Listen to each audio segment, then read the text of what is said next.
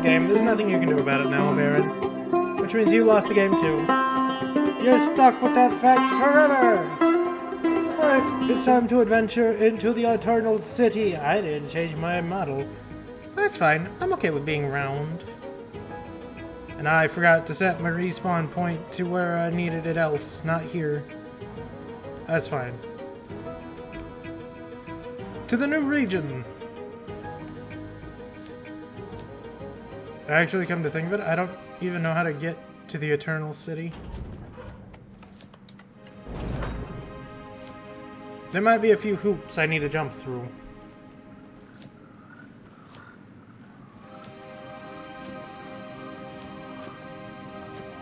Nah, you lose. You lose first, therefore I win by default. That's how it works, Baron. You must accept this answer of existence, and there's no escaping it.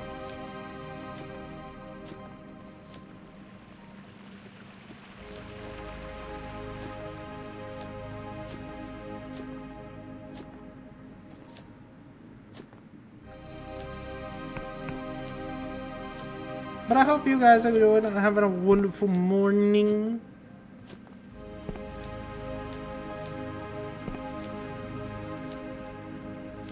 Nah, I think you're wrong. You're absolutely ridiculous and incorrect. Therefore, I am right. That is how this works. Oh wait, can I talk to the goblin now?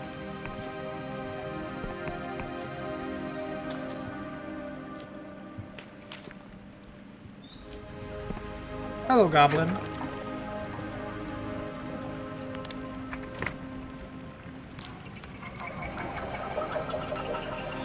You seem sincere in your penance. Very well, you may claim your second self. The door is open. Hooray!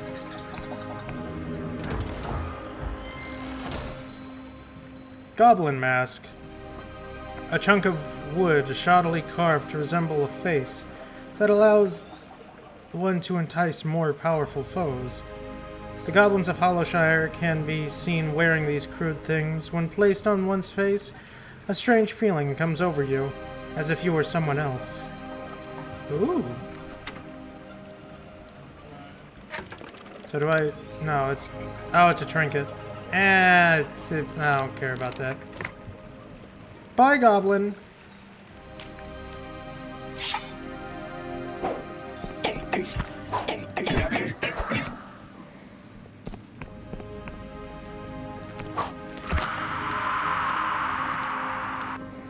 You have the hoodoo magic, Baron. The hoodoo and voodoo.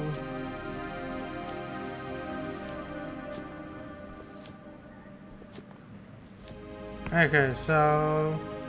Hollowtown... Iberian Ruins. I think I gotta... Wait, do I have to go that way? No, I've been there before. Never mind. And the Endless Realm. This way. But oh no, the bridge is closed. How does one get through? Do I have a passport? Greetings. This here bridge leads to the Kingdom of the Endless. Nasty place full of shuffling corpses it is. The bridge is closed unless you're the bearer of a genuine apostatic union passport. So if you've not got one, get lost. Do I have a passport? Looks like you ain't got squat. Go on, get out of here.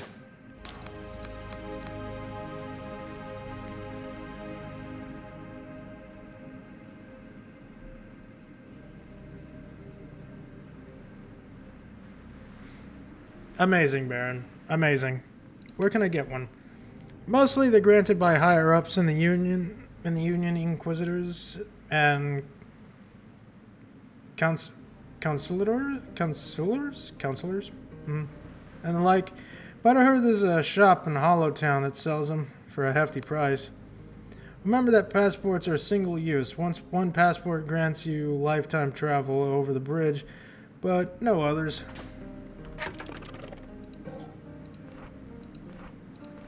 Sworn I had an extra one. Academy recommendation, outlaw furnishing. Huh, guess not. Alright, Guess we gotta go back to town. How much money do I have? 174? Where does one buy a passport? I require a passport.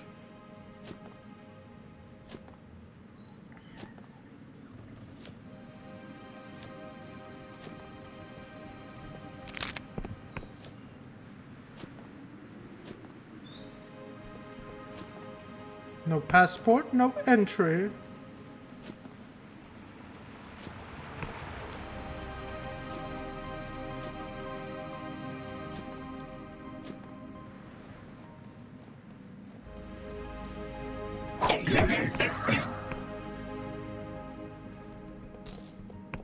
Oh, I can't carry more lockpicks. Oh well.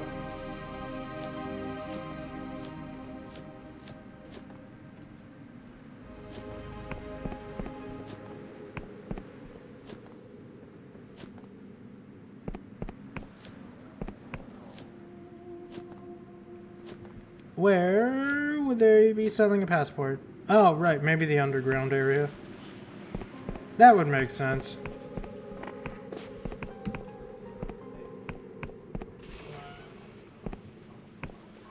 That's fine, Baron. Brain hurt equal good, yes? No? Maybe? Possibly? Hello.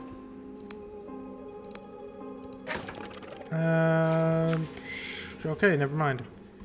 You do not sell what I am looking for.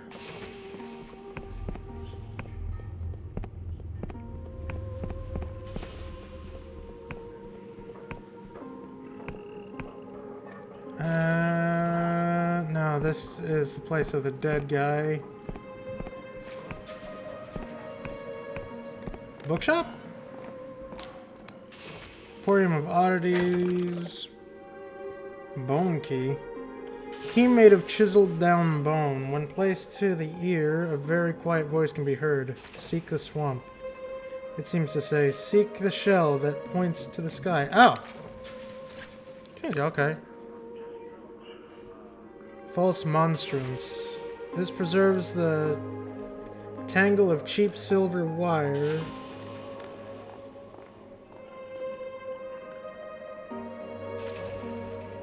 This perverse tangle of cheap silver wire is formed into a strange rune that fills the enticed with a deeper fervor and ferocity for the false cause, driving them to fight with increased attack power. And nah, I'm good. Oh, you have the passport. Oh, I need that. Thank you. And I already have one of those, so I don't need that. And I don't have any treasure. Have a nice day. But that is for the standing shell next to my home. Might as well take a look, right? Couldn't hurt.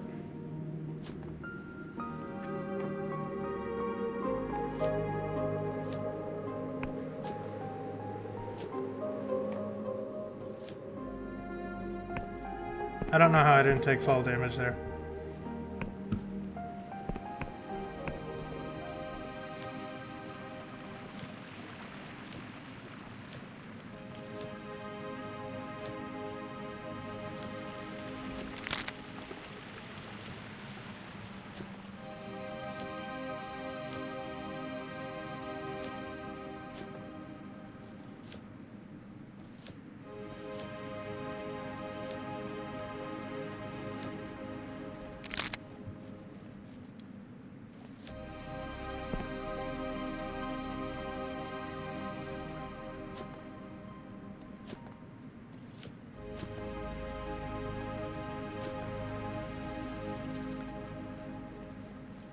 Oh, wait, maybe I can actually use the lore things now. I did up my lore skill.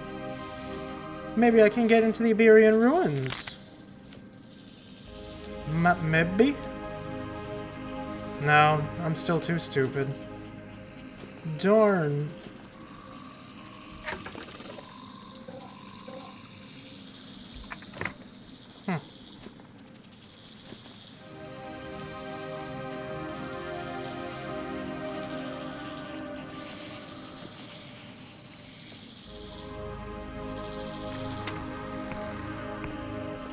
Ooh, where's this go? It goes up. How far? Oh. Oh, we going all the way up.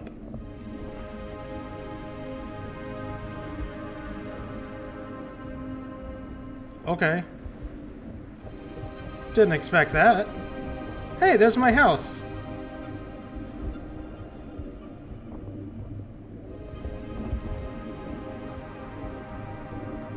So, where am I?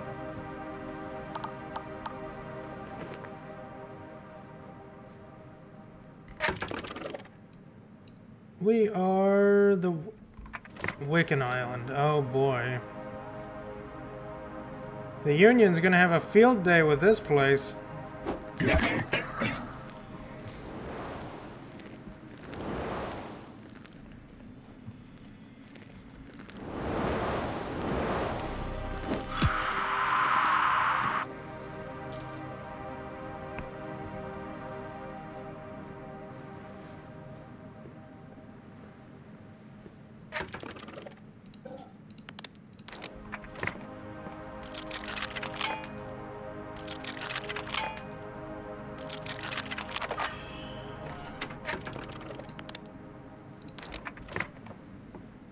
Hey, we got a book. On Pegath by Theodore Herbert, 1389. Pegath in ancient times, no speck of land in the bounds of fallen empire had felt their oh wait, no, we already read that. We already read that once. Baron, everyone does that. That's actually pretty normal. Most people do that. Maybe. I don't know. I may be an outlier for all I know.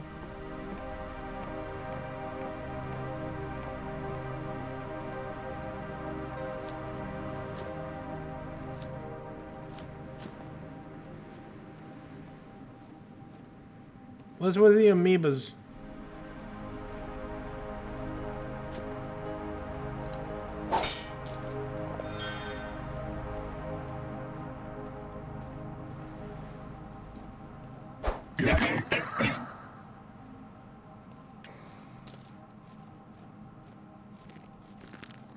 Ridiculous.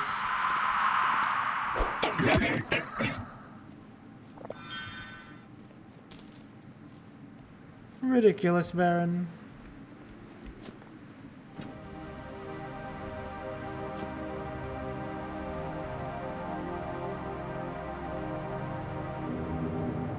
Yeah, this place is not great. Advance time. Advance time to a new stage of the day. To any observers, the caster simply vanishes for a short duration of the spell. Some scholars, in their desire to witness distant eras, have simply disappeared without a trace. Is there... Okay, so just don't use magic in this world. Whatever you do, don't use magic. It's all bad all the time.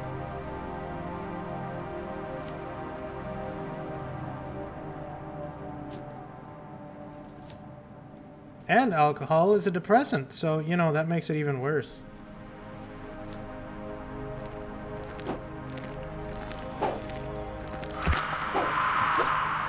Sorry, Baron, I am not well equipped enough to, you know, actually use magic in this world.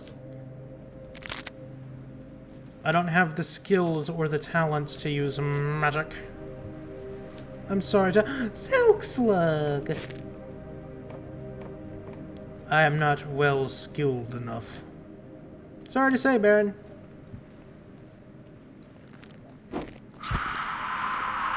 Best I can do is poke things with a stick.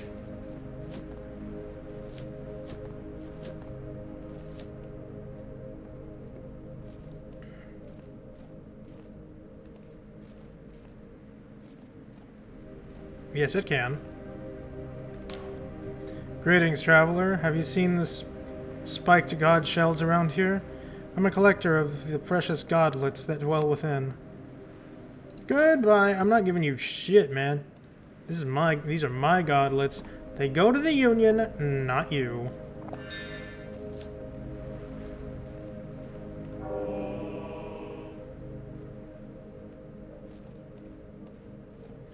My point exactly.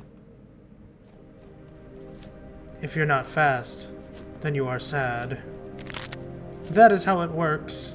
Clearly, I am a genius. No, that's not how that works. Nobody do that.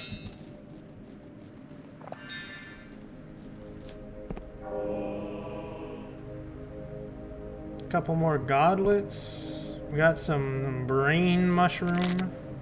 Death's Veil.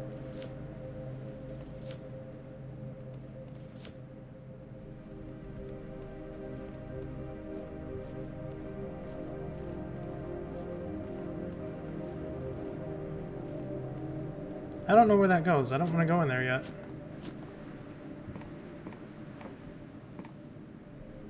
I must be friendly with this faction. I don't want to be friendly with these bastards.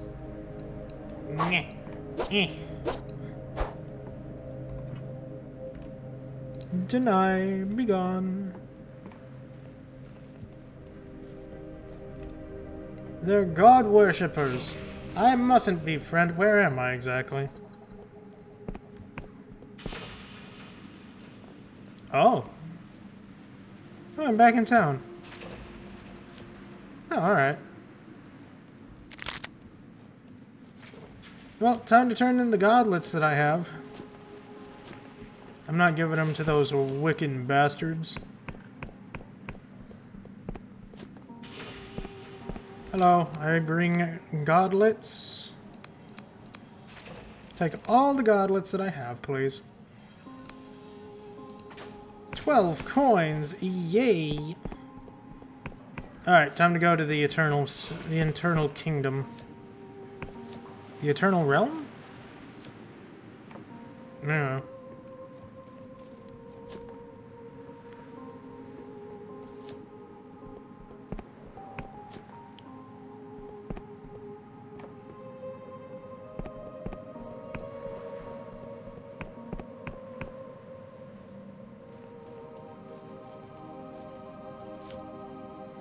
I have my passport. I'm ready to travel. I'm ready for my next adventure. Yes, sirree.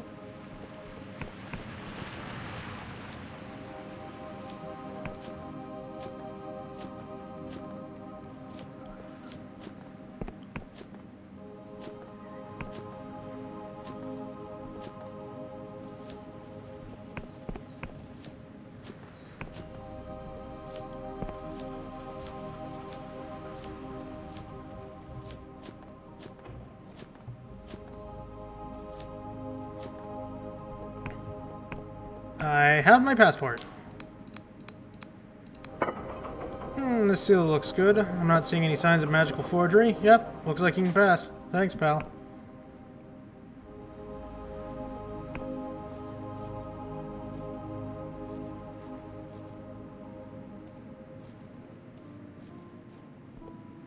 The Eternal Realm, the land of the dead. I'm sure that's fine.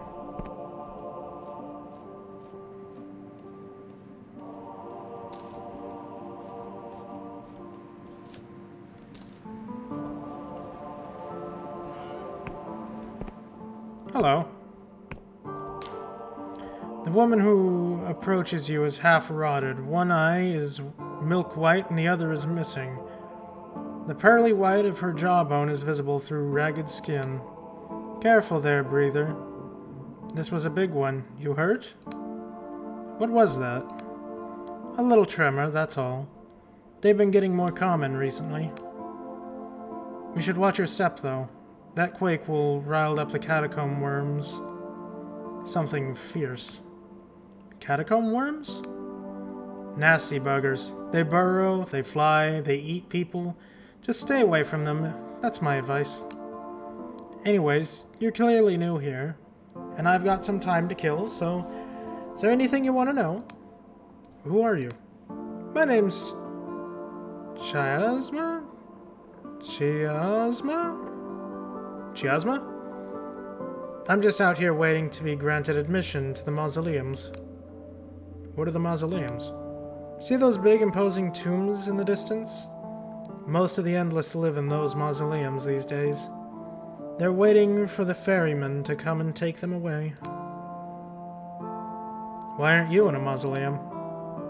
They're overcrowded, and the best tombs get to the highest bidder.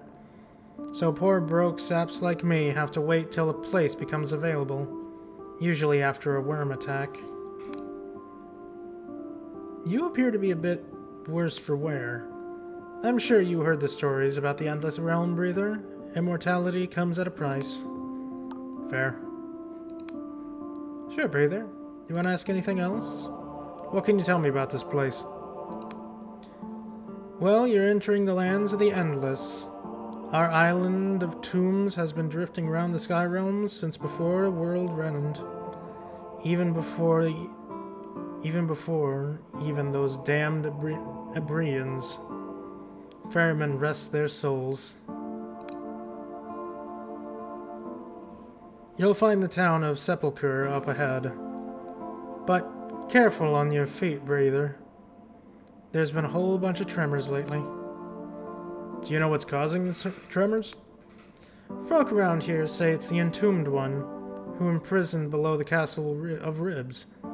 They say he's waking up, but people say a lot of things. And you'd go mad if you look at it all seriously. If you took it all seriously. Who's the Entombed One? No idea. He's been shaking the island for centuries, but recently it's been happening more and more often. I've heard that if he keeps up, the entire island could be shook to pieces. Anything else you want to ask about this place? What's the Sepulchre? Honestly, not much.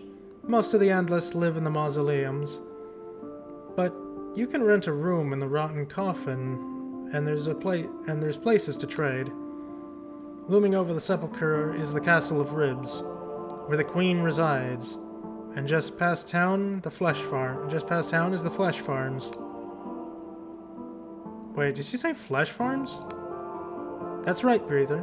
Us Endless need to feast on living flesh, or else we go all foggy. Years back, we led the Cadaver Crusades, taking living by force. But the penitent Thaw came up with a much better idea. The flesh farm is a bunch of huge vats growing mindless meat. Much more humane than eating raw human. Gets a bit tiring when your lunch is always screaming at you for mercy. You know what? That's fair. That's completely fair. Who is Penitent Thaw? A mage who lives in the sanctum overlooking the flesh farm. You can see it on the ridge to the north. She's the youngest of the Endless. Only 2 centuries old. Practically a whippersnapper. No, that's fine. I'm good. See you around.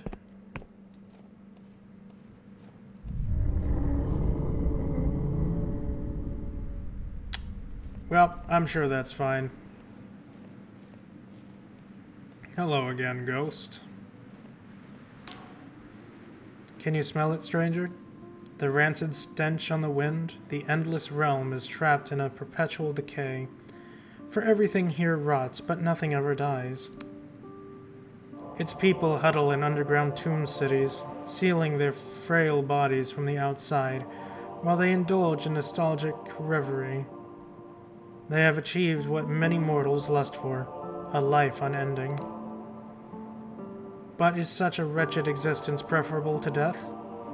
Tell me, stranger, if the Union scholars are right, and there is not after life... Folkish! Hi, Folkish. But a dreamless sleep. Does that nothingness negate what comes before? Is our existence rendered pointless by impending oblivion? Brevity's beautiful. Eternal life would be torture. It is. It would be. She nods. Many of the Endless would share your sentiment after being prisoners of their own bodies for too long. It is said that even those Endless who are cut to pieces are still conscious. I have no doubt that, after enough time, we'll all beg for nothingness. You're so freaking awesome. Absolutely coolest Folkish. That's who you are. Excellent friend Folkish. I'm doing good. I'm doing really good. I hope you are doing just as amazing as you should be. Bird. Bird. Bird.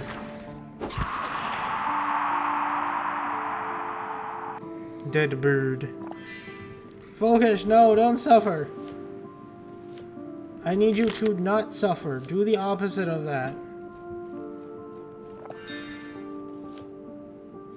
Your bird is very dead. I mean, it was probably already dead to begin with. This is a land of zombies, after all. Hell, this tree is dead. Look at it. It's very dead. But nothing here dies. So it'll just come back.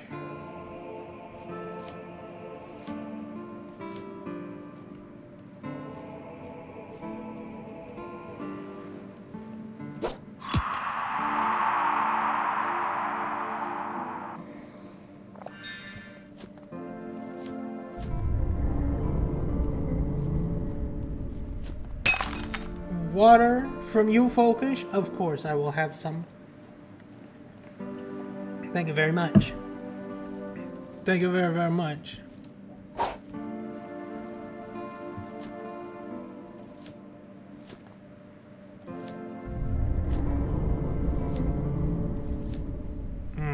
Yes. The entombed one is upset. And I have a feeling I will have to kill it. Or put it back to sleep. Killing is preferable, but, you know, sleep is better. Maybe. Folkish, don't drink that coffee. Go back to sleep.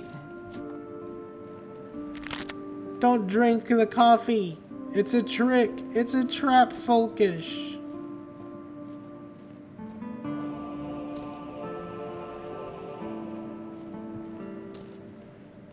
Wow, there's a lot of money laying around this place. I wonder why. Oh, yeah.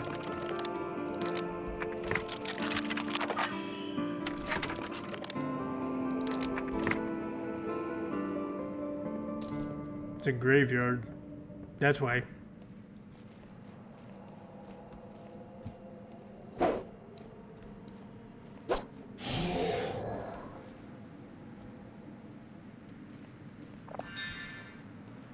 I won't be needing it. I need the money more. I just had to spend so much money on a passport.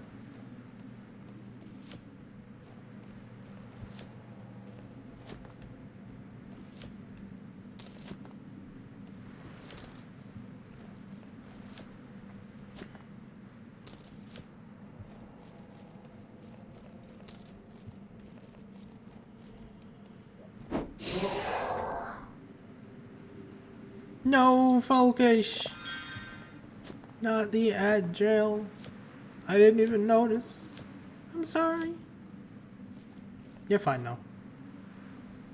Welcome back, Folkish. You are free from the ad jail. I hope you're doing terrific. Hey, look, it's a stone circle. Neat.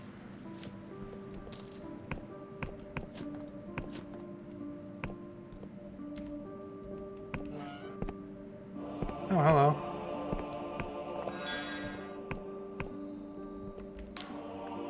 It was on this hill that the last offenders fell. Oh, how the endless swarmed upon them. How they feasted upon flesh and blood. I still see it, mortal. I can smell the sticky sweet stench of death. I can feel the cold chill of death upon my phantom skin. This is a place of remembrance. If you have not come here out of respect, I must ask you to leave. Hold on. We gotta put on the hat. I've come to pay my respects. In honorable intent, I will unlock the door to the rest of the tomb, so you may mourn in peace. What happened here? When the Endless were first created, They were consumed by insatiable hunger. They fell upon their mortal brethren and committed unspeakable acts. It is a time known as the years of devouring. Spirits like myself are vestige of trauma. I do not simply remember those unspeakable years, I live them, still. But I hold on to enough of my wits that I can tell the past from the present, for the most part. And so I watch over this place to ensure that folk remember. Oh, okay.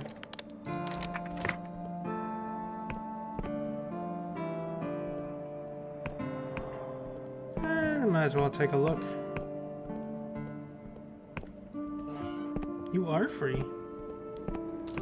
Pillage and loot. Loot and pillage. The alluring perfume. A perfume bottle inscribed with a cipher, useful when persuading others with charm. Enchanted vapors can be powerful, but unreliable. This item will grant a small chance to pass charm tests that the user would otherwise fail. Oh, that's cool. But I'd rather just put on my funny hat. It seems to work just fine.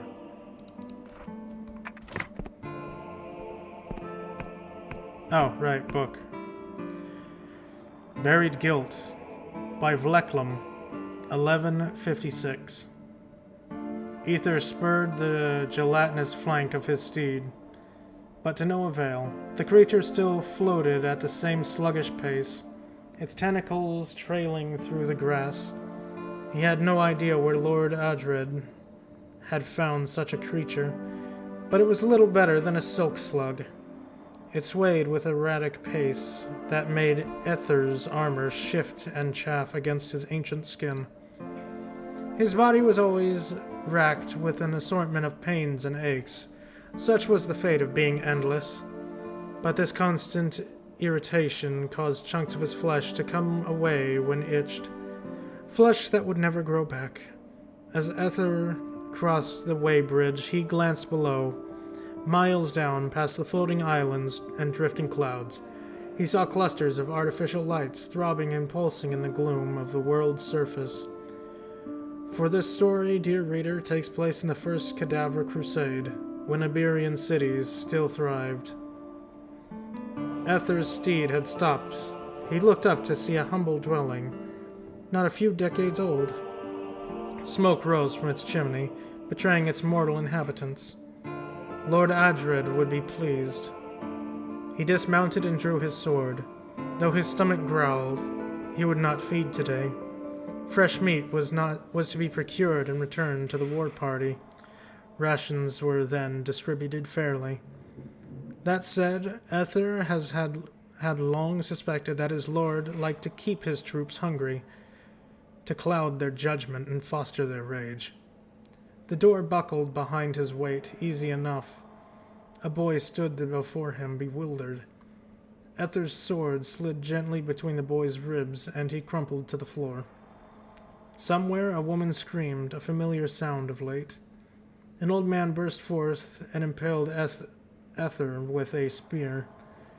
This was somewhat irritating, as his chest was already so full of holes.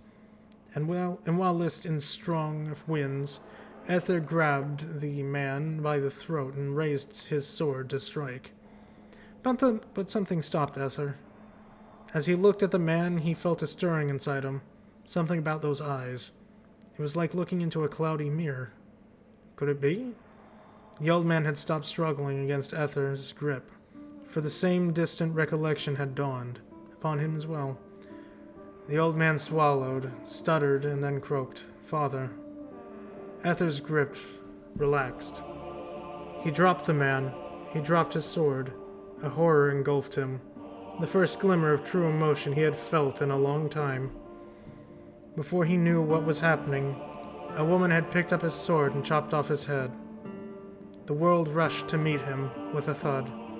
He lay there blinking slowly as his family hacked his body to pieces, then buried Ether in the garden, in a gesture of undeserved respect.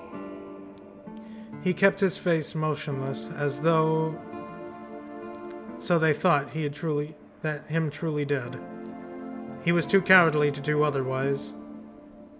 It was a shallow grave, and sounds of the forest filtered down to him. When the guilt and shame subsided, he felt a kind of peace, being so close to those he once loved.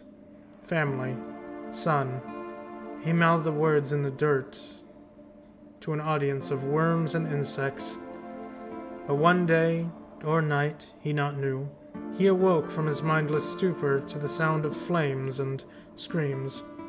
He listened to the cries and carnage, the terror, but the silence that followed was worse. Then voices, movement, a dazzling light. He was pulled from the dirt by his hair, held aloft by the grip of Lord Ardid himself. The bastard's grin was a gash that spread from ear to ear. "Well, well," he said. "What have we found here?" Ether looked past his lord, to the smoldering house in the distance. 3 fresh corpses were lined neatly in a row. Oh, that's sad. That's sad.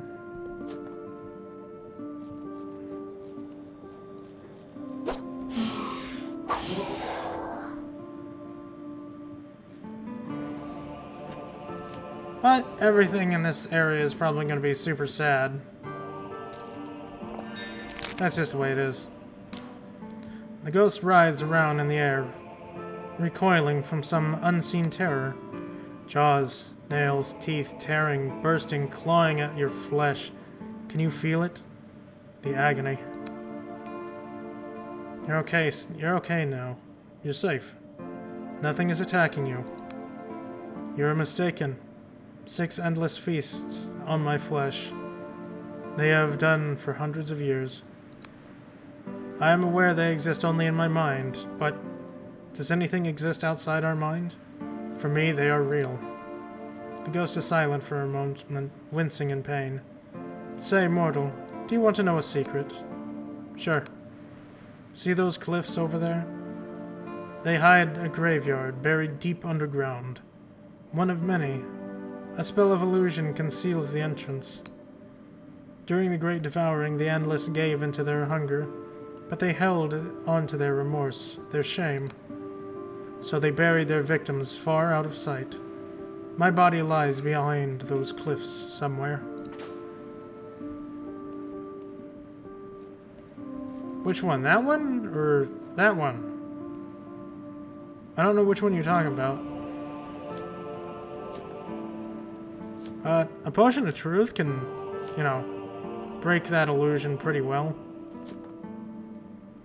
I'm just gonna say Inquisitors are allowed to use those potions because, you know, Inquisitors, they need to know what's going on and dispel illusions, even though it's quite illegal to use them. It's fine. You're not breaking any too much laws. Not any laws anyone cares about. Hey, there's a cave.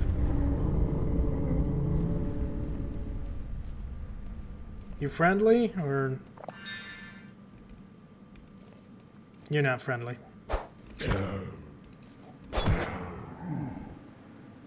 I don't know what was wrong with him. He looks like he had goo on his face. It's fine, though.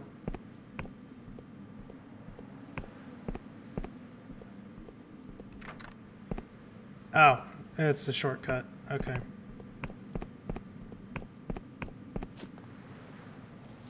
Never ye mind, then.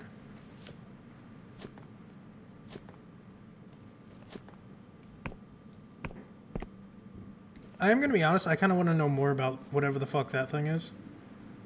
The giant space snail. Space snail squid thing.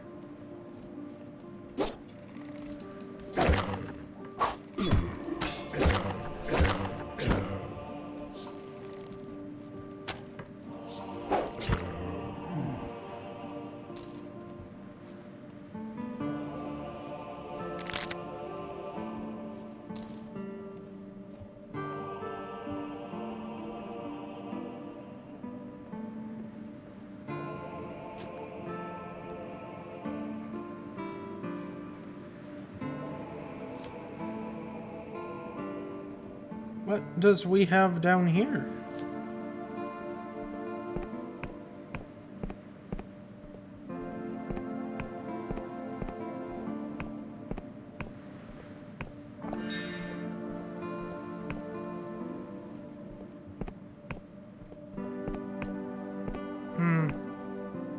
Okay, maybe it's some sort of infection.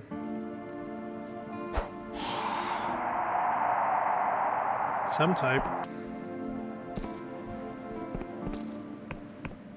Quite possibly.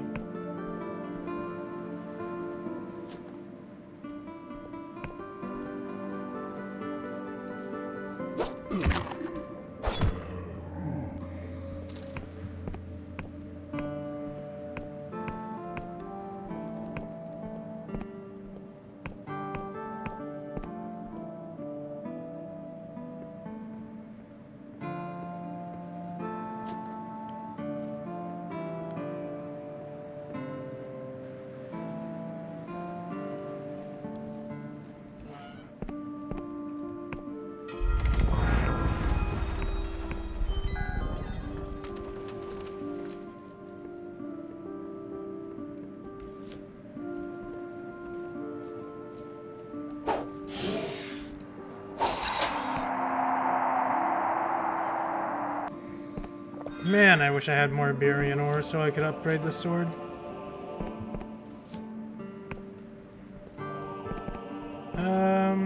Is this not the way down?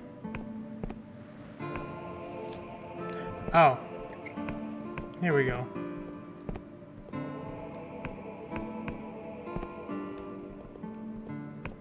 Yes, respawn points. If I die, I return there. But I'm not going to die. I've only died, what, twice?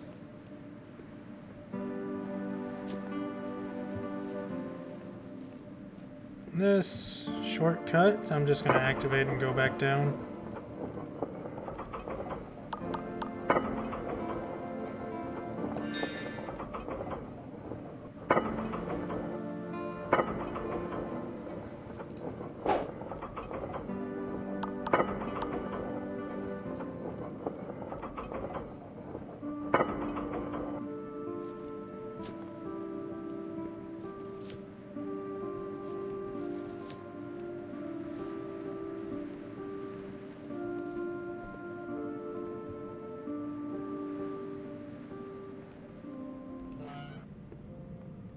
I'm sure nothing bad can happen in this place. That's the return.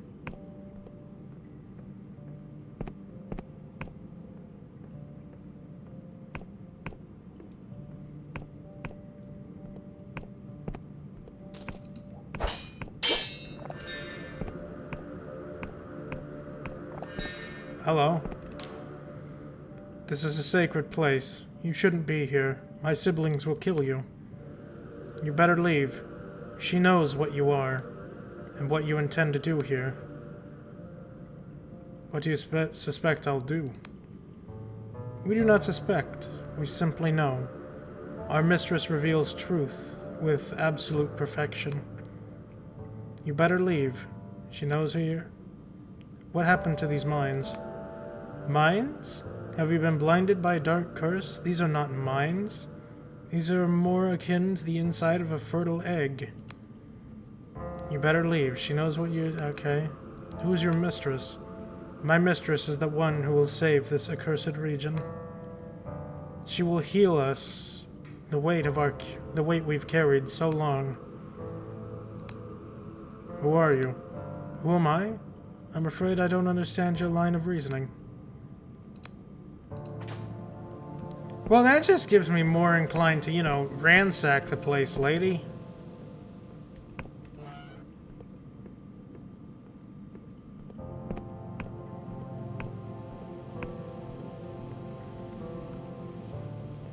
Should not be here. You should not be here.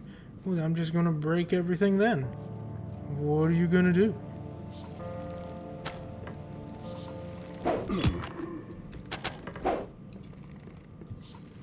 Oh.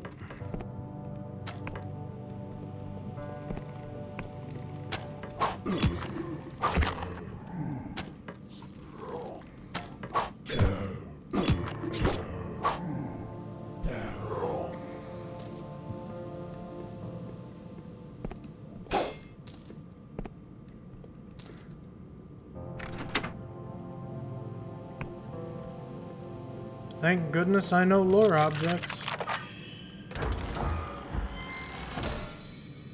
More glorious silk? Oh, lucky me.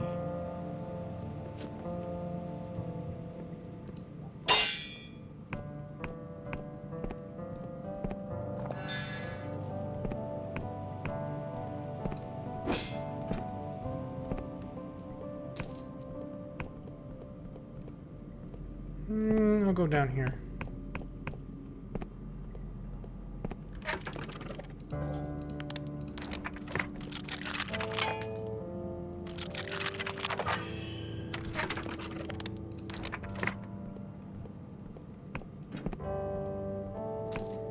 Some more fine ore. I need just flat iron, though. I don't need fine ore anymore. I need iron. No iron, no entrance. No upgrades. I also need Iberian ore to upgrade my sword. I want that more than anything.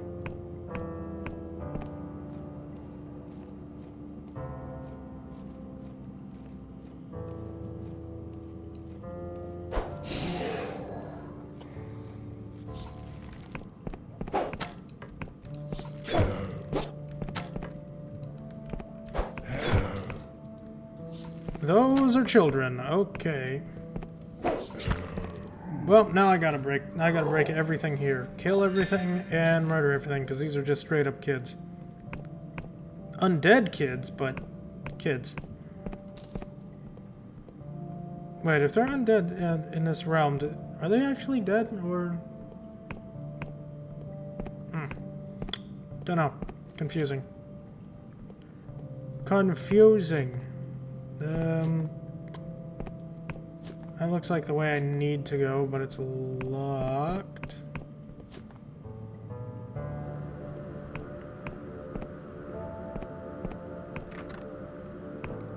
Unseen device. Got it.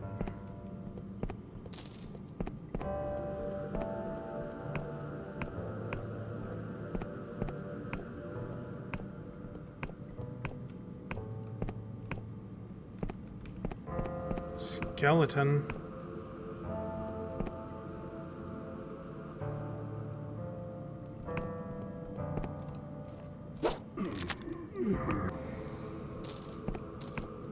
Iron! Yay!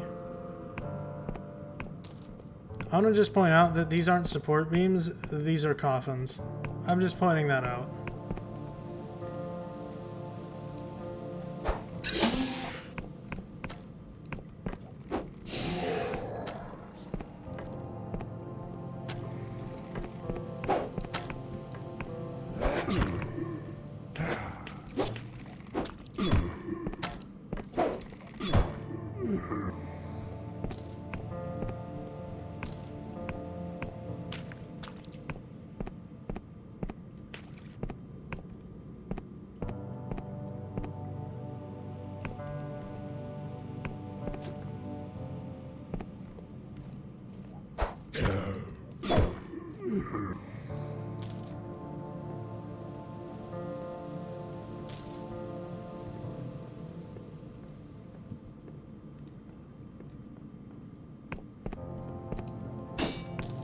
I'm sure this place is like part of a bigger story thing, but I'm here. I might as well just do what I do best. Break shit until it's all gone.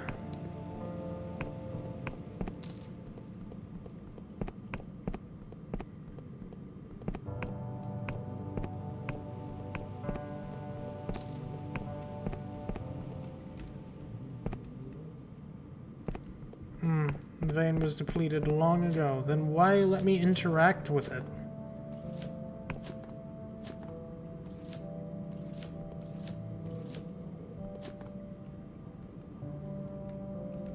Ooh, money. I like money. Money helps me stay alive.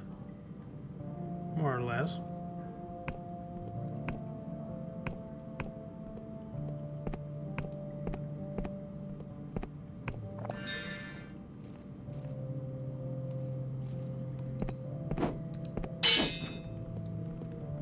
No, I'm guessing I can talk to you.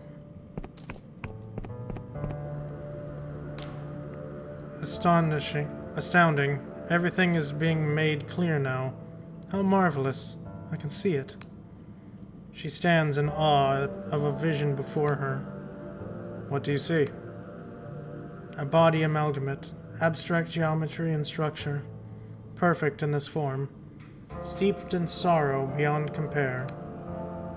The true form of the divine, the great communion of all that is. Who are you? I was once a child, many children. We committed evils beyond redemption, but these are her memories now. 1,000 perspectives refracted through her. We remember being devoted. No, we remember being devoured. Remember dying, but we also remember devouring. That's what's really inside these crystals, you know. Old wounds. But she is merciful, showing the truth even to a wretch like me. Is she a god? One day she will be. Soon, perhaps. But she is merciful, showing the truth even to a wretch like me. What does she want? She pauses as if listening for an answer. It's not that simple. There are so many of her. She wants to save us from our cruel fate. We endless are all caught in this great misery. Toiling. Oh my gosh, it's Cola! Hi, Cola. Hold on, I got you. I got you, Cola. The hop dob. You need snacks, Cola? Go get snacks. Toiling away in a place without gods. Eternal mourning on an island of graves. This tragedy of the Crusades hung over this island like a grand condemnation. I hope you had fun in Tearscape. Go sleepy. Go sleepy, Kohler. Go absolute snoozing. But there's something else. It's difficult to explain. She wants to heal, too. Good. I'm glad it's neato. Now go bed. Go bed. Go pass out. Go sleepy. Bye, Kohler. Thank you for the raid. More than that, she wants to escape. There's rage there, almost like a concerned animal, or a man in a cage. But she is merciful, even showing the truth to a wretch like me. Take care. Okay, we gotta break this entire place and kill whatever's in here.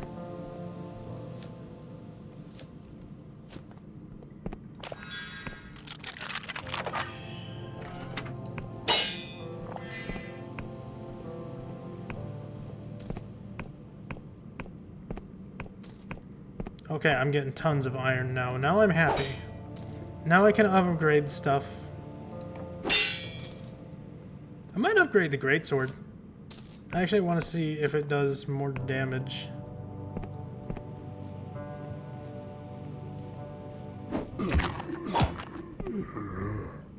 Shit. Looks like some Inquisitors made it here before me, but they didn't survive. That's a shame.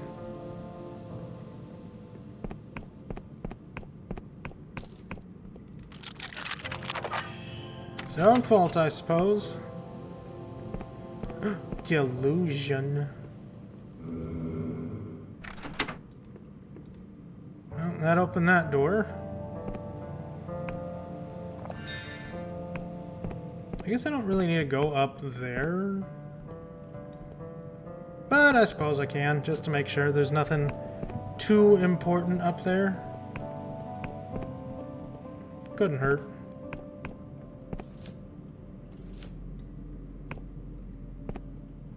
How do I get down there again? Through here?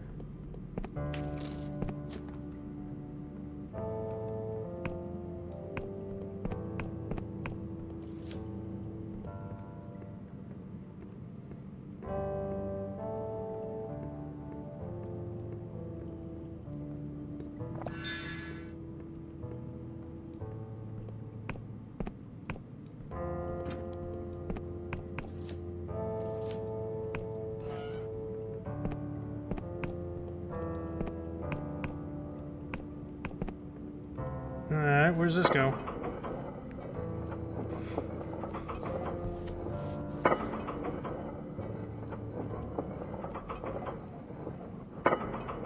I'm guessing we're going outside? Oh, we're here again. Okay, so I was right. It is kind of like a shortcut. Cool. Well, I'm not done down there, so send me back down, please.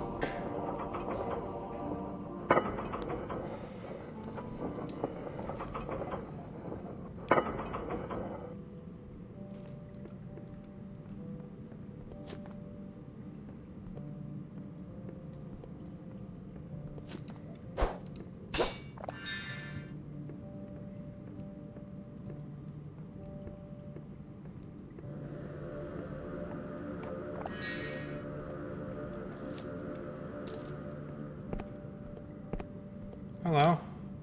He awakes from a state of meditative prayer. May ye be blessed. Hold on. Who are you? I am a midwife of our new god. The sculptor has entrusted me, guardian of the hymnal chamber. May ye be blessed. Tell me of the hymnal chamber. The hymnal chamber lies through this gate. It is a place of sacred ritual. By our faith, her dream becomes possible, and by her dream, all dreams. I'm here to show my devotion. He looks at you, closes his eyes. After a long pause, he nods his head in acceptance. He silently unlocks the gate to the hymnal chamber. I love my funny hat.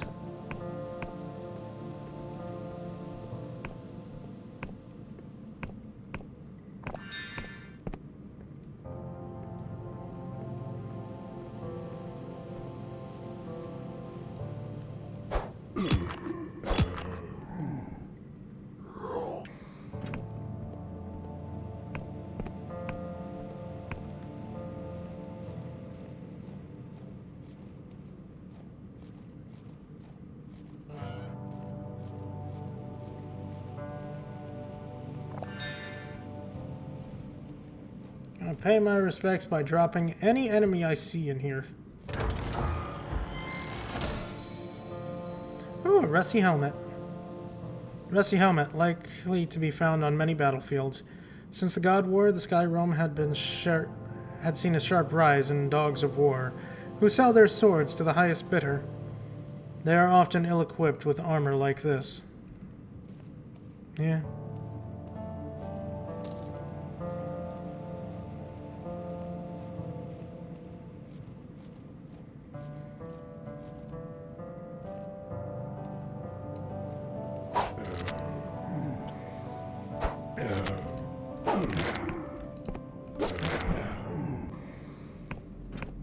I like how I can just back away so quickly that they can't even hit me. I don't even need to, like, parry or block anything. Just walk backwards a little.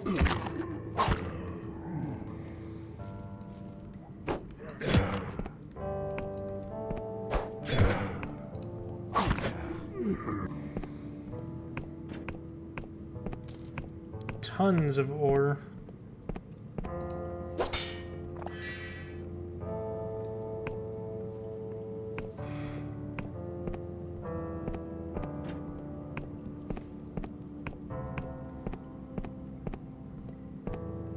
Oh, we're just...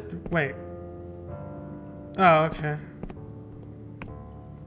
I guess I didn't really even need to go up there. That's fine. Okay. I had access to the chamber this entire time. Wait, did this... Oh, thank God, it's still unlocked. I thought I would have had to run back up there.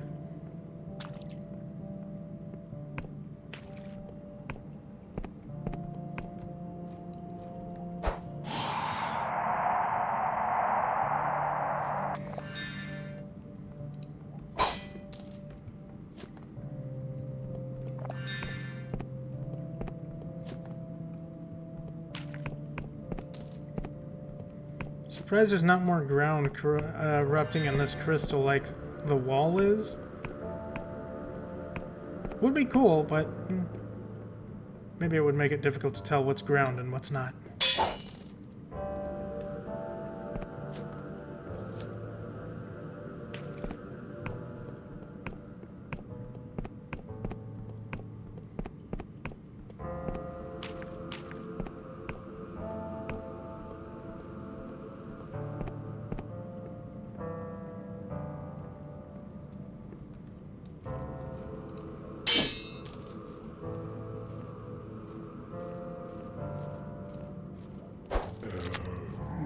Hey, just glorious silk just sitting there?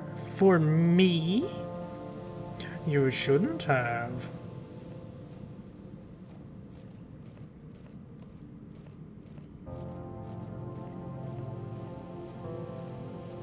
I'm gonna have to fight these two. There's not much I can do about that. Oh, he knows magic. Oh, he know magic. He know magic.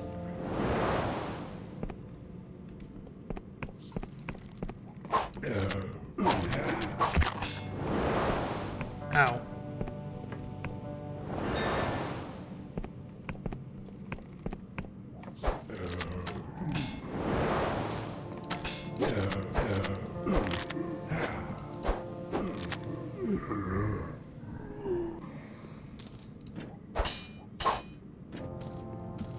I don't have any way to move away from magic. That just hits you. It follows you.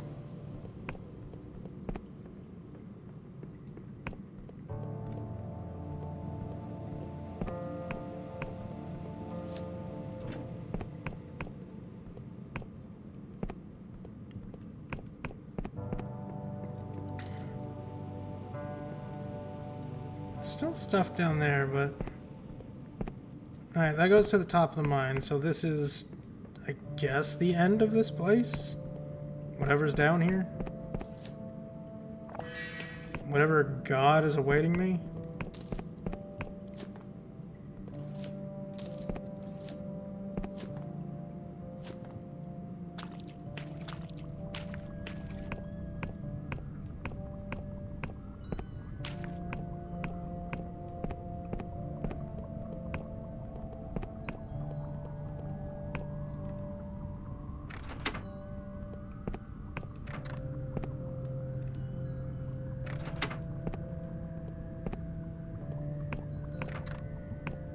Is there another? Oh, there's another skull.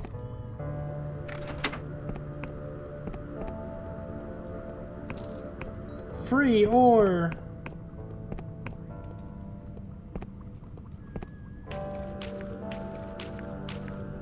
Ooh. Oh dear. Well, that is definitely something.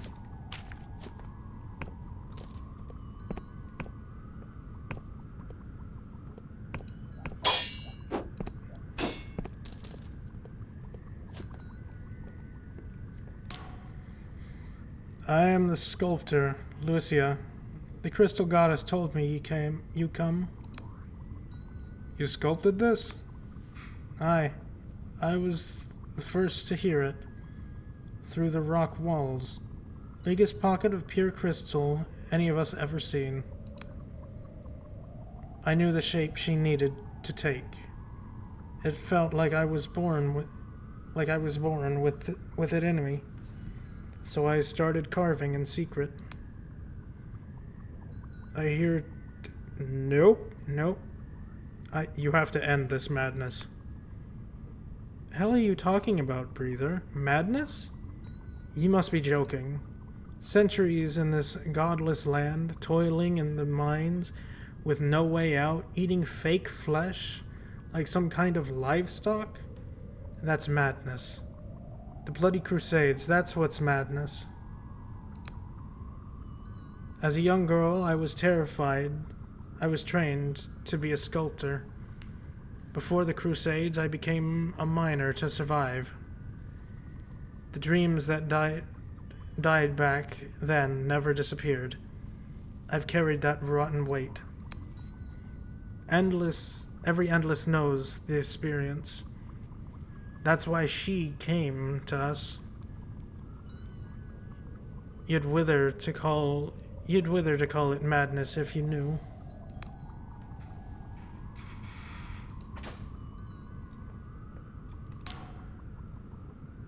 You stand beneath an intricate crystal statue. It exudes an unmistakable psychic weight. Smash. Your weapon and magic would hardly scratch the statue's solid crystal. You wonder if there may be a way besides brute force. You should explore the mines more.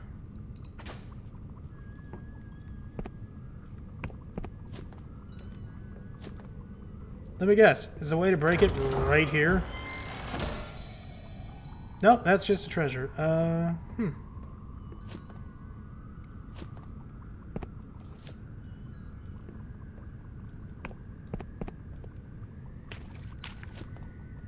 What would I need to break this? I mean, I explored the mines pretty well. What'd I miss?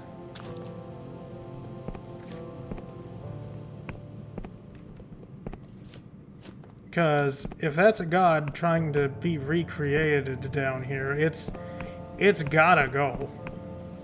It's gotta go crash. It's smash. Gotta break it.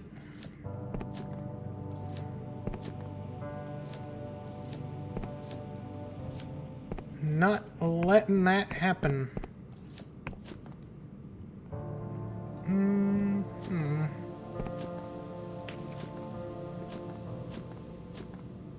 This is the main chamber. I came in from over here, then we went that way, so I don't think we went this way, maybe. Nope.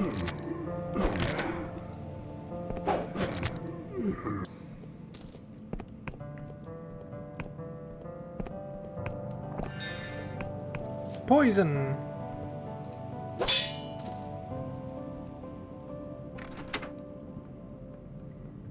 These goggles are so helpful.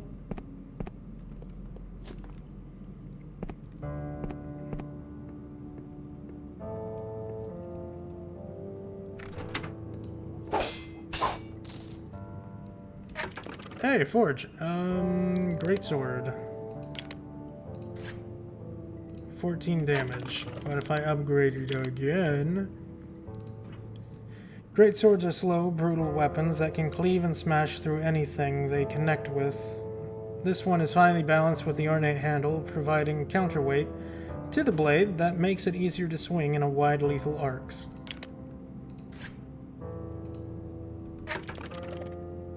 And that would be Iberian on the last upgrade. A true Iberian greatsword of the kind that was wielded by the knights and paladins of long ago empire. It carries this almost to walk through the age of myths again. But as a hero or a villain? I don't know, I don't get paid enough to know. I could make a fine bow. Bow allows you to fight from afar, balance speed and martial ability to dictate the flow of combat from a distance. Few things are more satisfying than the thunk of a well-aimed arrow, fired from a well-made bow, such as this. Nah. Rusty armor, rusty helmet. That just gives me armor and attack. That would be nice, but I want to go pure stealth. Outlaw helmet. A studded helmet modified in the outlaw style. In the Sky Realms are vast, with many uncharted islands that shelter ne'er-do-wells. This helmet has been modified with studs, possibly to facilitate a nasty headbutt. Yeah, I'd believe it. So there's still another skull lying around. Here you are. There we go. I don't know what I opened, but I opened something.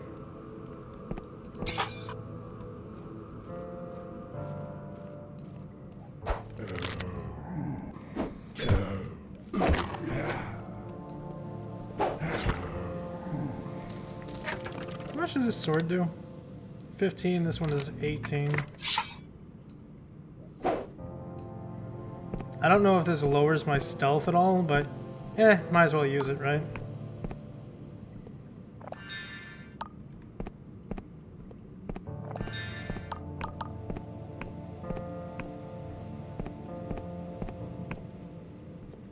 An Inquisitor. Thank you for freeing me, though I thought I was done for. Who are you?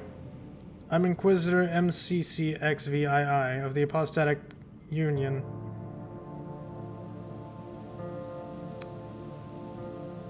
Isn't that my call sign? Nah, maybe damn close. What's an Inquisitor doing down in these mines? There were 4 of us sent to investigate a possible Class C God entity. Yeah, I'm working on it. But we were separated from the rest of the tribunal and taken prisoner. I'm not sure what became of my comrades. They didn't make it. We weren't able to nullify the God entity. Our quest was a resounding failure. I can help. Yes, perfect. Take this. It's a terminus prism. It can kill a God entity like this one. You can set this whole mess right. I need any supplies you've stashed. I'm afraid they took everything when I was captured, and besides, I still need to get myself out of here. This terminus prism, it can kill a god? Only fledgling god entities, like this one, which are undergoing apotheosis. The prism has no effect on older god entities. Before we were separated, the tribunal determined that this crystal entity is currently in an advanced stage of apotheosis. At this stage, God entity is still malleable of the imaginations of its followers. That's how the prism kills the entity. What will you do now? I'll make it for the surface. Once I have a good opportunity, I'm in no state to fight. So I'll have to slip through somehow. You can set this whole mess right. Hold on. I'm going to put on the funny hat before I leave you, because, hey, free stuff. Of course. I keep a defense potion hidden in case of emergencies. Cool. Thanks. I've already killed everything here, so,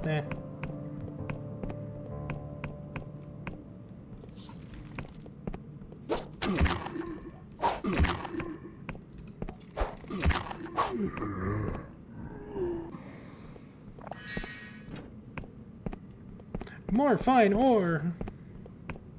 Alright, we have the prism to kill the god. So we kill the god. Simple, easy, simple fix. It is my purpose as a member of the Apostatic Union to nullify any god entities that I come across. That is just the way it works here. This is the path I have chosen. So it must be done.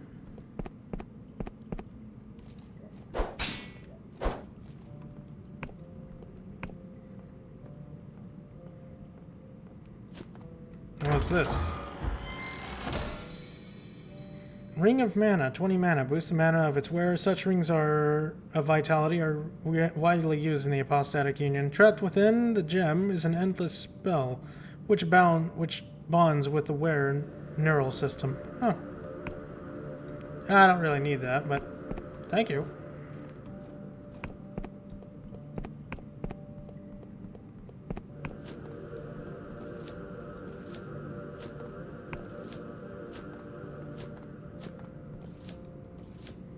They gotta send better Inquisitors into these places. I came here of my own free will, and I'm just doing what I do best.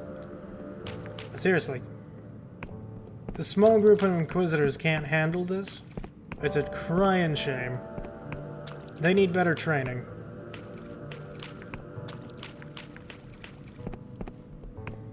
They need a lot better training.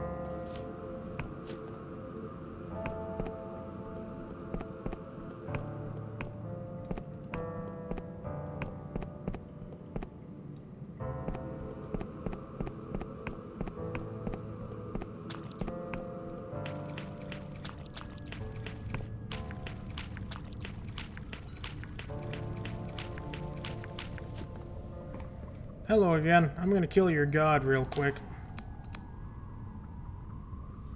Use the Terminus Prism to purge the statue. You hold the Terminus Prism in your hand, but before raising it, you wonder, are you sure this is the choice you want to make? The goddess cannot be rebuilt. Abso-fucking-lutely. Raise the prism. The room seems to go totally silent. Then a piercing noise resonates through the crystals. The statue begins to crumble. Heh. Ah! Probably should have expected that. Ooh, you're tough.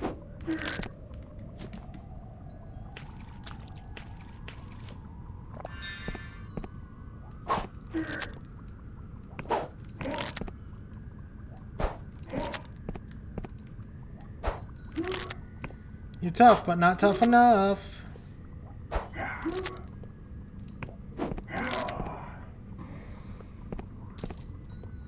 There we go. Another god dealt with.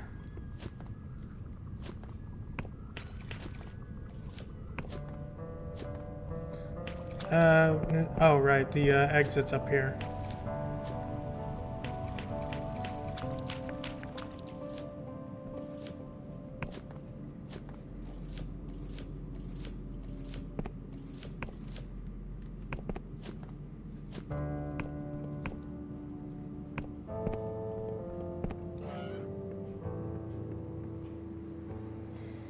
Easy peasy. And then we can just take this all the way back up.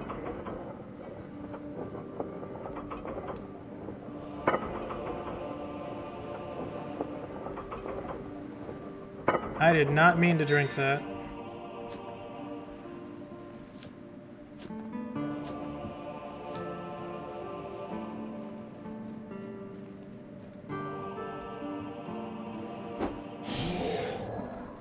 Hi, Sleepy. You are third, good for you. I hope you are well this mornings. Off you go, go to work. Go enjoy your work if you... What the fuck is that thing? What are these? I don't like these things. I want them to be dead. Die.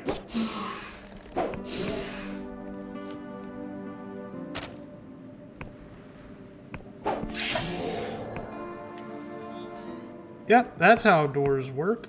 That's how walls work.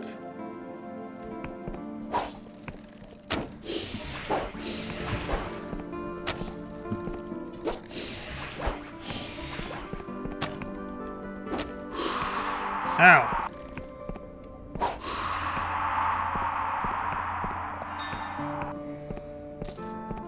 Wretched creatures.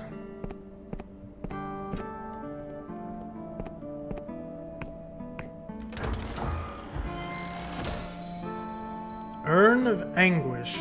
This urn is deathly cold to the touch. It's sealed tight. An inscription reads, "Here are the ashes of untold members of the Endless, who were burned by the living in the years of devouring.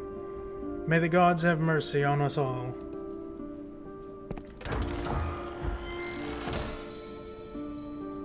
Oh look, another rusty greatsword. I don't really need that anymore. I don't need that one. I can just sell the rusty one. I have this one. Oh, another Death's Veil.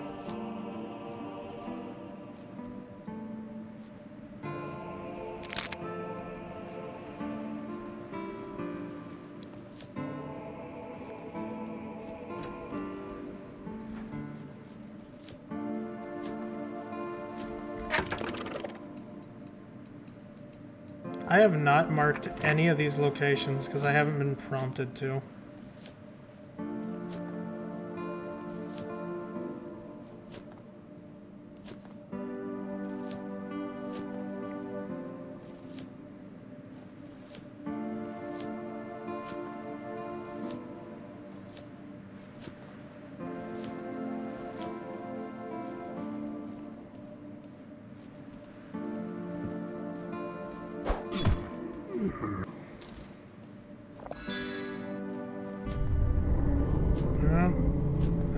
The thing is rumbling again. The tremors are happening. Oh no! Whatever will we do?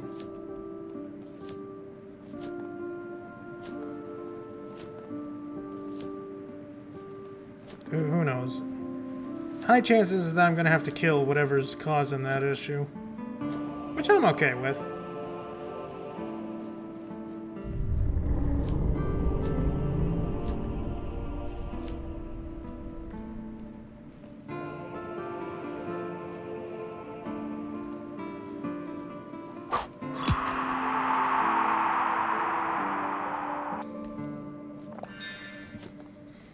Well, I think, wait, yeah, I should probably just get some of these places marked down so I at least have the map so I know where the fuck I am.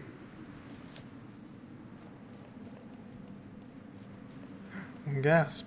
Bandits. This way to the crystal mines? Ah, we don't need to go there anymore. This way to the city of Sepulchre.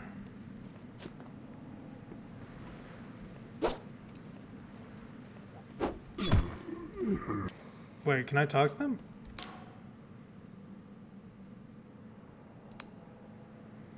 What queen would that be? They're guards. Whoops.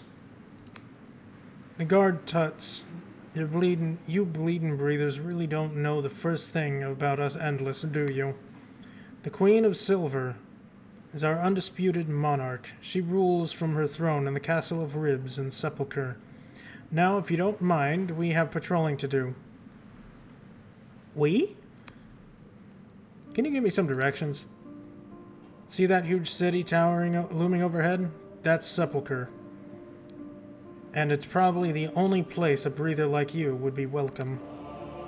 Down south, we have the mausoleums and crystal mines. Neither are places you want to get lost in. There is also the Duchess's estate down there, and I don't think any folk have laid eyes on her in years. And finally up north, there's the flesh farms and Cadaver Keep. Now move along, breather. Can't be wasting my time babysitting the likes of you.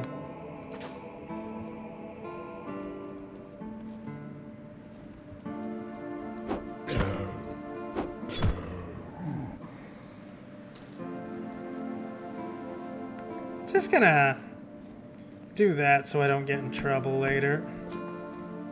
No need to worry about it. An interesting landmark. Write it down.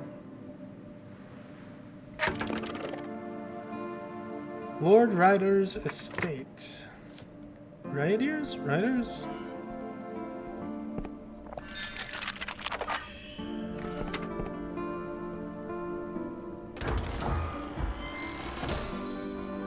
More fine ore. I mean, I guess I can upgrade the bow now. And upgrading it further would make it Iberian. A war bow from the ancient Iberian Empire is an object of lethal beauty. Its curved body tense with potential. This example has somehow survived to the present day. Every bit as deadly now as it was then. Cool.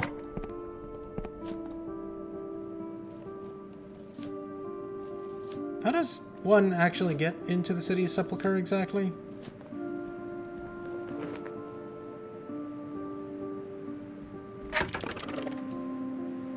Oh, this is the castle. This is the Castle of Ribs? Can I get in through here, or am I not allowed to do that?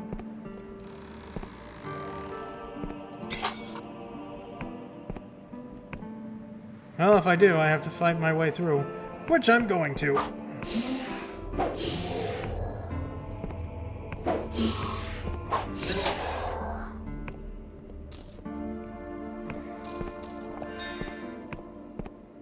I am possibly the best the Inquisition has to offer, so, you know. Every other Inquisitor that I've met seems to have failed in every regard.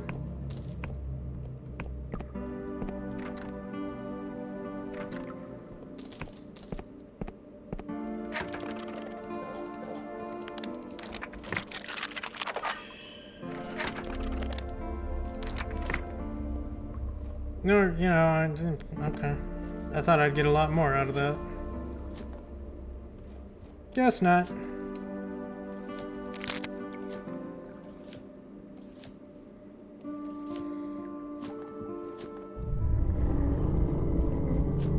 The entombed one. He is upset.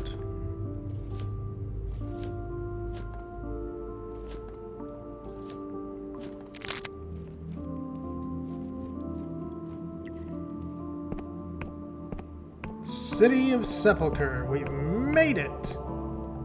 I like that dragon. I guess it's a catacomb worm? I guess?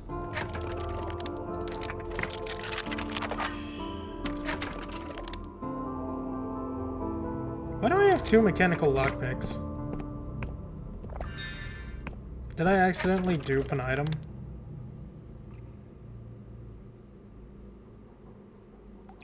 Maybe.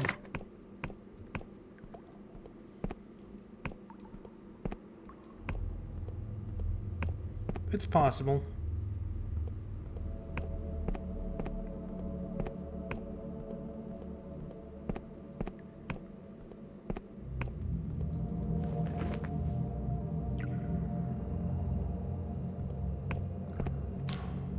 Greetings, delicious flesh thing.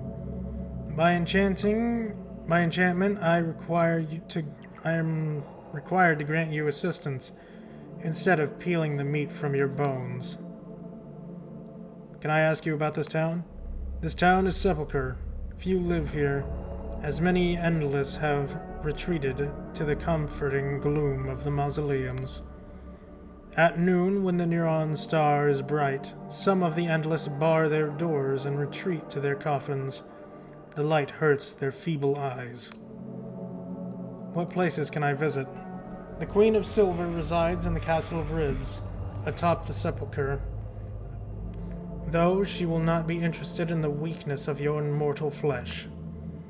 The rotten coffin will serve your kind with beverages and bedding. This is in the center of town. There is also a shop with trinkets you may find useful. The Moldy Cauldron.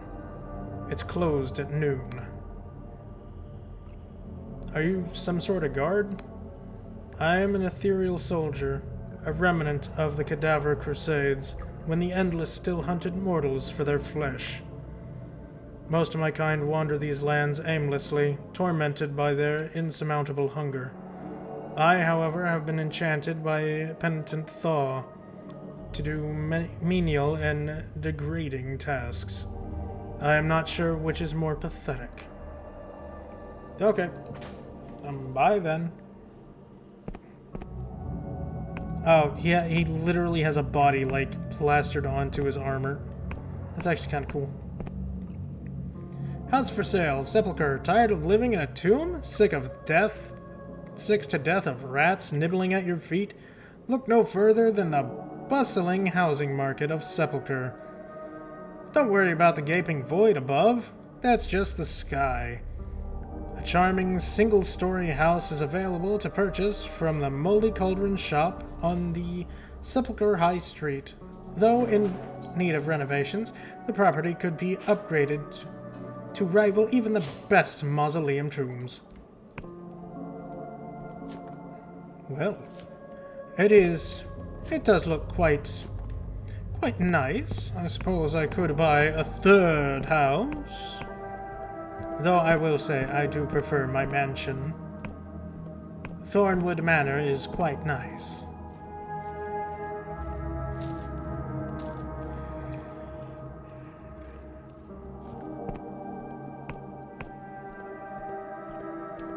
Especially now that it's, you know, vampire free.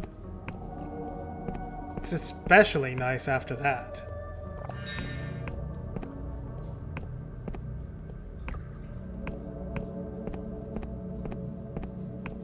I'm guessing this is one of the mausoleums?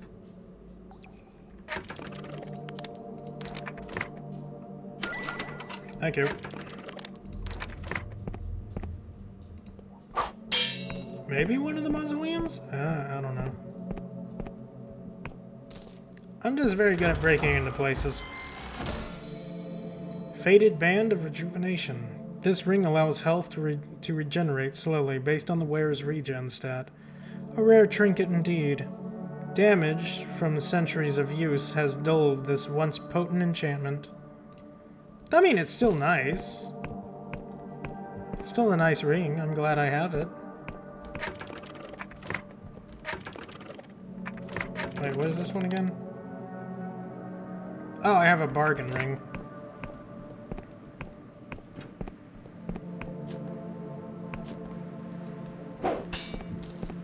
Paying less is always nice.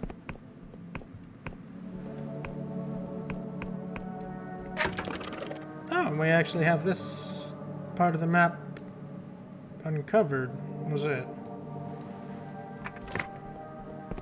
At least I have a portion of a map now. That's always nice.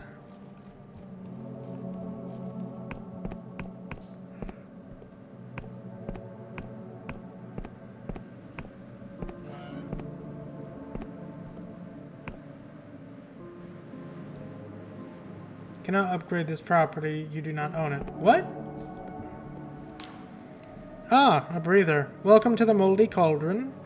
You're my first living customer in months, or has it been years? Time flies when you're my age. I'm looking for the Duchess. Ah yes, everyone's heard of the Duchess. Only, I don't think anyone's seen her in years. Last I heard, she was flying around with that crazy bunch of breathers. What were they called? The Dull Stars? Dim Lights? Anyway, her family manor is to the south, if you're looking for her. I'd head there, but I hear the place is crawling with magical skeletons, so be careful. How's business? Ha! Business. I mostly just sit here and watch the rodents chew at my feet. A while back, things used to be a bit more exciting. Every now and again, some folk from Hollowshire would come to trade. They'd always look petrified and would never tarry long. But breathers' goods fetch a good price down in the mausoleums. But recently, breather business has dried up. I've been told it's because something called the Apostatic Union? But I have no idea what that is. The Apostatic Union, yeah. Is there a house for sale in Sepulchre? Looking to invest in a property market full of undying old-timers, eh, breather? The shopkeeper chuckles to herself. Oh, wait, you're serious? Well, I think I had an old Sepulchre house deed knocking about the old shop inventory. It's for that old shack down by the western entry bridge. Just next to me is the property station in Sepulchre. You need to use it if you wanted to upgrade, furnish, or decorate the house. How do I maintain the house? Just next to me is property station. Okay, thank you.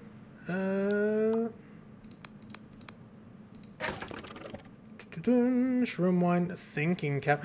Lore hat! Finally, we have the lore hat. It took forever to get that. Thank you for the house deed. Endless furnishings. Summoner's earring. A dangling earring in the shape of a skull, carved from a piece of real bone. This macabre accessory grants power over the dead, allowing its wearer to summon an additional skeleton into battle. I don't have summon magic, so no. Remarkable treasure. Rusty greatsword. But I still want it because it's a trinket and I want it. Thank you.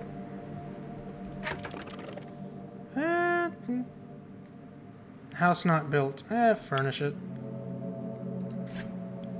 And you know what? Just...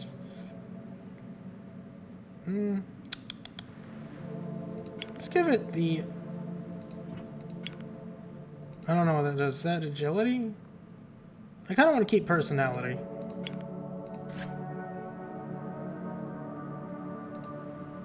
And now I'm broke. I'm broke.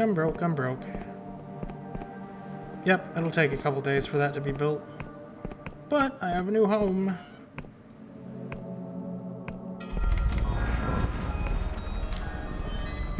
What's this? A breather? Oh, marvelous. Please stay there a second. Let me jot down some notes. Is your skin always that damp? Do you ever forget to breathe? What does it feel like when your hair grows? Apologies, this must be quite overwhelming. I'm a playwright down in the mausoleum. In a mausoleum, you see? But the scene has become so stagnant. The past centuries are so pre-endless historical dramas have been in vogue. Except us writers never leave our tombs, and I'm convinced our work is full of inaccuracies. It's funny, the things you forget. History books never mention the little things. You know what? I can actually believe that. That's absolutely fair. I'm going to check upstairs, see if there's anyone else to talk to. Ah, there is. Ah, the rotten coffin. My favorite haunt. The ghost looks quite pleased with itself. You dare not think how many times it has told this joke. Fair enough.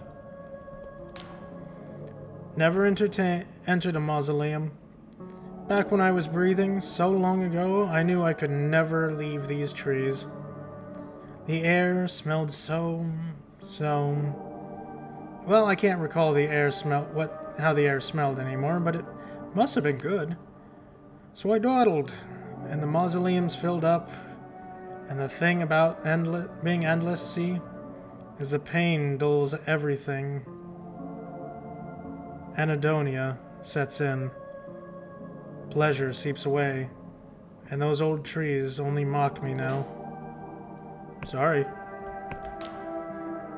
The Endless lurks in the corner, keeping a watchful eye on the other patrons.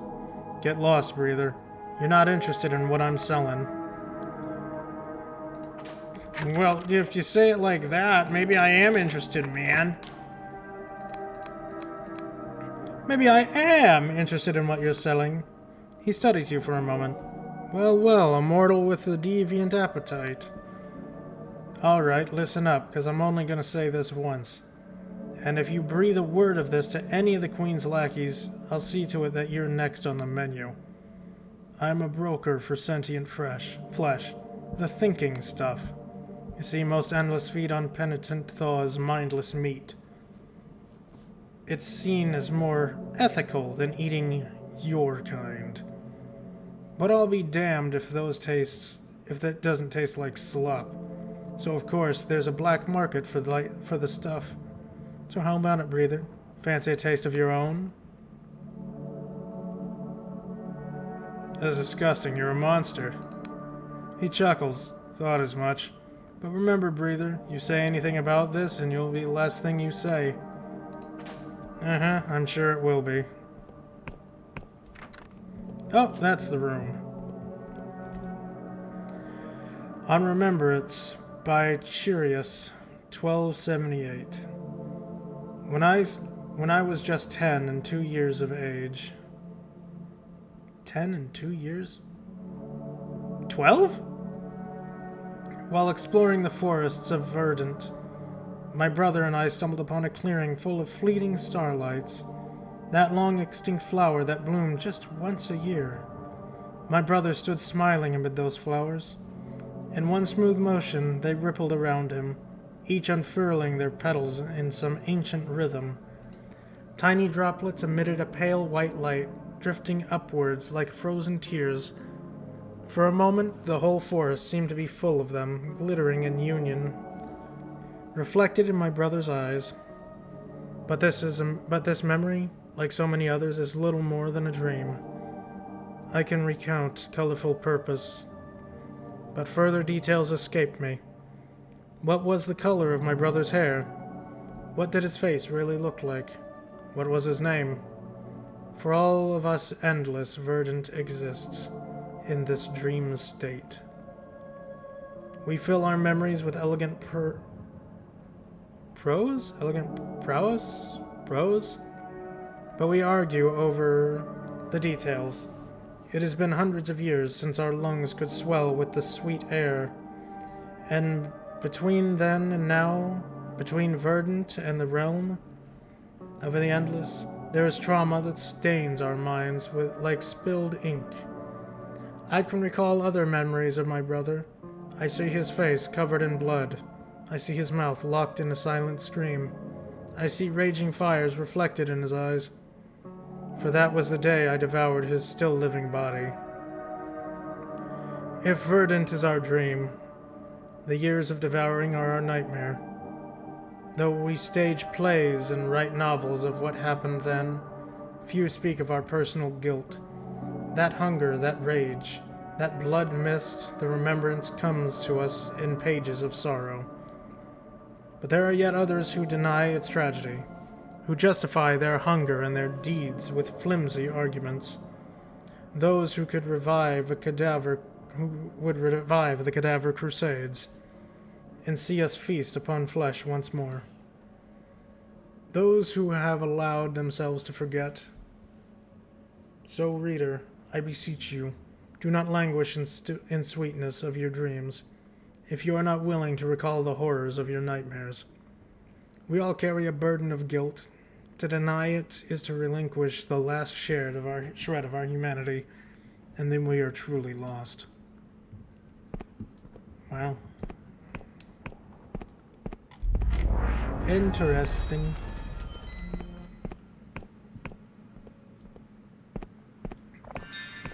Alright, so I need to go to the rib place? The castle? Whatever it's called. Hello.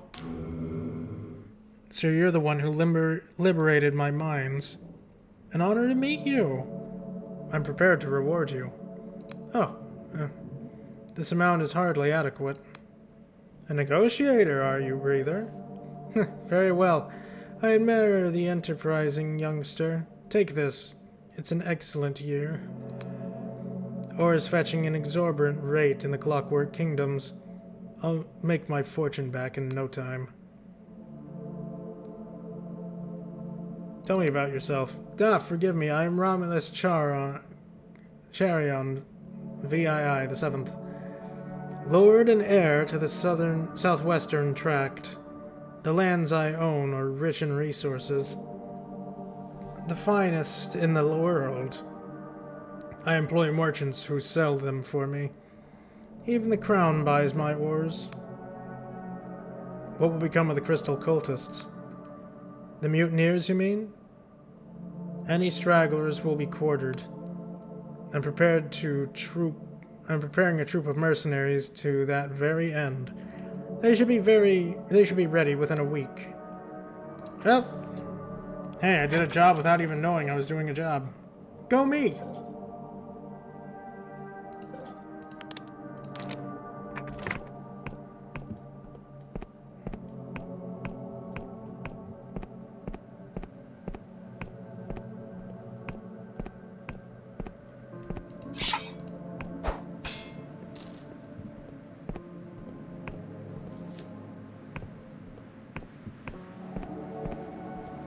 That's the sky dock that I still have no access to because I don't have my own ship.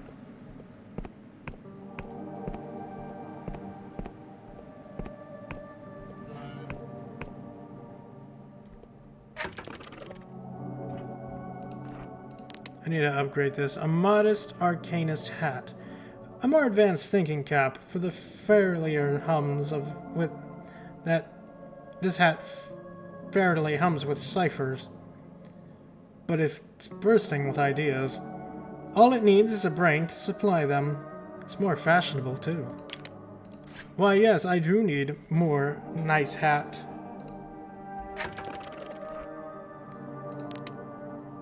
Arcanist hat, a variable thinking crown, practically an entire arcane education could be had just by popping this on your head.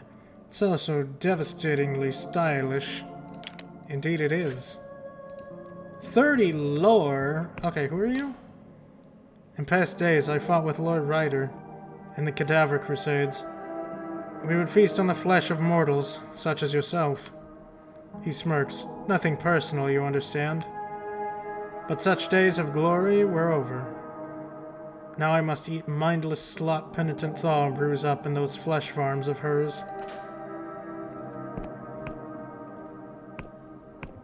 Yeah, I suppose you do, sucker.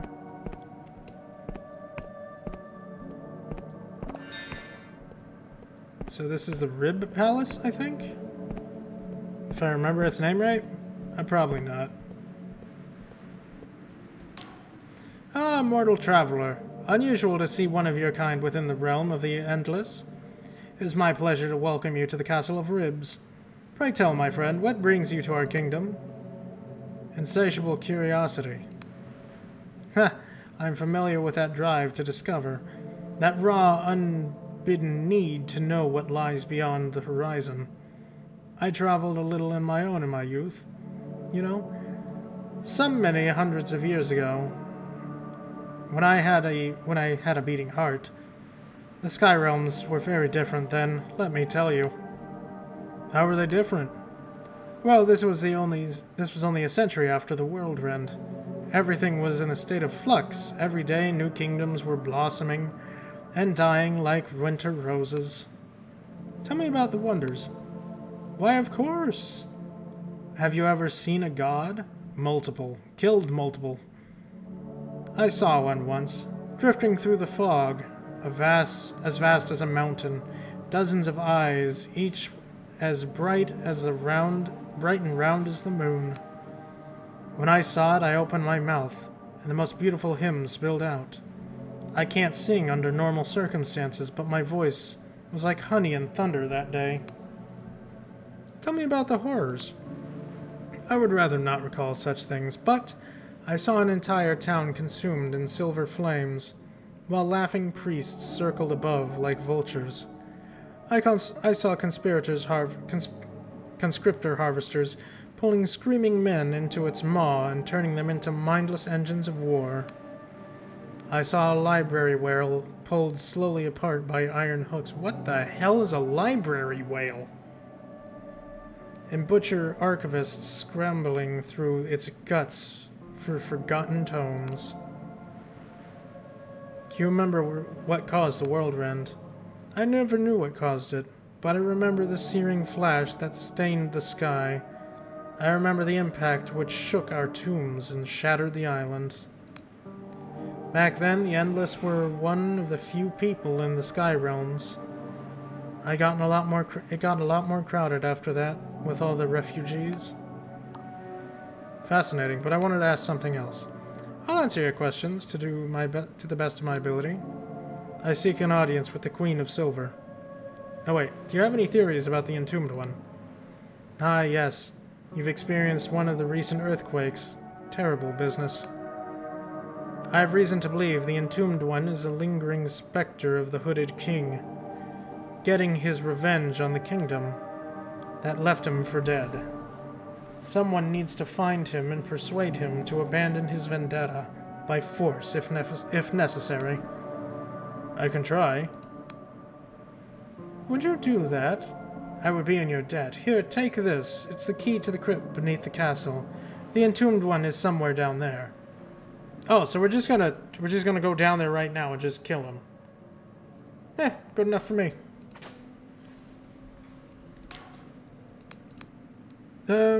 I seek an audience with the Queen of Silver. Alas, the Queen isn't accepting visitors at this time, or any time, really. She is withdrawn.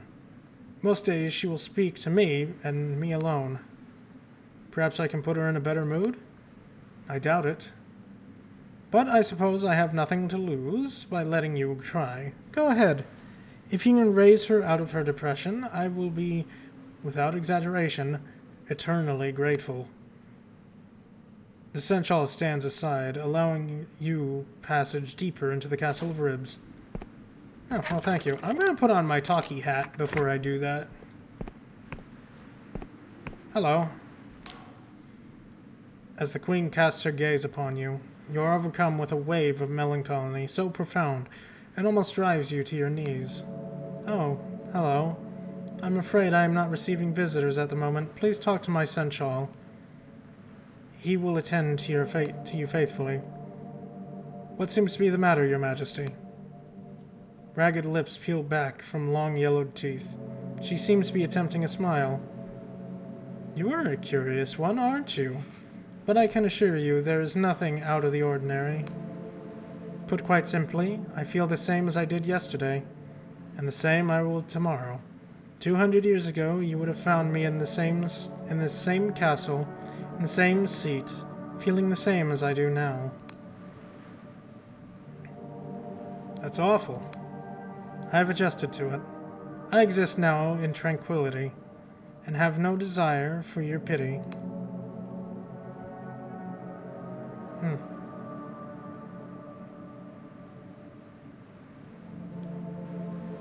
I have many questions, Your Majesty. Oh, good. What do you know about the Entombed One? I believe it is my father. After the ritual to grant him immortality went wrong, he fled beneath the castle and got lost within the twisting passages. Are you sure it's him?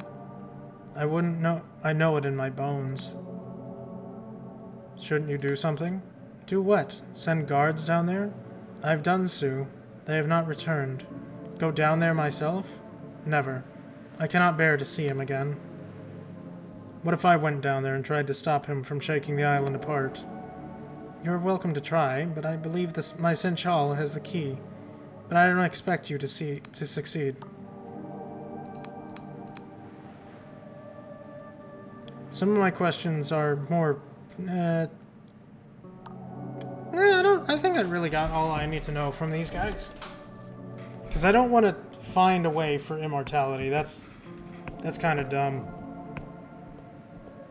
I'm good. I don't want to be a zombie. Thank you. But I guess my path is clear. Oh, right. He's a normal guard. Actually, wait.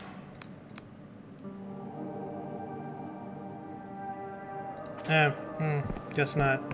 I wanted to turn that guy in, but I guess I can't.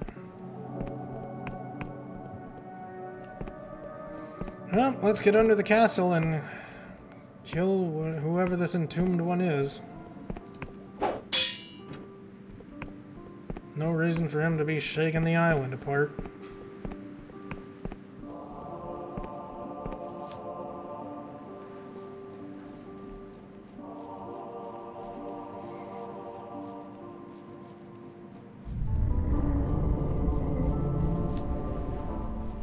I'd rather not be on an island that's about to fall apart, neither.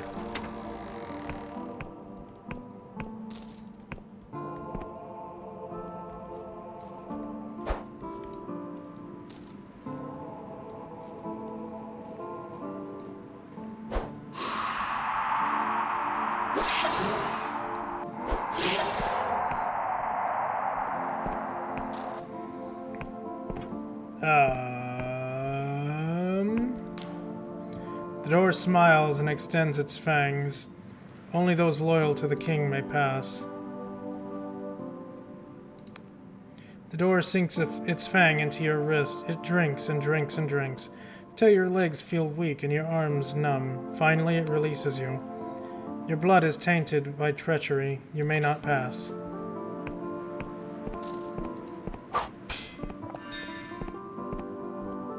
Then... how the fuck do I get in?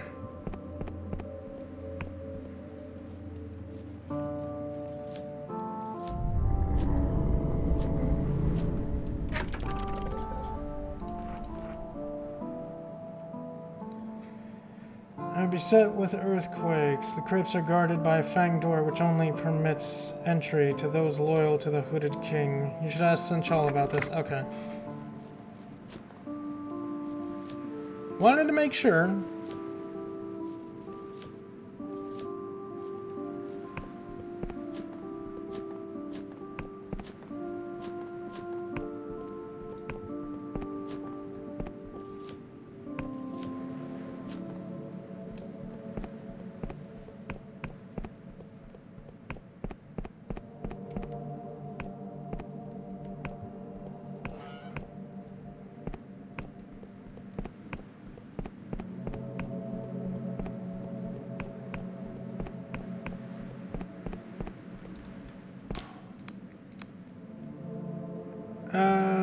fanged door in the crypt that won't let me pass. Oh dear, that sounds like the Hooded King's little test. I thought we found and dispelled them all. You need to find someone who is still loyal to the old king and then convince him to give you their blood. Not an easy task, I appreciate. Could I use your blood? No, I'm afraid I would definitely be considered a traitor by the spell. You're better off looking elsewhere. Well, that may be difficult. I suppose I could find the Duchess. Maybe she's still loyal? Maybe. I guess she's the one that I'm looking for. I could go south or I could go north. I think that's north. Yeah, that's north. I kind of want to go south. I want to see what's down south.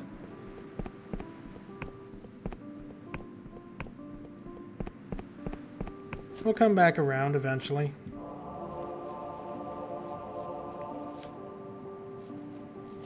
And there is our map guy.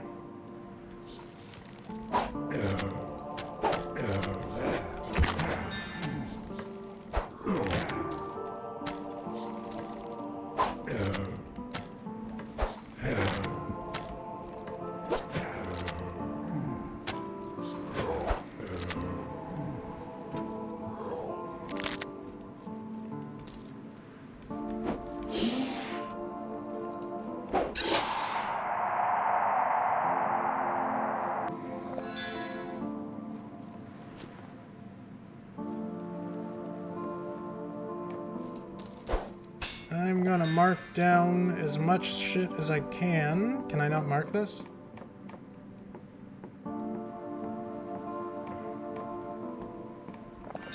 Hello. Scholar has one eye pressed on the looking glass, her face crumpled. What a wretched place, eh? Even the trees barely cling to life. I cannot fathom why I was sent here, of all places, to make this damned map. Why must we chart this Isles? Does the Academy plan to start grave digging? There's naught else to do. I have cipher charts. Excellent. These will do nicely.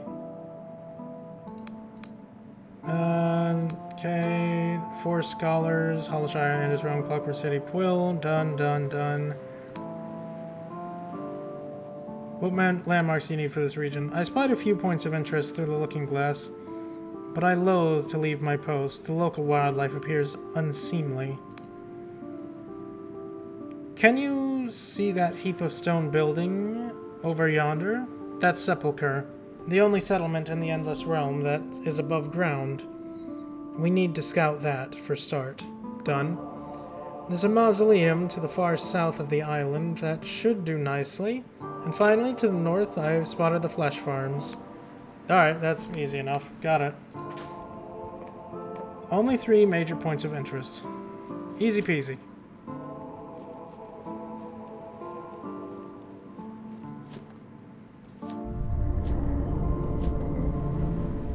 As the island rumbles and rumbles and rumbles, I sip my drink. Aha! I don't have a key. God damn it. Where do I get a key for that thing?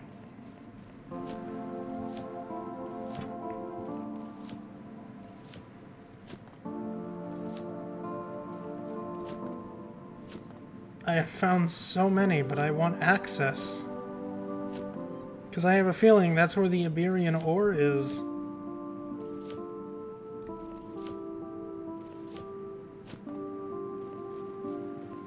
You guards? Yep.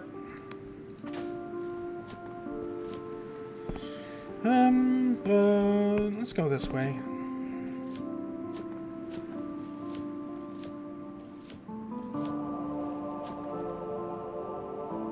Well, we've been down there.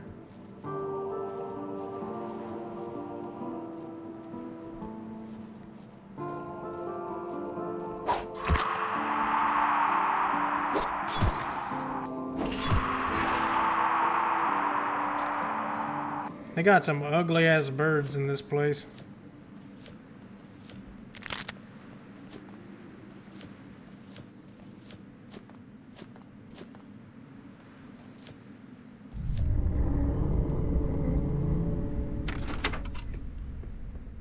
Give me that. Give me that ore. Oh, that's a dragon. I'm sorry. Did I not notice you before? I'm sorry. This is sentient worm. Hello. Hi. The great creature looms overhead, engulfing you in blasts of putrid warm breath. Though the creature's mouth does not move, a voice creeps through your mind like a choir of whispers, somehow deafening in their unison. You are fortunate, morsel. You are tasteless. This worm has no interest in your flesh. Who is this? We are a collective of thoughts trapped within the mind of this worm. We are endless, a lingering echo of this worm's victims devoured from within our crypts. It's rare to speak to a morsel such as yourself. We have waited a long time for such an opportunity. Will you help us with a certain matter? Perhaps, but I have questions first. What about this task? Let us explain.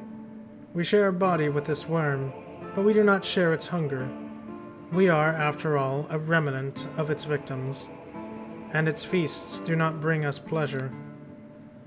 We are powerless to stop the worm ourselves, as we can expert only a limit influence on its body, but there may be a way to pacify the creature for a time. We'd simply need a delivery. A delivery of what? We require the urns of anguish sealed deep within the mausoleums.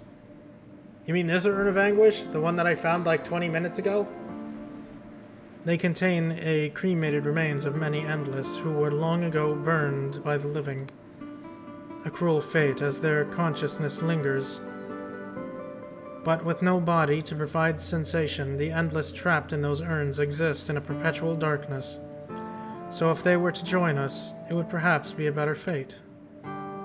The sealed urns have yet escaped the worm's nose, but the ashes are such magical potency that we sure they would satiate the worm, and the mausoleums would be left in peace. Bring us 3 urns of anguish. You will have our gratitude. 2 reside in the mausoleums, a 3rd elsewhere, we know not where. Is there a reward? We maintain a sliver of control over the worm's body. We feel a treasure lodged in its throat, accidentally consumed in its last feast. Perhaps we could dislodge it. I will keep my eye out. Thank you, morsel. So, I need to find a couple more. That's fine. We got that one down there, so... I guess we just gotta get lucky to find the 3rd.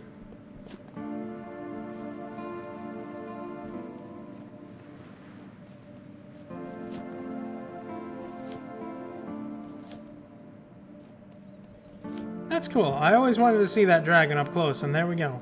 We got to see it up close.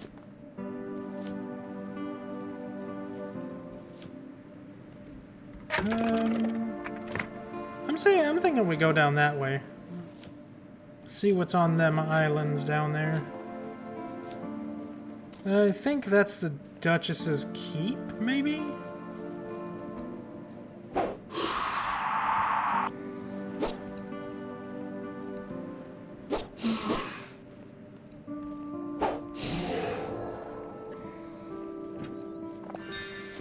And that's like the intended place I need to be, so... You know, check up all the side paths before going to the main story. That's always a good idea.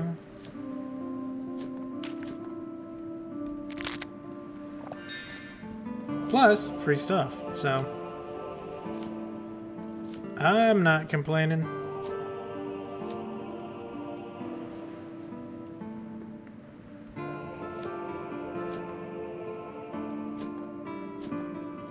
guess. It's closest to whatever that thing is, so I might get answers. And this is Ruins of Verdant. Oh, this is the place that got absolutely destroyed. Kinda. Hello. The Endless sweeps the ground with his rake, though he just seems to be moving around the dirt. As you approach, he looks startled. Ah, breather. Didn't notice you there. Not often I see your kind around. Who are you? Who am I? Well, that's a good question. I've been wondering myself lately. I seem to have forgotten my name a few decades back. Was it Yem? Glupus? Perhaps? Nah, it's all a jumble. Anyways, I'm the groundkeeper for the Duchess. At least, I think I am. I've not seen the girl for a good century or so. And I'm starting to wonder if I've made the whole thing up. Oh, so this is, okay, so instead of, avoiding the Duchess, I'm going straight to the Duchess. I'm smart. What is this place? Time ago, before we lot called ourselves Endless, these islands were known as Verdant. Our houses were made from beautiful wood, not those huge stone tombs you see today. This part of the island is the only place left where we can see a remnant of how things used to be. The rest of it has all rotted away. Those who were... It also where the Duchess lives, but she never leaves her manor. Can I visit the Duchess? You can sure try. Her family manor is over yonder. But it's mostly in ruins now. Then go to bed, Baron. She has hidden the entrance with a spell. You have to figure out how to get across somehow. Baron, no, go to bed. She also enchanted a bunch of skeletons to patrol the place, so watch your step. They can't really think, it's just a spell holding them together. So, they won't hesitate to swipe at you. Thank you. Alright.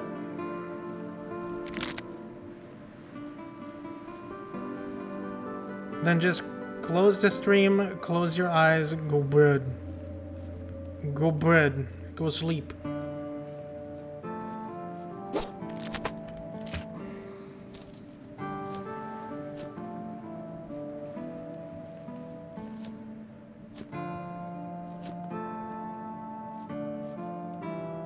Yeah, nah, you don't need to worry about stream. Go bed.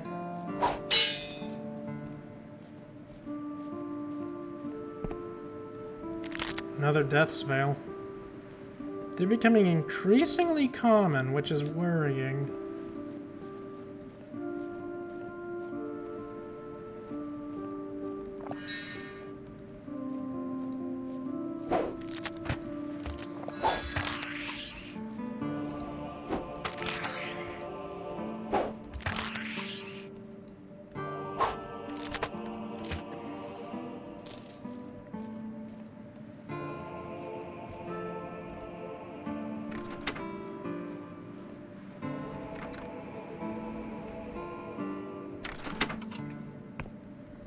Thank you. A remarkable treasure. Oh, wow. Money in my pocket. Free money.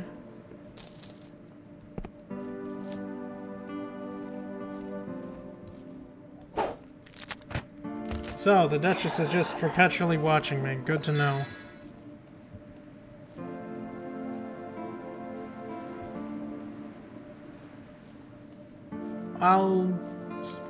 I don't know, I'll be sad?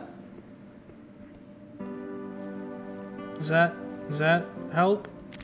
I'll be sad if you don't go to bed?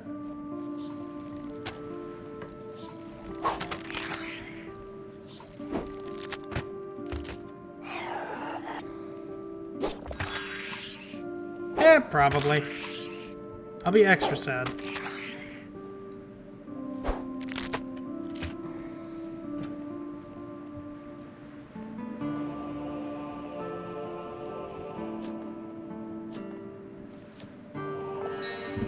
Oop, I almost fell to my death again.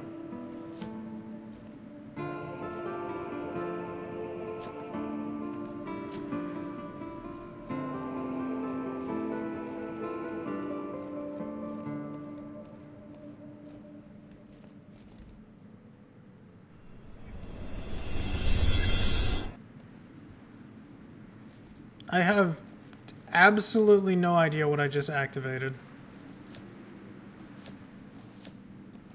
It looks like there's another one over there.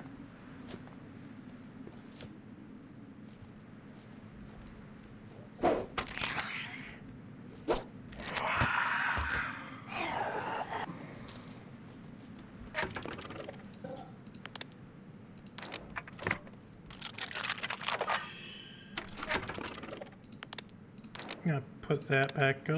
I'm gonna put these back on. Some more fine ore. Silk slug. It's a glorious silk slug too. Hello. Thank you.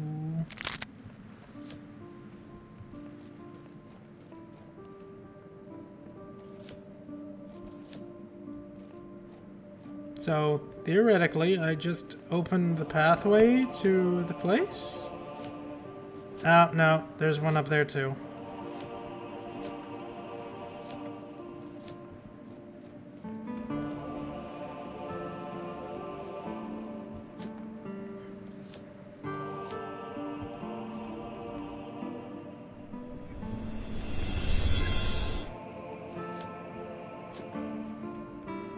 Oh, there's the bridge. Now I can meet this mercenary.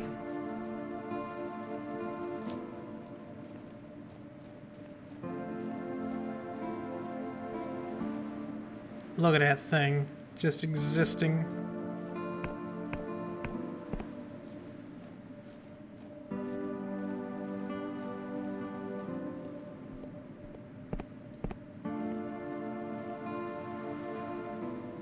Your friend is right.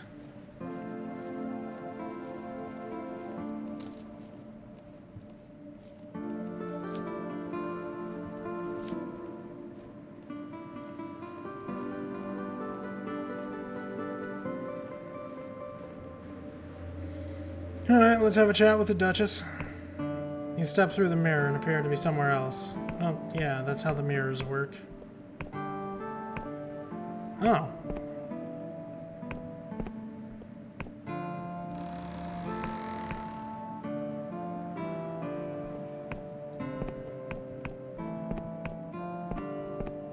Hey, it's another one of these skulls.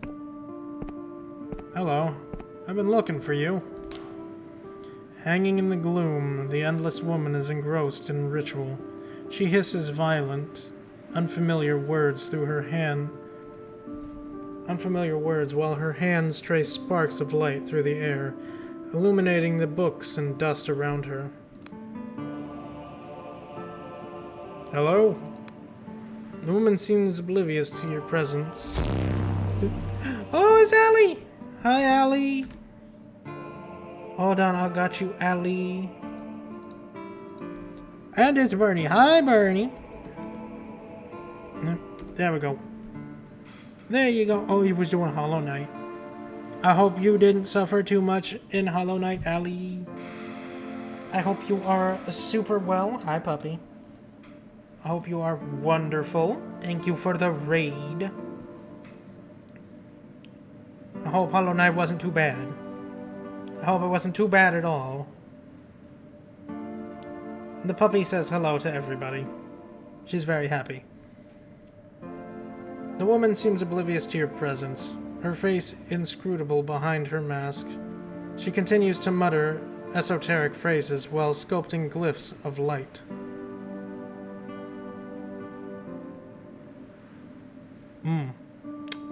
No money. No money for you, Ellie. Must suffer no money. That is the way it be.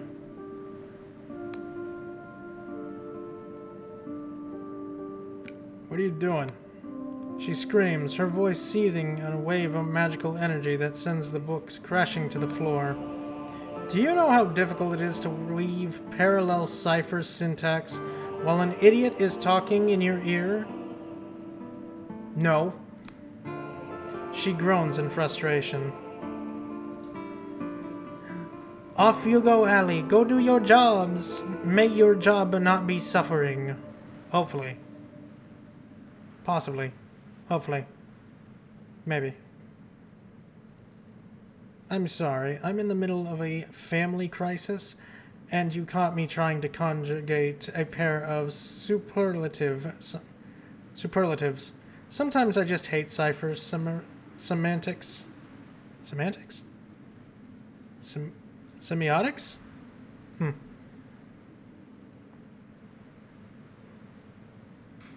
I believe you, Allie. I believe you completely. But try. Well, I suppose you bypassed my security measures. You must have come here for a reason. She studies you for a moment. You're not a cadaver assassin, are you? Sent by the infernal rider? To try and lop off my head or some such? No, I'm not an assassin. She studies you for a moment. Well, that's exactly what an assassin would say. I have to be sure. I'm gonna have to poke around in your mind. You may feel some tingling in your brain. Don't worry. This rarely leads to permanent damage. Oh. Did you say permanent? A pain slices through your head, followed by a plethora of discomforting feelings. Your senses are jumbled. You hear smells, taste sights, breathe sounds.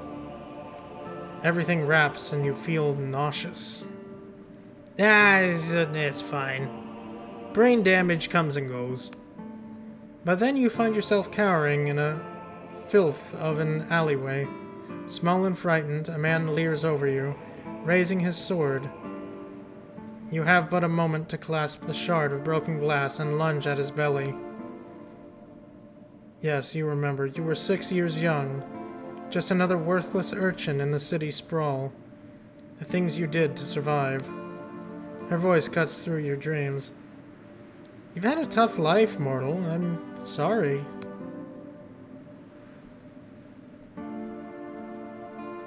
That's true. That's also very true.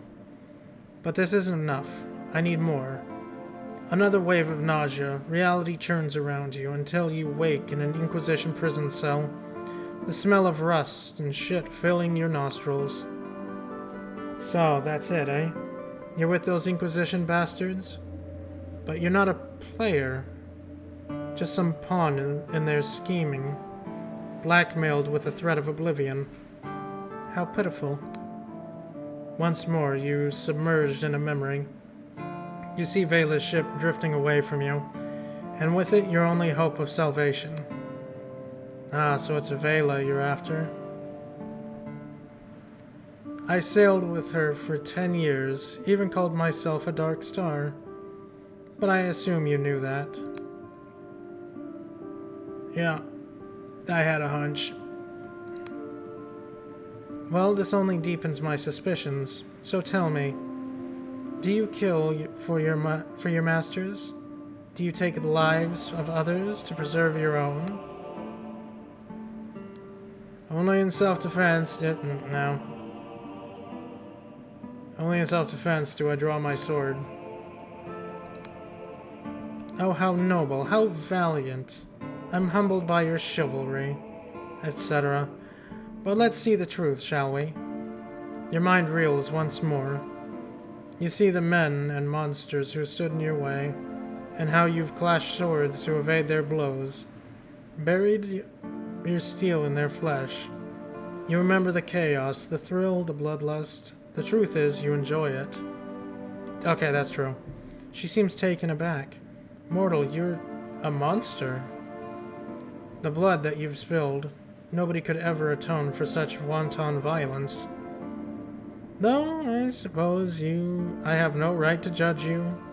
My conscience is hardly clear. What's this? Searing pain, and you see the flesh form screaming in agony. You see Ryder, his cruel gaze, and you remember the deal you made. Ah, so you're in league with the cadavers. So you are in league with the cadavers. What? That's not possible. I haven't been there yet. Your actions, weathered in spite or folly, have cast a dark shadow on this island. And yet, I see nothing that shows you mean me harm. She sighs. I'll spare you the torment of further mind probes, mortal. Any more and your brain could burst. And I don't want to clean that up. Ah, but where were my manners? We've learned all about you, but I've not introduced myself. She feigns a pompous bow. The Duchess, at your service. Well, really, I'm Philomena Coveridge, Duchess of Vastalshire. But that's quite the mouthful, eh? If you arrived about 6 centuries ago, I would have greeted you in a more bustling household, alive with music and merriment. My servants would have offered refreshment. I would have introduced myself and to my 5 darling children. She chuckles wearingly. How it is that 600 years ago can pass so quickly. Now I drift in this cold tomb while my estate lies in decay.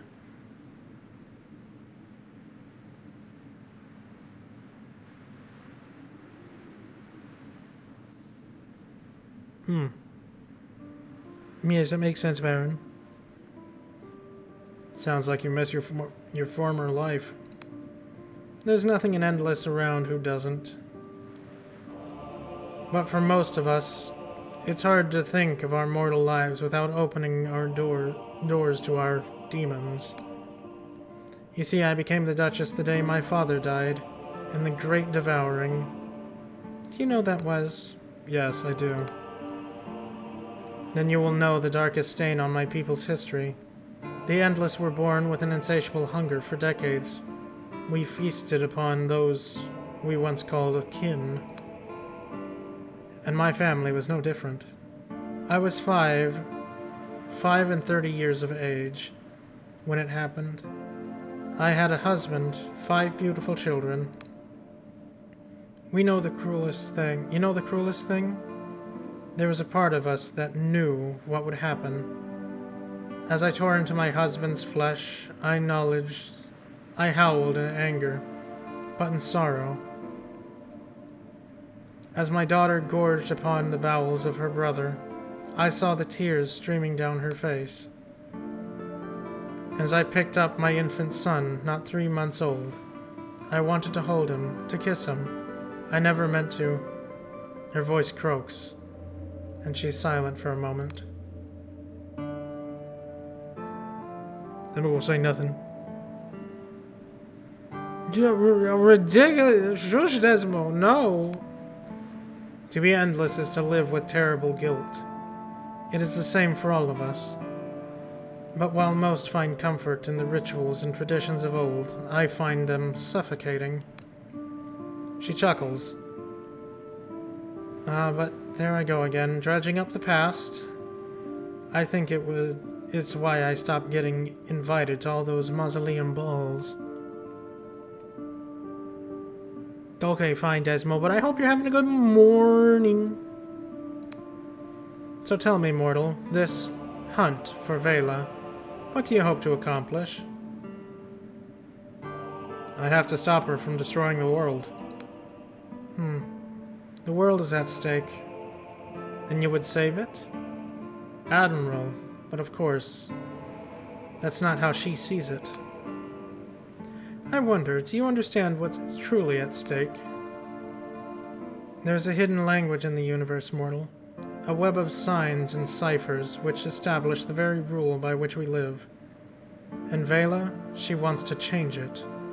She wants to change reality itself, to create a new world. How would that work? When we cast a cipher spell, we are speaking in a hidden language of the universe. but the rules, the grammar, the syntax, the signs themselves, all of us, from the humble scribe to the most powerful cipher wizard, must adhere to these constraints. When we don't, there are often dire consequences. Like the whirlwind. She nods. I don't know for sure what happened back then, but I witnessed it with my own eyes, felt it in my mind. No, you can go to bed. You can go to bed, Baron. It was the most powerful spell I have witnessed. And it was caught in the syntax cascade, an infinite loop.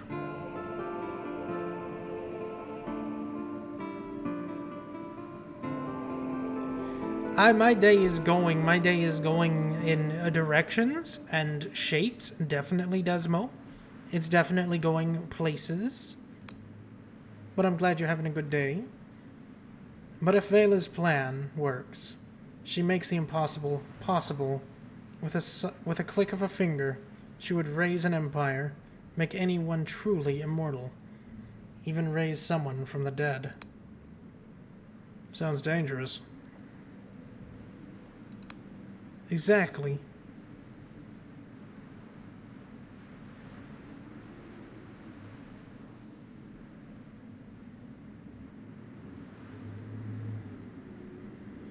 Nah, you should still probably go to bed, Baron. Indeed, I have often weighed this dilemma in my mind. Would it be for good or for ill? My people live in torment. Our decaying bodies and haunted minds are prisons from which there is no escape. Thank you for the water, Desmo! But could Vela's plan be our salvation? Or would it subject the whole world to a similar torment? I haven't yet made up my mind. But if I'm honest, I would like to be there when the decision is made. Then help me find Vela. Then our interests align. Alas, I'm somewhat engaged for the moment. I think I mentioned a family crisis. My daughter has been stolen from me. She closes her eyes. Her name is Ellen. Of all my children, she alone remains.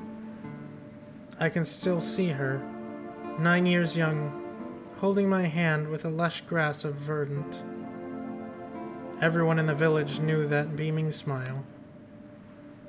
She is 9 years old. Still, and the feeling of her hand in my own is all that keeps me clinging to this wretched existence.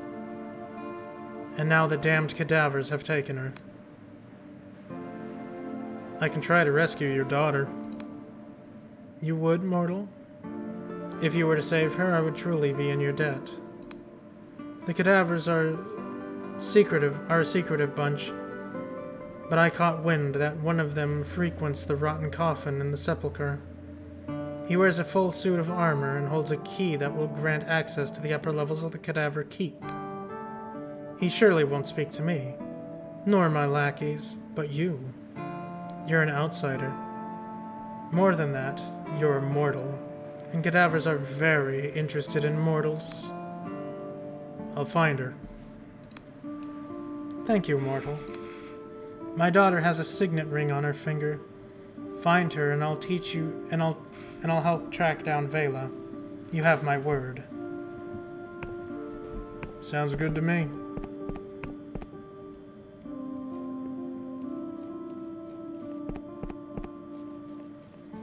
Well, we already talked to the guy, and he eats people, so, kill him, take the key, find a location, work through there. Cadaver. Yes, that is exactly what it's called.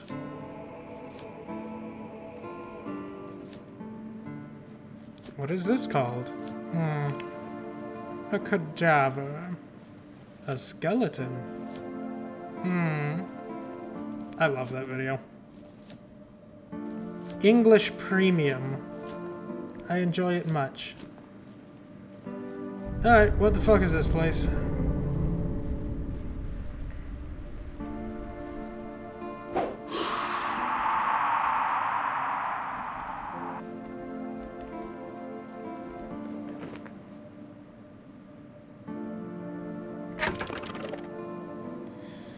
The Southern Mausoleum. We have made it.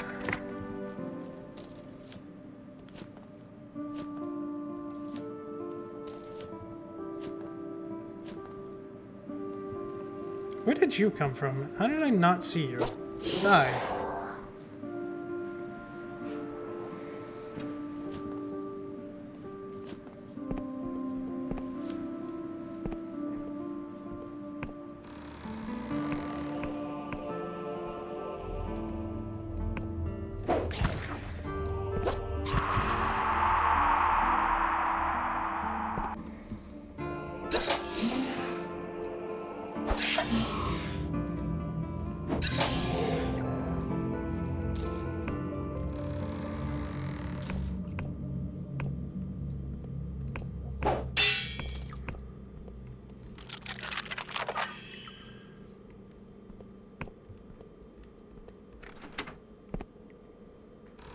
I'm doing stamina potion. I want my damage up. Delusion! I'm gonna slap it into might. I would like some more damage. Lock bug. This lock bug will weaken lock mechanisms, making locks easier to pick. While the lock bug species is known for its love of intricate environments, this one has had cipher etched into its carapace to make it a thief's best friend. Oh, that's nice. Though I don't really need it anymore. I probably needed that ages ago. Number 2, Urn of Anguish. We need one more. Actually, wait. Oh.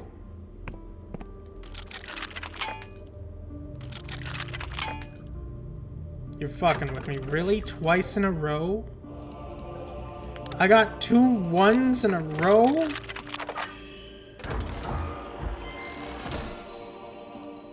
Yeah.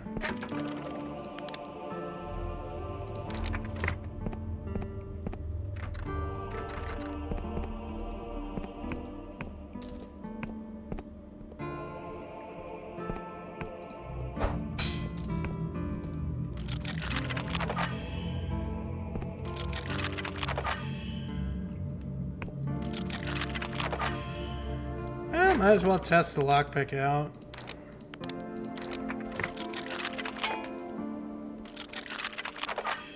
I think that would have been a 4. So yeah, it does work.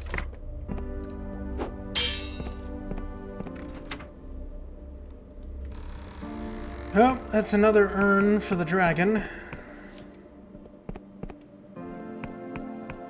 I'm guessing the last one is at the actual... the one up north.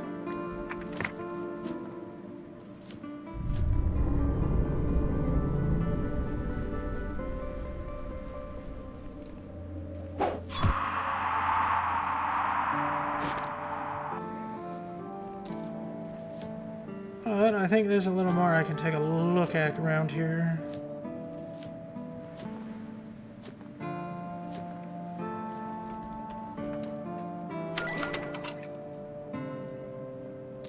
Iron.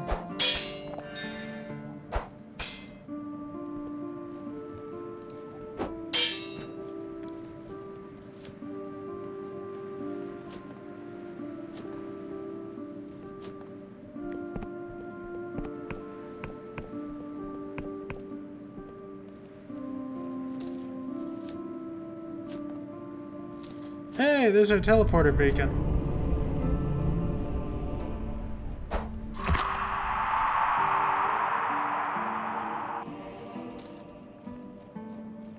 Let's just activate you. Let's head back to the academy for our reward. Erudite Academy, please. I did it. Can I have my money? Nadia looks preoccupied with a complex crystal gadget. Welcome back. Let's keep this brief. I have plenty to do. I activated those portals for you. Can I have an ore made of iron ore? You did? Excellent work. I'm guessing you're still in one piece? No severed limbs or appendages? Well, what are the chances these old hunk of junks would actually work? I mean, of course they worked. I can't thank you enough for finding them. Here, take this. It's the least I can do. What did she give me? I wasn't paying attention. Did she give me something in here? No. Something there? No. A ring? No. Something there? No. Anything there? No. Something here? I don't want to look through all that. Let's get some wizard robes, because why not? Resplendent attire. A splendid garment woven in the latest Riovan fashion. Fancy. Nope, still don't have enough iron.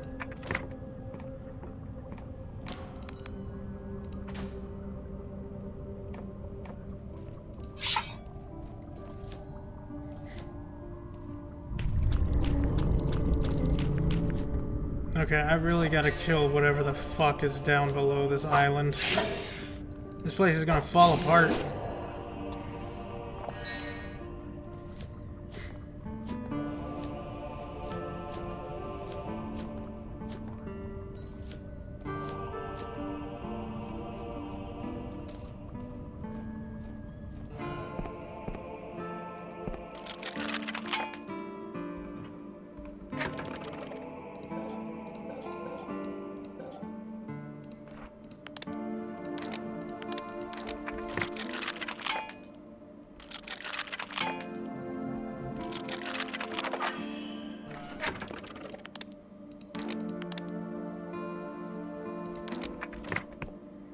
Free Delusion! What did that give me? Oh, just treasure. Okay.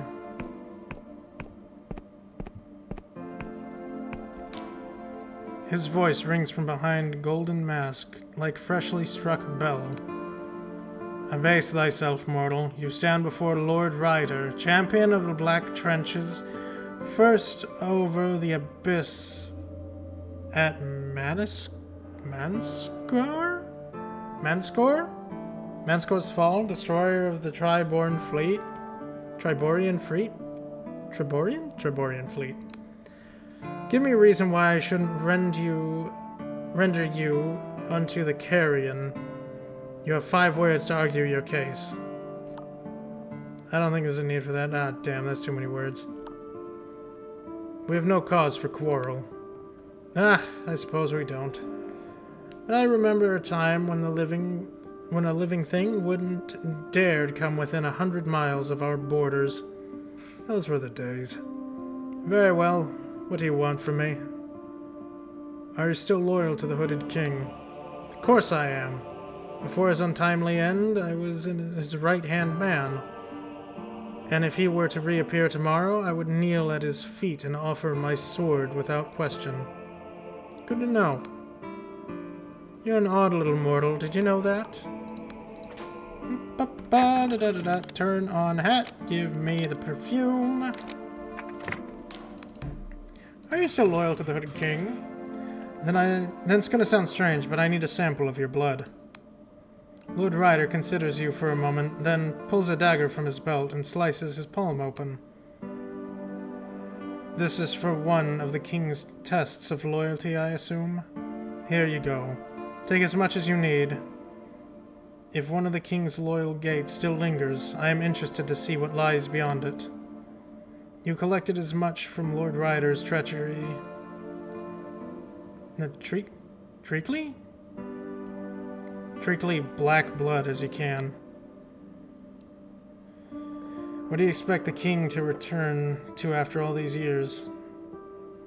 What, do you expect the king to return after all these years? Stranger things have happened, little fly. I'm sure they have. Well, we now have access to that area under the castle. I suppose, since this is the way back to the place, we just looped around. Couldn't hurt to go back down there and take a look and, you know, get rid of the Hooded King, be done with that. Make sure this place doesn't fall apart. After a long, wearisome journey, I'm finally here. The ancient kingdom of Verdant, now twisted in cruel cipher into land of the endless. But it seems as though the rumors are true. They really do shut up shops when the neon star is bright in the sky. Alas, I was hoping to get a potion of blister obliteration. My feet are killing me.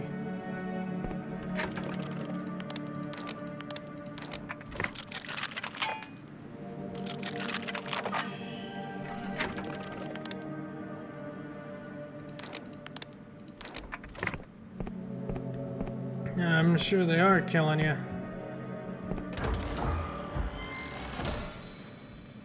A modest treasure. I didn't rob anybody. Can't prove it. Hey, this is my house. Ah, what a lovely place. What's this? Oh, it's my collection of books. It's all really the undead can really do in this place. Just read books. It's not much else. Kind of a sad existence. And, you know, the perpetually haunting nightmares they have from eating the flesh of their loved ones when they became undead. There's that too.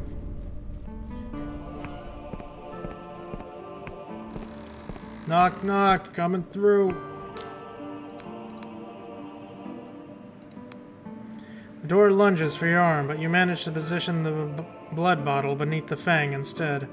The door eagerly drinks until the bottle is empty. Satisfactory. You may pass. All hail the Hooded King.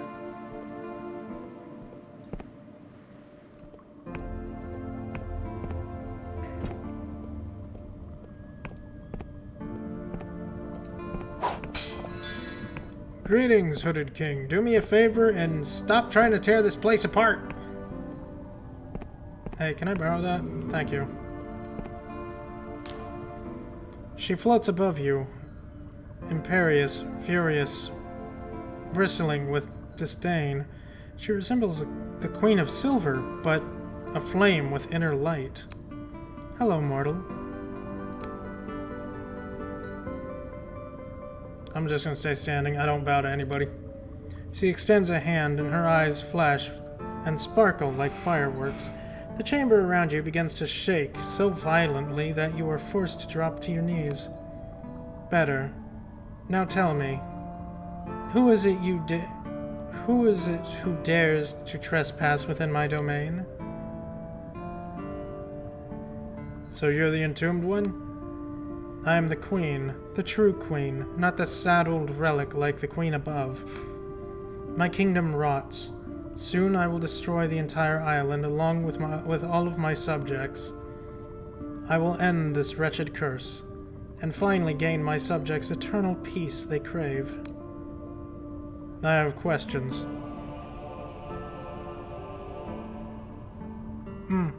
Yes. I must do the same at some point, Desmo, but everybody's out of town right now, so I am stuck with a bag of rice and hopes and dreams. Go get food. Where's the Hooded King? My father? My fool of a father? You found him. She gestures dismissively at a pile of bones sitting formally in the middle of the floor. There lies the Hooded King, the man who sacrificed his daughter for immortality. Later, Desmo. You should have seen him squirm and weep. I have other questions. You're the ghost of the Queen of Silver, an echo of her trauma. I was born when she walked herself into quicksilver and drowned at the bidding of her father. I am her bitterness, her resentment, her rage. How is a ghost powerful enough to do all this? How can I persuade you to not do this? You cannot. I am as inevitable as death itself. You're the one causing the earthquakes? Of course. Someone needed to give this kingdom a good shaking. I am weakening the island's foundations. Soon it will shatter. How is a ghost powerful enough to do this? Anger has its own power, mortal, and my anger is endless.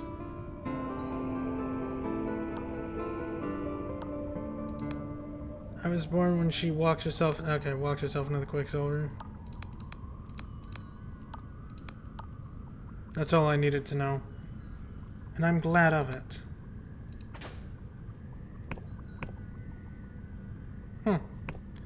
What's down here?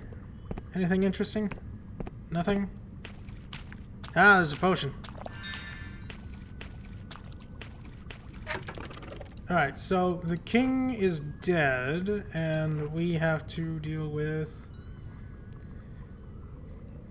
Okay, we gotta tell the queen. Of course. We gotta tell her ghost is down here trying to destroy the entire goddamn place.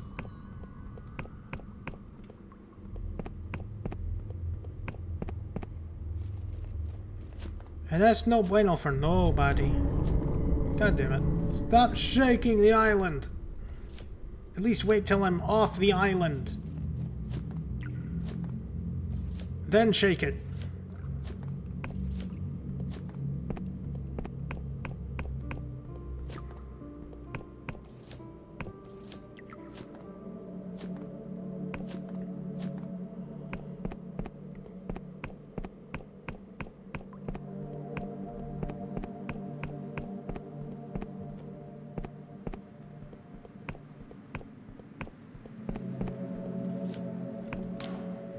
As the queen casts her gaze upon you, you are overcome with a wave of melancholy so profound it almost drives you to your knees. The entombed one is the ghost created by your sacrifice, your majesty. Yes, I know. But you told me the entombed one was your father. I was not lying. I see more of my father in that ghost than I see myself.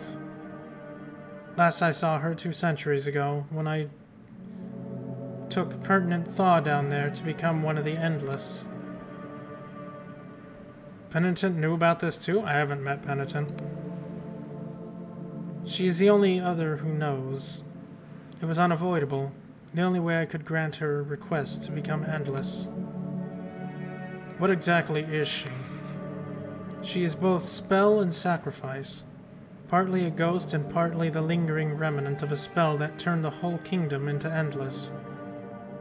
That's one reason why she's so powerful, and why I need her help to turn Penitent into an Endless. Okay, fair enough. But her powers are growing far beyond what she used to be capable of. I think she's being fueled by my subjects' growing faith in the ferryman. Their scripture tells them to look forward to death, and their prayers of their own self-annihilation are like fuel to the entombed one's flame. Yeah, that makes sense. It is a big sword. It's a great sword, Folkish. How you doing, Folkish? She could escape easily if she wanted to, but she refused to stop haunting my father's bones. How can I persuade her to not destroy the kingdom? I can think of one thing. The queen places something in your palm, a topaz necklace. The gemstone is inscribed with a complex sigil.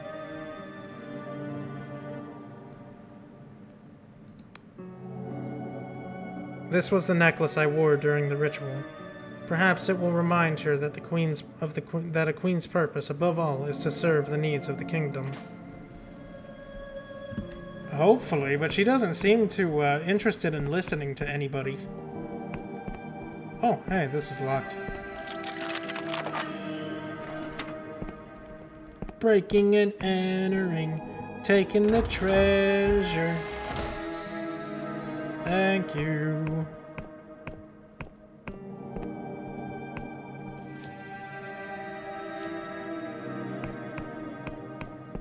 Folkish, I hope your morning is going good.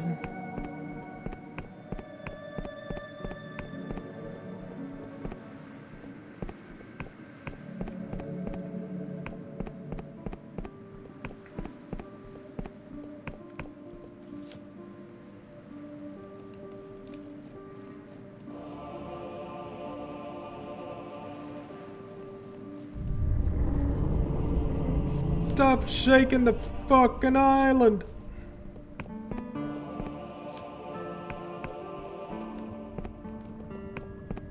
I'm back. She floats above you, imperious furious. Hello, mortal. See this necklace, your majesty? Do you remember why you sacrificed yourself in the first place? For a moment, the entombed one stares at the topaz necklace with something like yearning on her face. Then her eyes harden. She grabs the necklace from you and crushes the topaz to dust between two fingers. Sacrifice. Huh. The queen above thinks she can remind me of what it means to serve the kingdom? I am serving the kingdom. Far better than she ever did while sitting depressed in her throne room. The kingdom is beginning to destroy, is begging to be destroyed. Its people are miserable, and they call me to bring their long lives to an end. You're just another mad ghost in a kingdom full of them. The entombed one turns to you, her skin blazing with inner light. Please, mortal, consider my side of the argument. I know I ask a lot. I asked for the destruction of an entire kingdom, but no new souls have been born here for centuries. In the Beninging. No children, no youths. The only great change to the status quo have been spurred by mortals. First penitent Thaw, and now you. The Endless themselves are tired and bored and rotting. They hide themselves inside mausoleums, do nothing, pretending to be dead. They hunger for mortal flesh, and the flesh farms failed. They would resume their crusades in an instant. They lack the courage to end themselves, but they yearn for it. Listen to my plea, mortal. Help me destroy this accursed kingdom. You know, I would, but it just so happens that I'm siding with the Apostatic Union, and someone in this very town, just above you, said there is a very vast amount of rich mineral deposits on this island, so no. Don't destroy this land, your majesty. You know there's still hope. No, there is no hope. There's only failure. Okay, farewell, ghost. Hold on. I'm putting on my fucking hat because you're being a pain. Don't destroy this land, your majesty. You know there's still hope.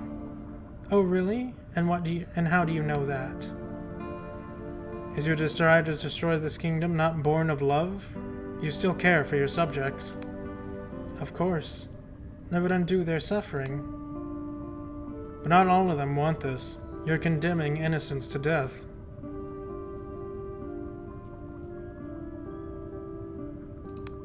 She considers this for a long time. Your words have weight to them, mortal. The weight of the years is already immense. What does few more matter? Perhaps things will get better. Before your eyes, the burning rage roiling just beneath the entombed one's skin starts to dwindle and dim. Leave me be. You've given me much to think about. Thank you, funny hat. Alright, so... yes, tell the queen. Got it. Another job. Well done. Oh yeah, I gotta talk to Cadaver, too. Get information on where the Duchess's child is.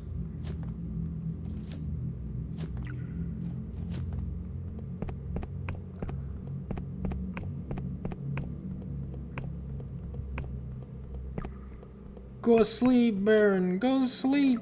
Much sleeps.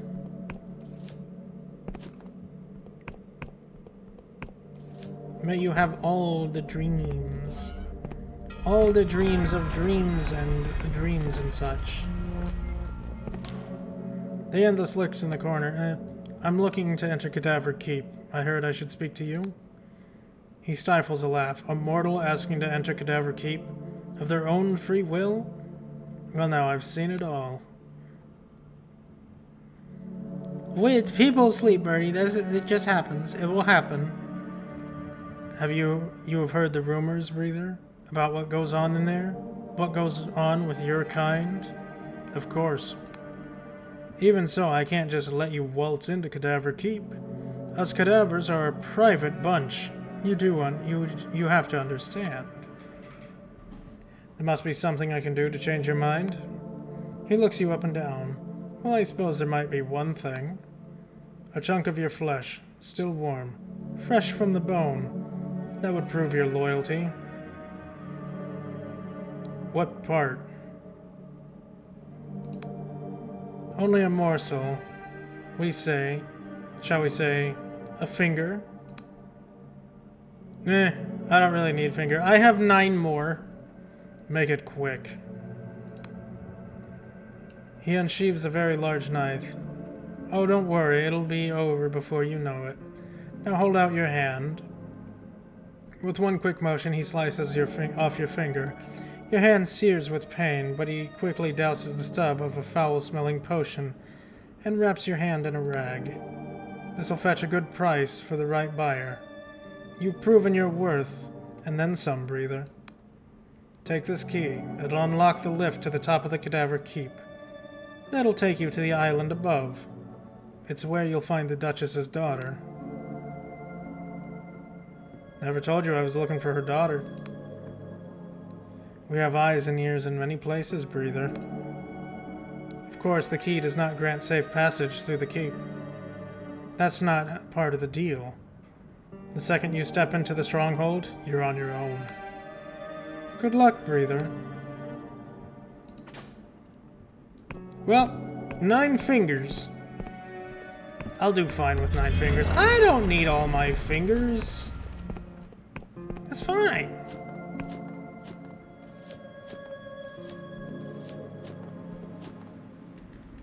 It's done.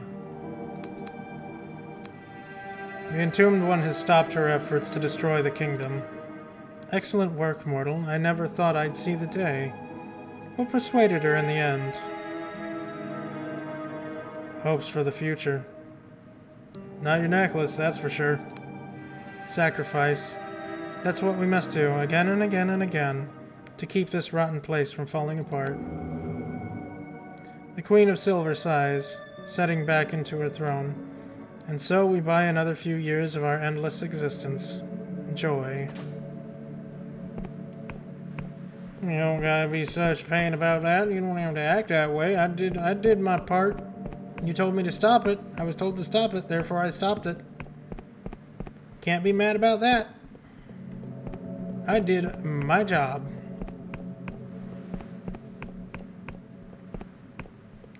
I think. Was that my job? I can't remember anymore.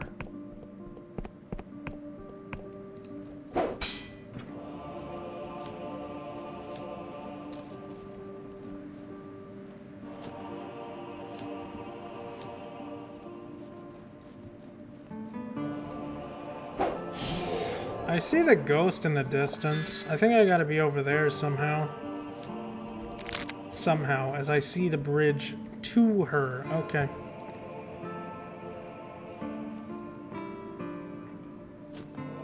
I do still think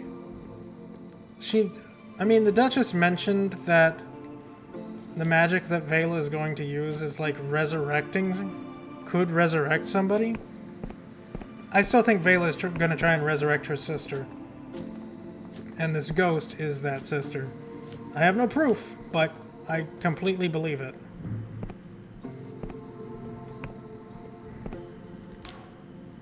This is where it all started. The mercenary outfit known as the Dark Stars. Vela, Jack Basalt, and Orlaeth? Just the 3 of them in this cave. And a rickety sloop. Barely skyworthy. One of their first jobs, they found me. Or rather, the real me, before I looked like a rubbish painting, she grins. Okay, maybe I was wrong. The three of them damn near killed me. You fought Vela. That's right, stranger. They've been hired by a Revovan noble to round up Wiccans in Hollowshire, back before the Union was here in full force. So I woke up one morning and Orloth's sword at my throat, in her full Iberian armor. It was quite the shock, though not much of a shock as I gave her, a bolt of pure electricity surging through all that metal. And so we fought. Me, my godlet, versus the three of them. I almost escaped, but seeing Vela fight is something else. I can scry what someone plans to do, but Vela's thoughts are bristling with possibilities. Before I knew it, she was behind me with a dagger to my neck. I thought I was dead, but she simply asked, How would you like to be a merc? And so they brought me back here, to their hideout, and 3 became 4. You have to understand, stranger, I spent my youth cowering from the Union and their agents. My parents taught me all I know about Wiccan magic, and how to hear the language of cipher in all things. But when my parents vanished, I was left with no one. When I told Vela my story, she wept and embraced me. It had been a long time since I felt the touch of another person. And looking in her eyes was like staring into the void. Normally, stranger, I can read people, catch a glimpse of what to come, but Vela, her future was a tangle of infinite possibility. She was unreadable. It was intoxicating. Those first few years with the Dark Stars, it was the first time I felt like I belonged somewhere. My comrades didn't fear my cipher. They relied on it. You never mentioned you were a Dark Star. She smirks. That wouldn't be very mysterious of me, now would it? I have a certain reputation to uphold, being a ghost and all. Besides, as far as I'm concerned, the Dark Star Company that I knew is gone.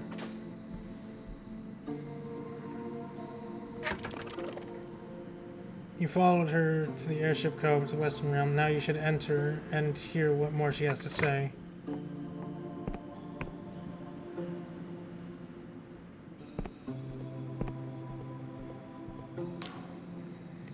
In those early days of the Dark Stars, Vela took contracts from anyone, the Union, the Wiccans, even outlaws. But it was about the cause, not the coin. She couldn't stand the thought of being like her father, whose military campaigns had wrought so much upheaval. So if a contract smelled fishy, she turned it down and went hungry. We didn't mind. But when we took a job, nothing could stop us. It wasn't long before our numbers swelled and we outgrew this tiny cave. Soon enough, everyone from the lowest ruffian to the loftiest noble knew of the Dark Stars. What made people follow Vela? Vela cajoled us all with intoxicating dreams. We weren't just going to get rich, we were going to build something that neither the Union nor the Wiccans had. A place free from gods or monsters, a paradise, a heaven. Those times were the happiest of my life. We fought together, drank and danced together, dreamed together. But it was not to last. So what went wrong? To pay the new recruits, Vela had to be less scrupulous with her contracts. I clashed with her at times.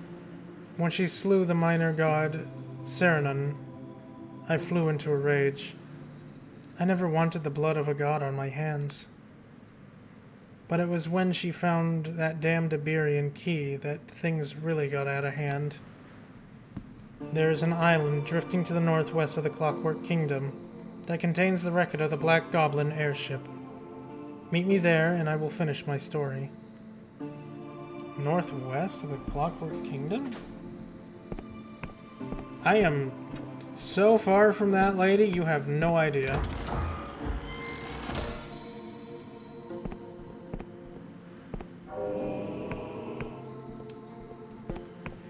But I suppose in the efforts of the tale, I will follow the path. After, you know, I loot the rest of this goddamn kingdom. I'll figure out what's going on there. Floating tree.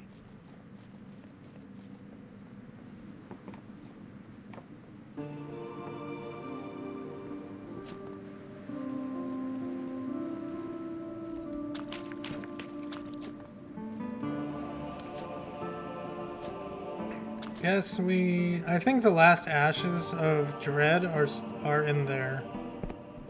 I believe that.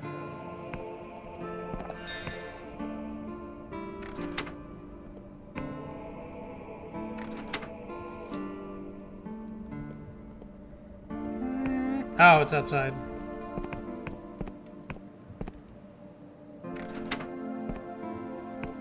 Oh, is there still one more? Here you are. Man, doing that costs so much magic.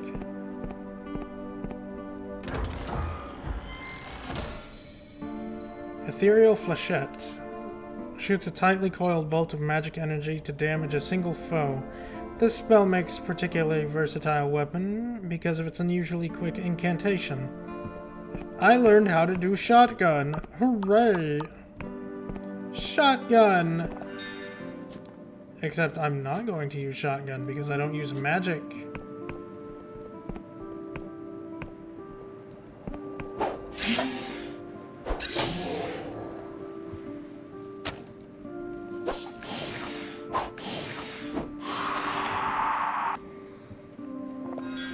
And I have a delusion that's going into... might. I'm probably going to need more damage by the end of this campaign. I can completely believe that.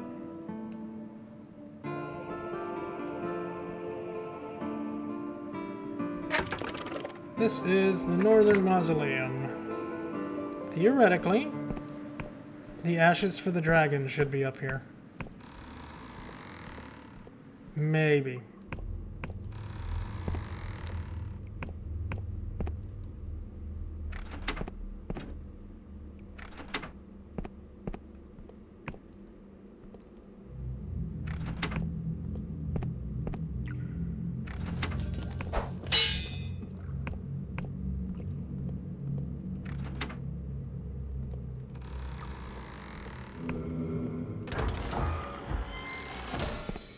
Yep, Urn of Anguish. Ring of Potency. This ring increases the potency of potions. Many alchemists utilize magical items such as these to savor every drop of utility from their concoctions. That's actually pretty nice. It's actually pretty nice. I approve.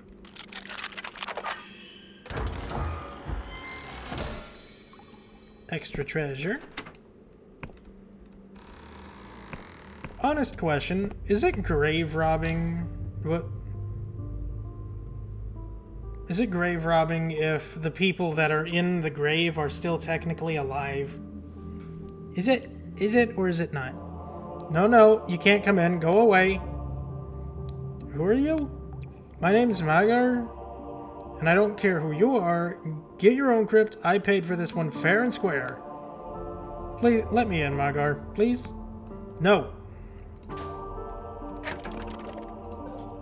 Well, if you insist, I'll put on the funny hat. There it is, perfume.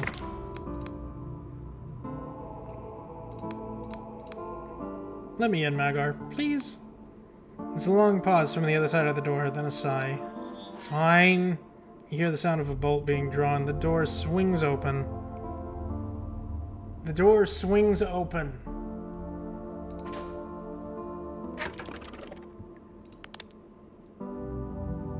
The door forgot how to swing open. Oh, jeez. Hello. This is quite clearly not a normal endless. This Magar is a ghost.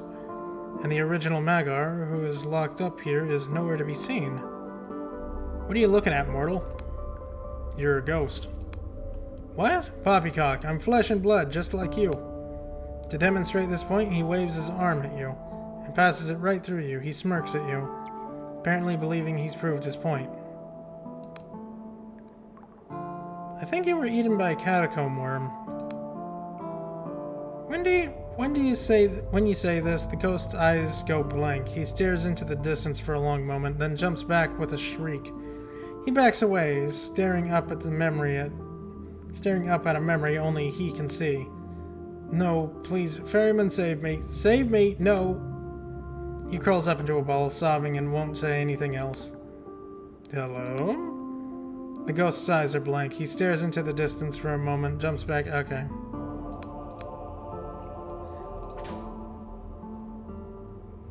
Well, that makes sense, I guess. The catacomb worm does fly around here. Oh, well. But again, to my point, is it grave robbing if the people who are, you know, buried here are still technically alive? Honest question. I would actually like to know an answer. Is that a moral dilemma or not? Is it just theft? Would it be classified as theft or grave robbing? Would there be different crime? Would it be different fines for it? Different prison sentences?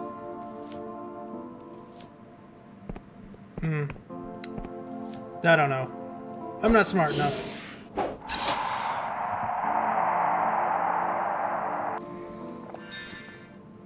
Silk slug.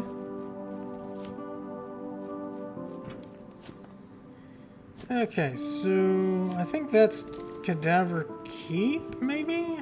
I don't know, I need to consult the sign. Cadaver, yeah, that's Cadaver Keep. That is the Flesh Farms. I need to mark the Flesh Farms.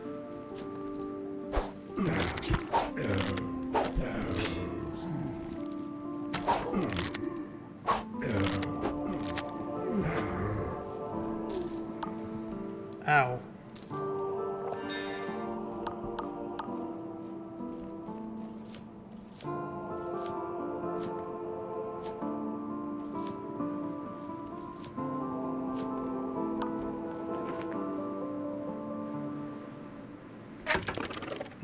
Flesh Farms. I want to take a look in here. I am curious.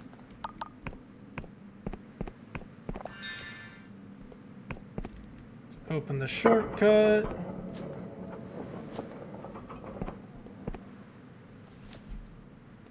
Oh, Eye of Pegeth. I kind of want that too.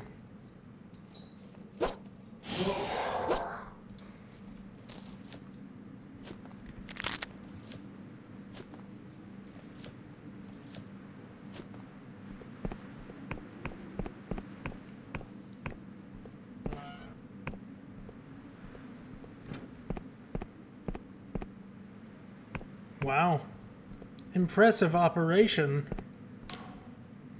You're gazing upon the vast mass of heaving, quivering, pulsing flesh. It is utterly featureless, apart from the occasional callus, weeping sore, and stubby vestigial appendage. As you stare, you hear a voice in your head. You are like me. The voice fills your skull without bothering to pass through the intermittent air. A colossal mind fracturing sound like the explosion of a star. Who are you? You breathe, you sweat, you eat, sleep, excrete, correct? I suppose. What of it? You are like me, a living thing. Unlike the dried-up husks who cannot hear me, no matter how bitterly I scream. You're referring to the Endless. Is that what you call them? Vicious little fleas? So I can hear you because I'm alive? Correct. I speak in words of flesh and life. Your blood pumps my words from heart to mind. I am the way of all flesh. I have a simple question for you. What is the meaning of life? 42.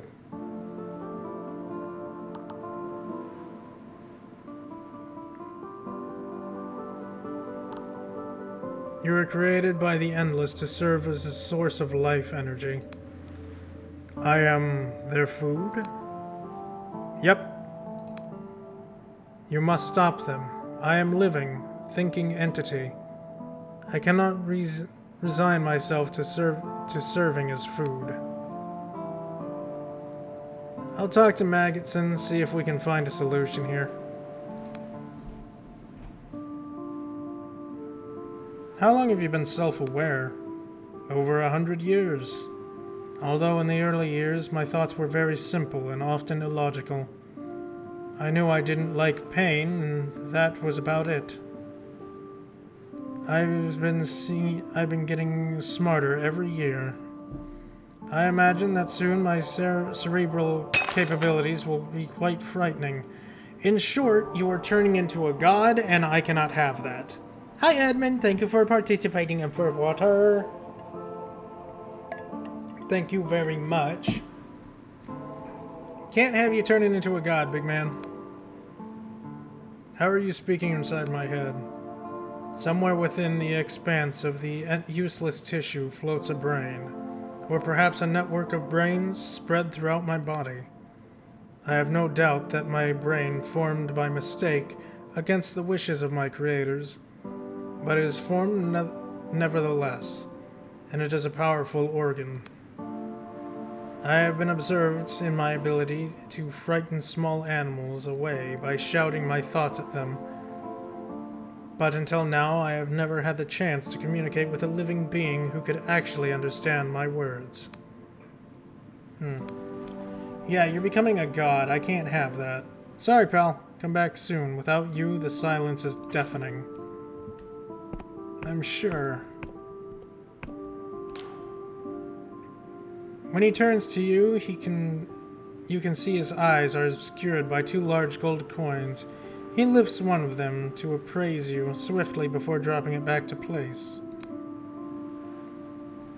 Don't get many like yourself around here, life lubber. Can't remember the last time I saw a person with my own nose. He taps his hollowed-out nostrils. An earthworm squirms within. What are you doing here? Why, I'm tending to the flesh farms, of course. Someone got to. All the flesh ain't going to look after itself. Did you know the flesh farm has become self-aware? Heh, that's funny, mate. You're a riot. I'm serious. The flesh mass has been communicating me telepathically. What, are you being serious? Of course I am. Of course I am. And it wants you to stop feeding on it. Ha! And what did you... And what, did it sing a song? Did it whisper sweet nothings in your ear? It's been self-aware for decades, but only the living can hear it. Listen, mate, this still sounds like a joke to me, but if you're serious, go talk to Penitent Thaw. She created the flesh farms in the first place. She's clever. She'll know what to do.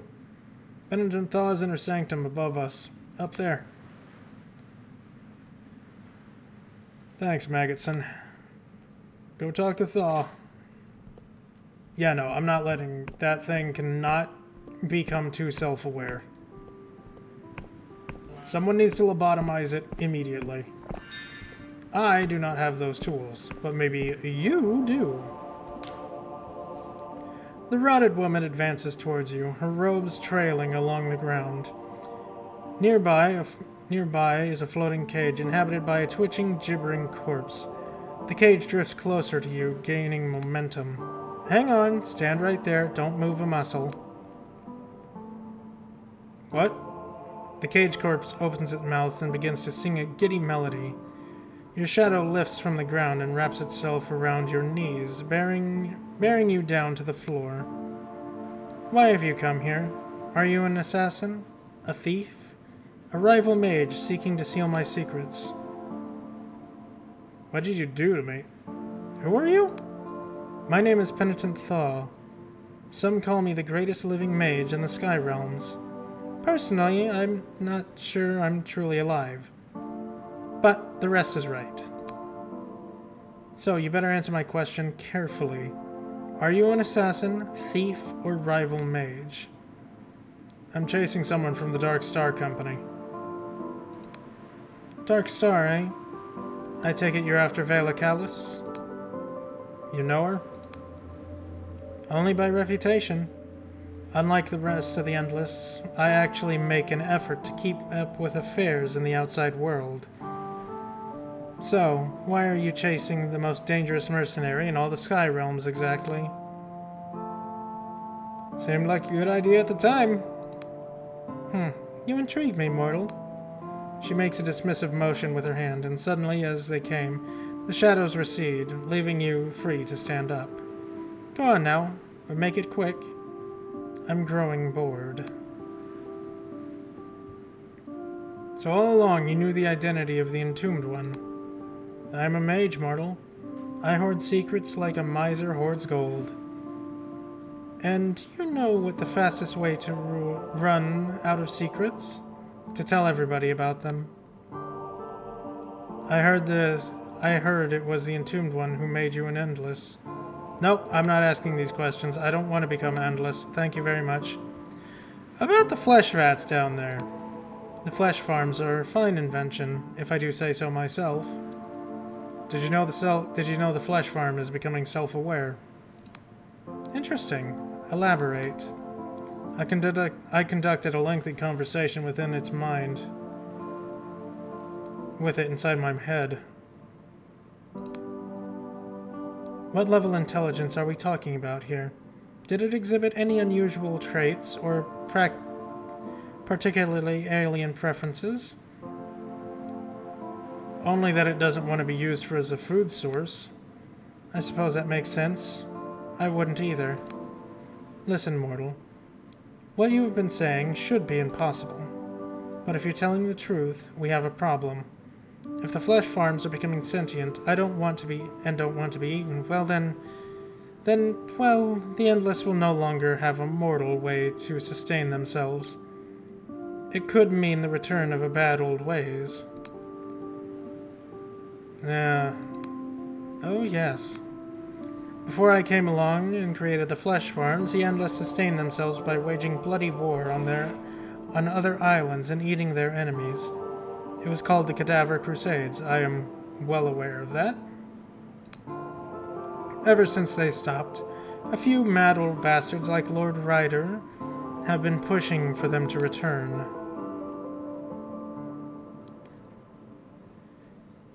Why would anyone want to go back to that? Bloodlust, arrogance, power, take your pick. What should we do then? Most importantly, we need to kill the flesh farms that develop sentience. It might be the only one. There are dozens of flesh farms in the kingdom buried underneath the mausoleums. We don't want this infection to spread to any more of them. Honestly, yeah, I don't want that thing to become a god. It's becoming too smart for its own good. Honestly, way too smart. Can't have that here. Good idea. In addition, we need to ensure that Lord Ryder never hears about this. Have you told anyone else? Only Maggotson. You fool. You need to check on him at once. Go. Got it. Oh, boy. Maggotson has disappeared. You notice traces of blood on the floor. This could be Lord Ryder's doing. You should visit his estate on the cliffs in the southwest of Sepulchre. Alright, that's my mistake. I'm going. Whoopsie doodle. My bad. My bad. Well, I mean, if Lord Ryder dies, that's not like the Worst thing in the world, right? Or at least chopped up into pieces, thrown into the void.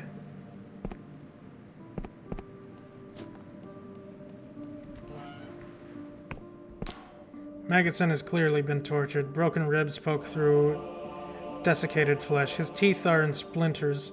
A rusty hook is protruded from his shoulder. Hello, mate.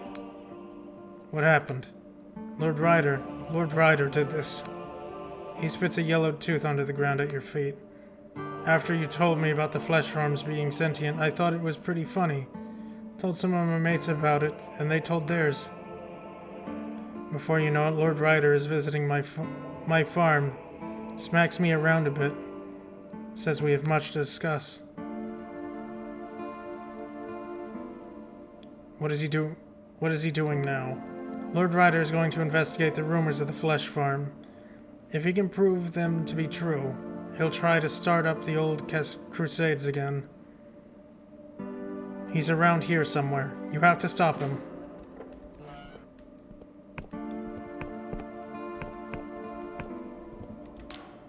Look who it is, back with to pepper me with irrelevant questions, I assume? Why'd you torture Magotson? He came with some very interesting information. I had to know more, and I thought he was keeping a secret from me. But it seems he was just ignorant, as he claimed to be. So you heard a rumor that the flesh farm was self-aware. Word travels fast, I see. Yes, I've heard. It is the final evidence that our kingdom must finally change its degenerate course and return to our golden era. What do you intend to do? I've already sent word to the old comrades in arms. Apparently the flesh farm can only communicate with mortals. So first we're going to hire a mortal who can prove that the rumors are true. After that, well, if all goes to plan, crusades will begin anew.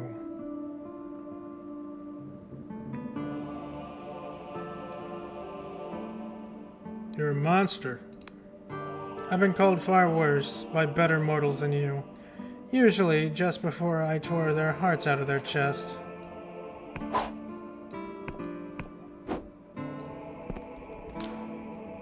As he turns, he gazes slowly towards you. Somehow, despite the mask, you can tell it's hostile.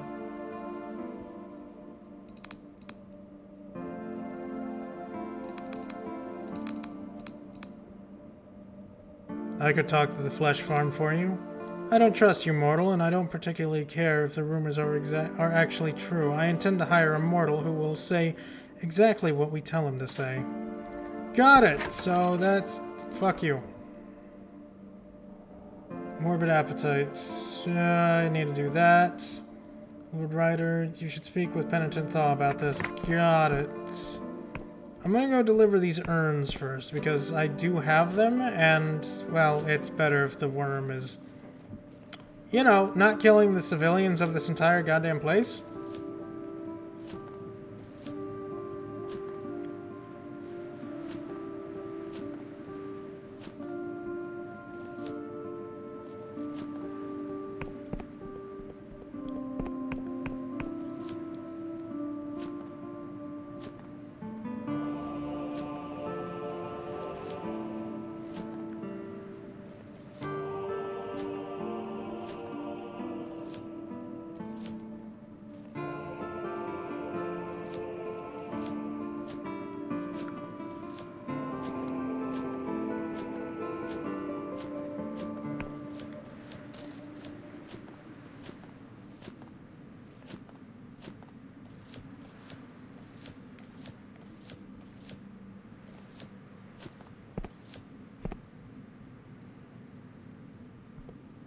Come here, Wyvern.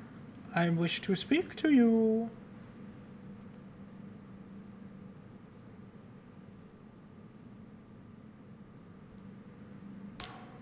Greetings, O tasteless morsel. We are pleased to find you still smell disgusting. Good. I have the urns you wanted. Yes, the beast can smell them. Its hunger grows.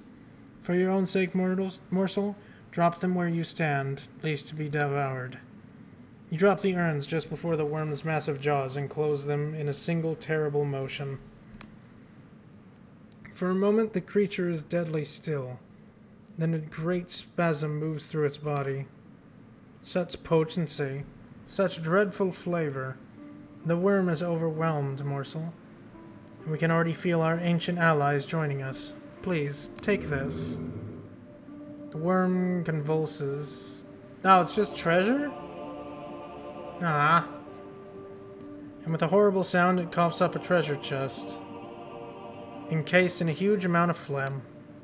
We bid you farewell, Morsel. The worm is overcome with great energy. It will fly, and then it will sleep. Oh, good.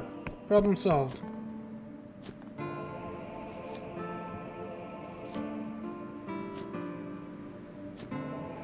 Now I gotta go back and talk to Penitent Thaw.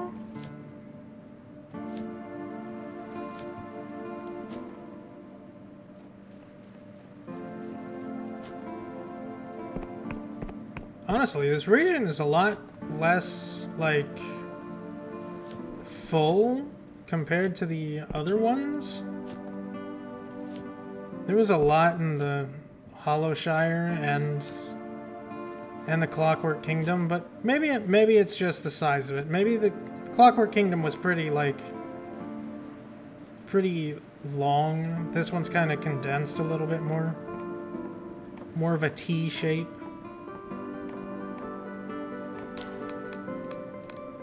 I have cipher charts. Excellent, these will do nicely. The details here are impressive for one of your skill. About these cipher charts I'm making. So the landmarks do you need in this region? Sepulchre, Mausoleum. That should do nicely. Finally, to the north, I've spotted an enormous and formless vat of formless flesh. Well, I got all of those. Well, you get access to the map itself, but I suppose we can throw in a few coins for each cipher chart too. If you manage to map Hollowshire region... well, I already did that. Okay, cool. So, I guess it's just money that I get now. Hunt for Velicalis, the Endless Duchess. Yeah, no, I don't get anything from that. It's just money. But hey, money is money, I suppose. An extra never hurt.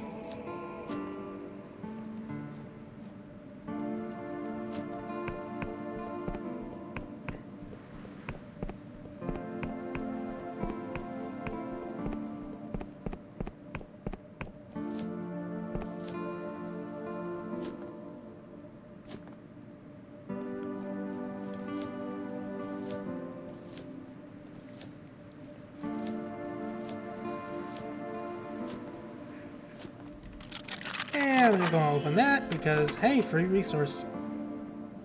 Mine.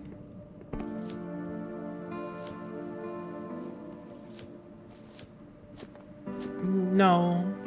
No, money is money and money good. Need money for potato instead of being potato. That's how it works.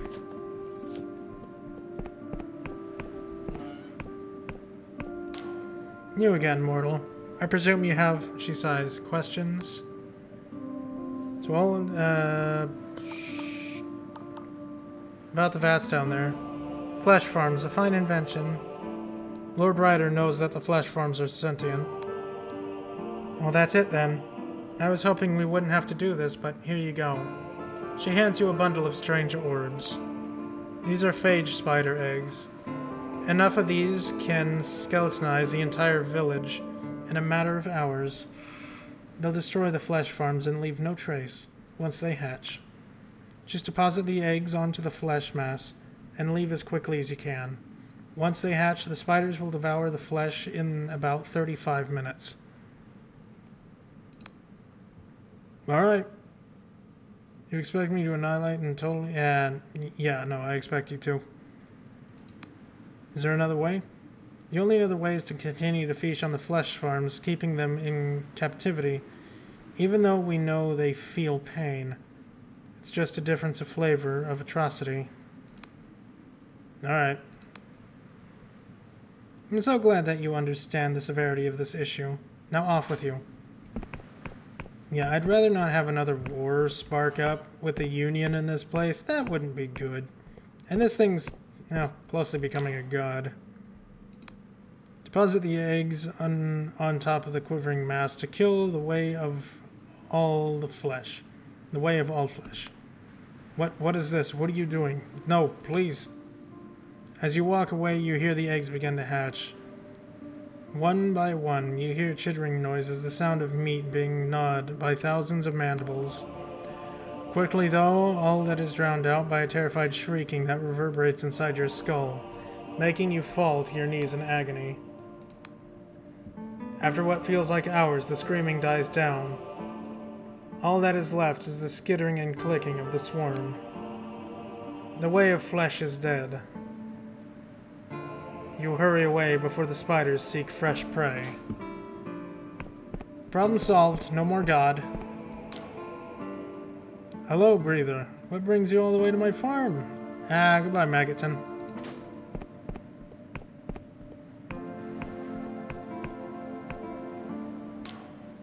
You again, mortal. I dealt with the situation.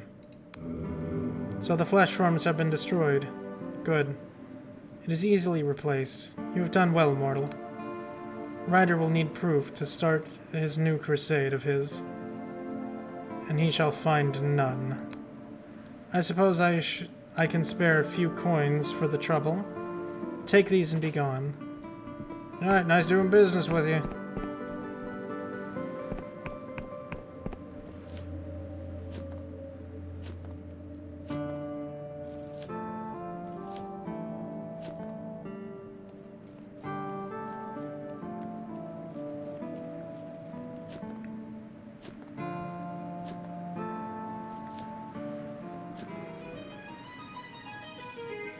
Oh, okay. Cadaver lands. These are here. You are hereby entering the domain of the cadavers.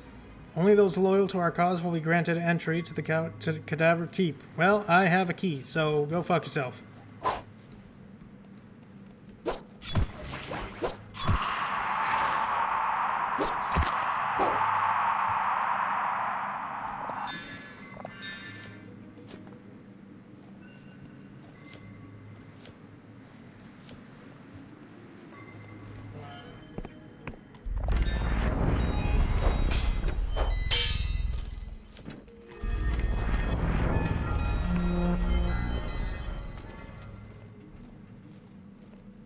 We gotta raid the keep.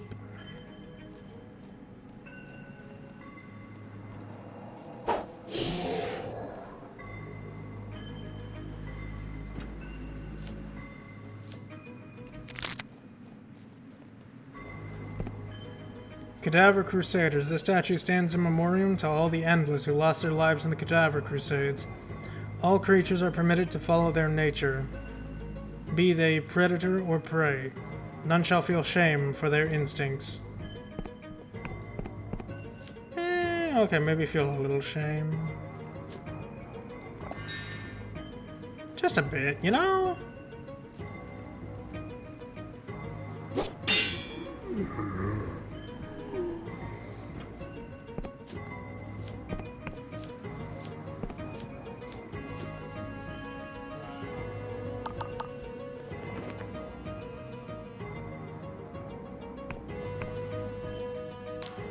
The Endless is cleaning a handful of teeth with a dirty rag.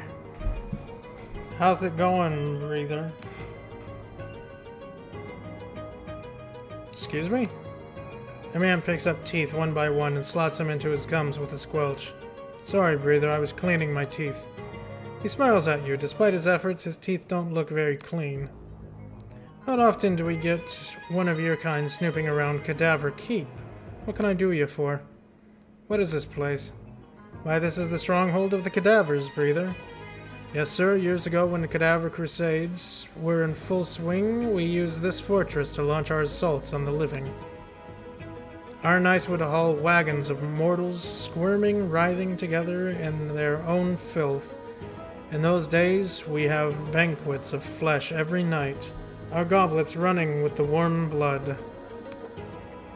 He smiles at you, seemingly unaware that this might make you uncomfortable. But you don't eat mortals anymore, right? Of course not, Breather. By decree of the Queen, we eat only the mindless meat from Penitent Thaw's flesh farms.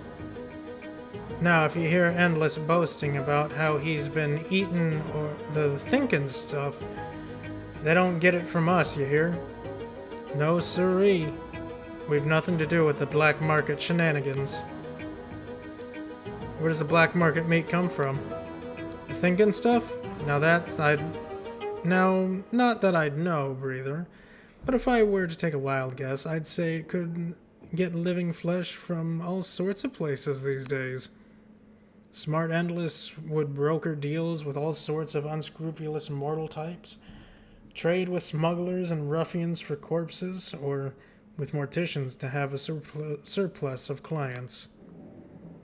Of course, with the Queen having outlawed such flesh trade, the flesh farms notwithstanding, I wouldn't really know anything about any of this naturally. Can you lower the drawbridge?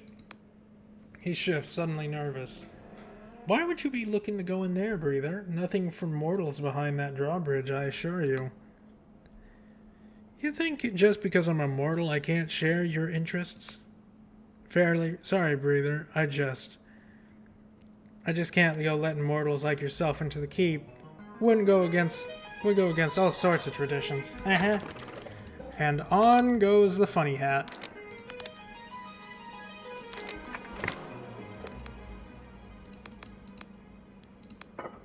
The Endless eyes you up and down. Will I be a mortal with deviant tastes? Now I've seen it all. Very well. You've no reason to turn away your coin. I'll call for him to lower the drawbridge.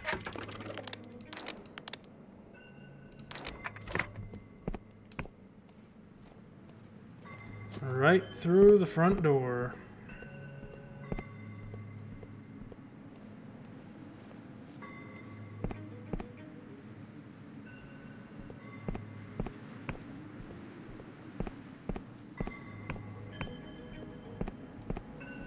Blood piles. Hanging bodies. Yeah, no, this is pretty much what I expected from a sentient zombie farm.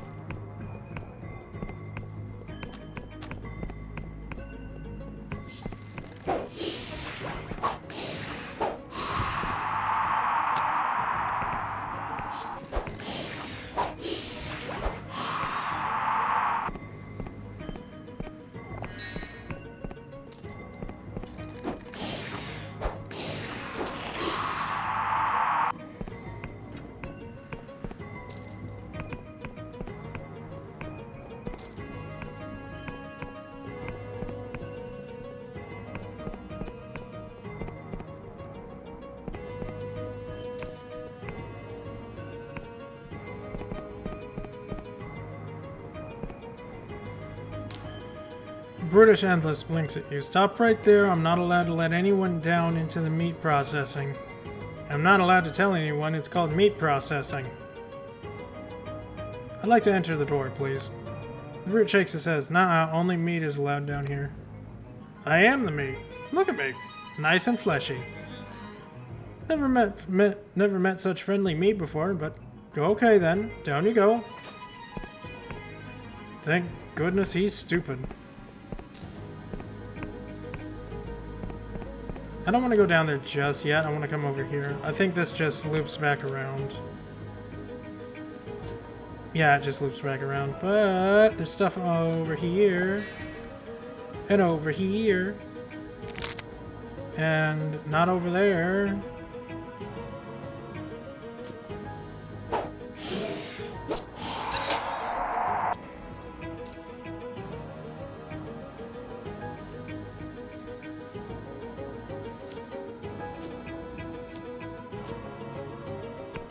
Why are you green?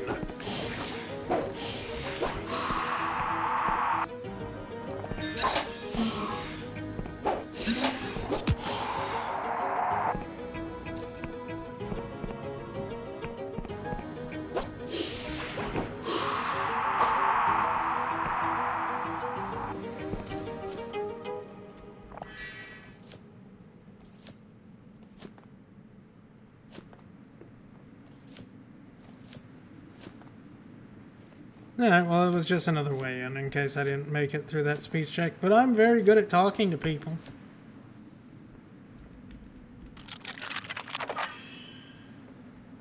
I see Delusion down there.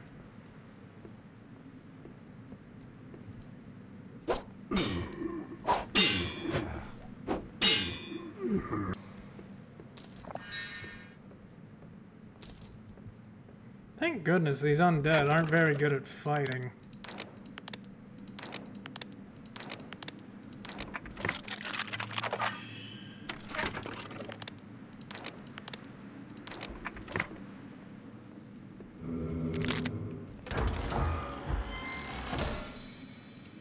More fine ore.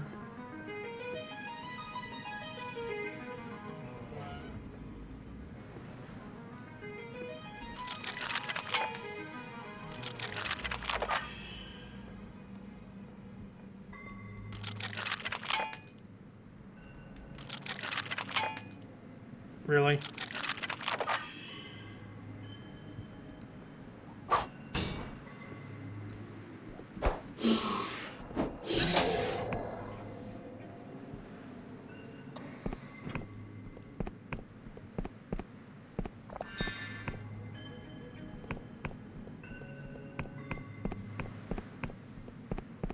Alright, let's find the daughter of the Duchess. She's got to be around here somewhere.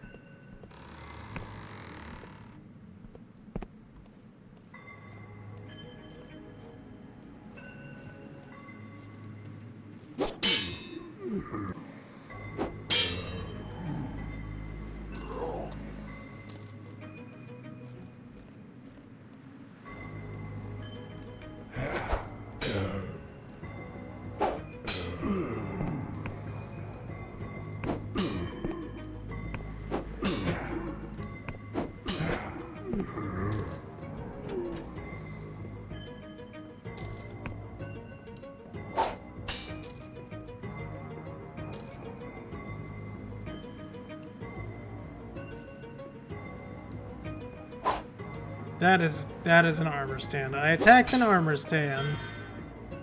I'm smart. I don't know what you're talking about.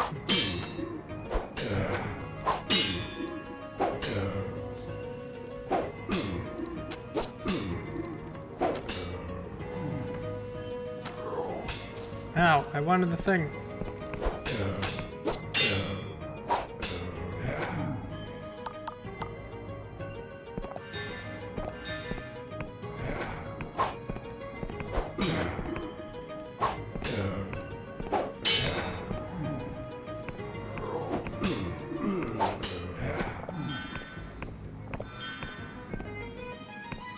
Straight through the front door.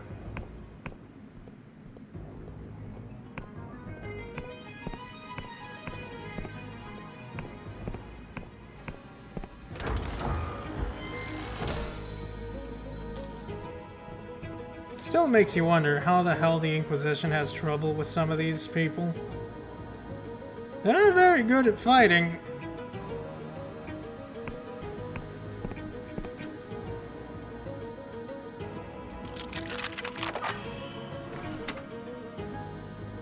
Oh. Okay.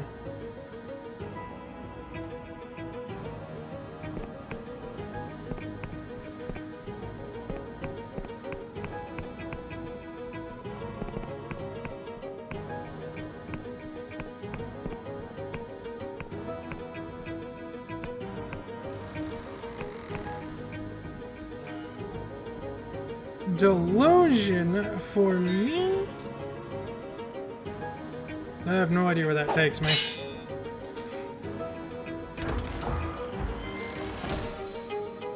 Iberian ore! I only need one more and I can upgrade my sword. Good. Very good. Very nice. Very, very nice.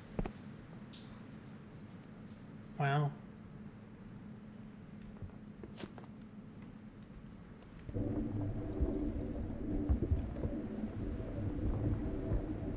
And oh, we're going all the way up. Okay.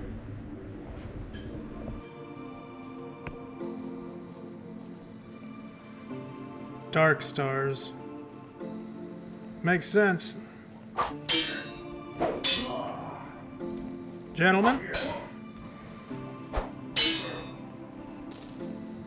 Okay, this one is just blind. How did you not notice me? How?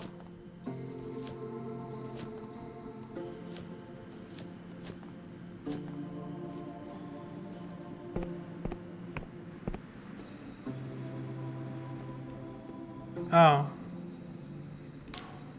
The hand of an endless lies on the pillow, completely severed from above the wrist. The hand bears a signet ring. On one slender finger. There's no mistaking it. This is the hand of the Duchess's daughter, Ellen.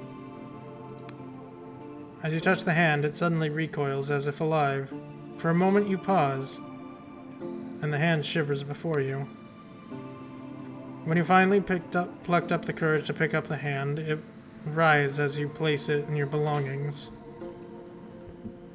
Hopefully she doesn't break anything in the backpack.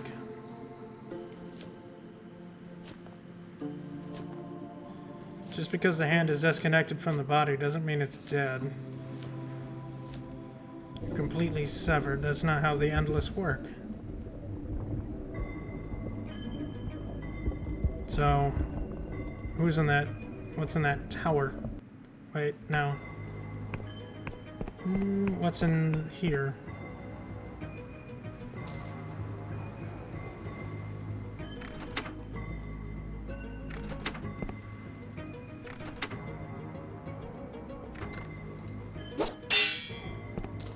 Am I missing something? Oh, here we go. Oh, there's more?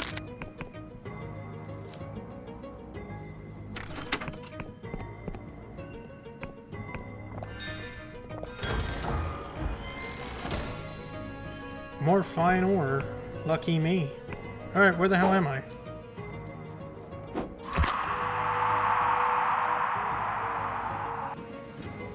Oh, I'm underneath the castle.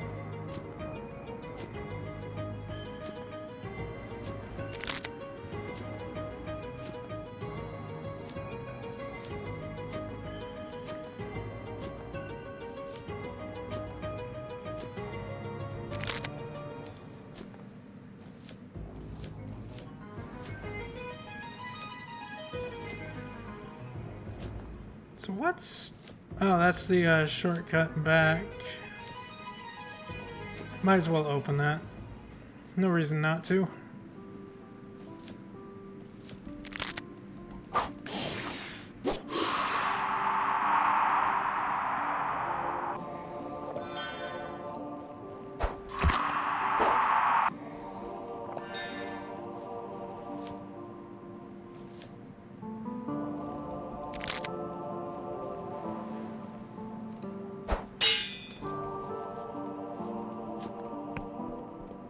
Hello.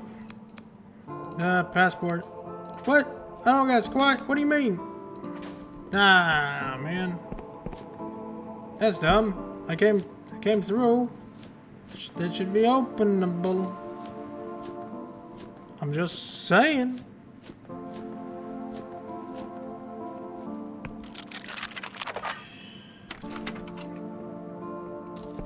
Iron.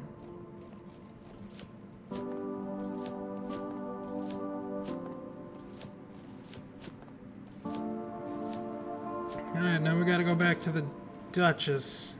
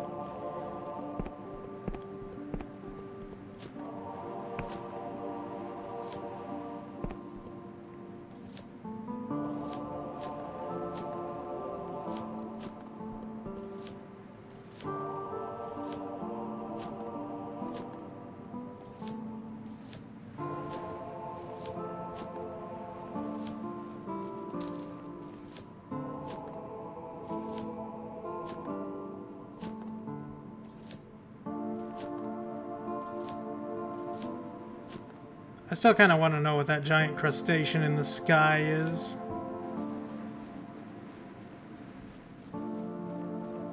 But there's no lore tabs anywhere. Nothing I found.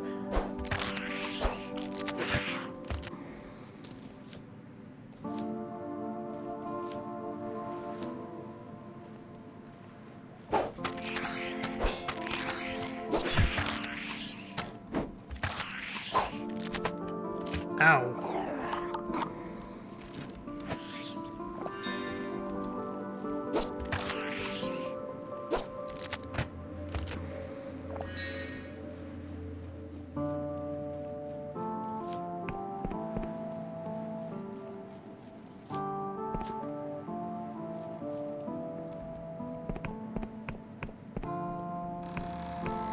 I found her.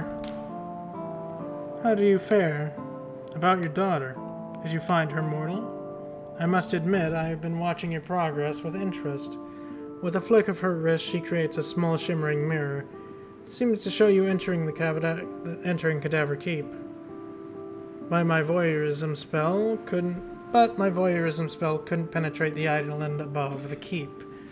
So I've been awaiting your return with bated breath. I have her hand, nothing more. You present the hand to the Duchess. A beaming smile spreads across the Duchess's face. Ah, my Ellen, you are returned to me at last. The Duchess tenderly presses the hand against her face. Ellen's hand seems to respond in kind, relaxing and stroking her mother's cheek. Where's the rest of your daughter? The rest of her was lost many centuries ago. Where? I cannot say. But it is not uncommon for the fate of my kind.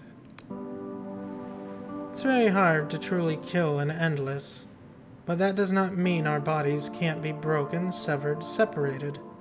Many of my kind rest now in pieces, but in pieces scattered around the realm like fallen leaves.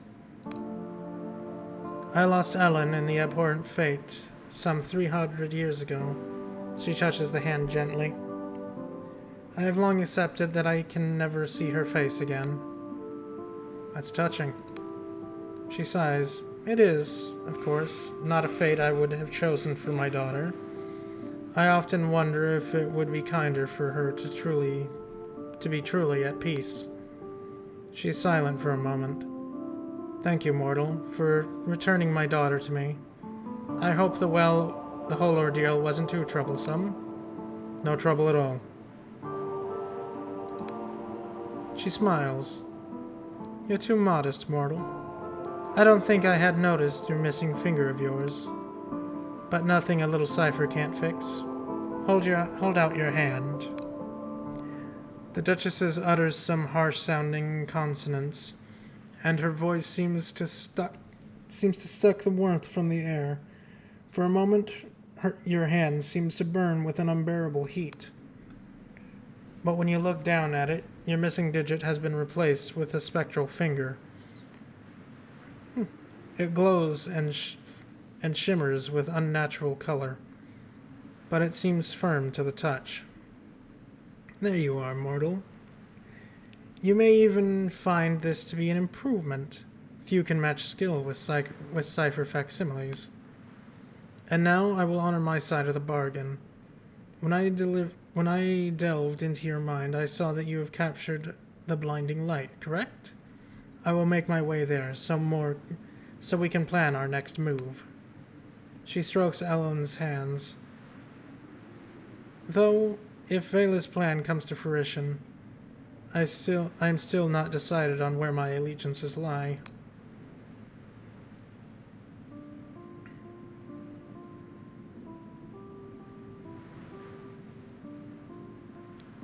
With Vela, you could make the Endless truly immortal.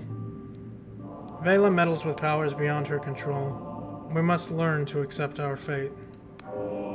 She strokes her daughter's hands. Perhaps you are right. This curse is our burden to bear. To risk utter catastrophe over some fool's hope, it will not be right. You have given me much to think about, mortal. But for now, You should take your leave. I will meet you at the blinding light. Well, there we go. We completed this section. And then we got to do Whispers of a Ghost. Northwest of the Clockwork Kingdom. Is it that? I think it's that one. So we just need to cross the border and get there. It's not too bad. Yeah, you know what? Put it. We have 774. 7774. I think those are good attributes, perhaps.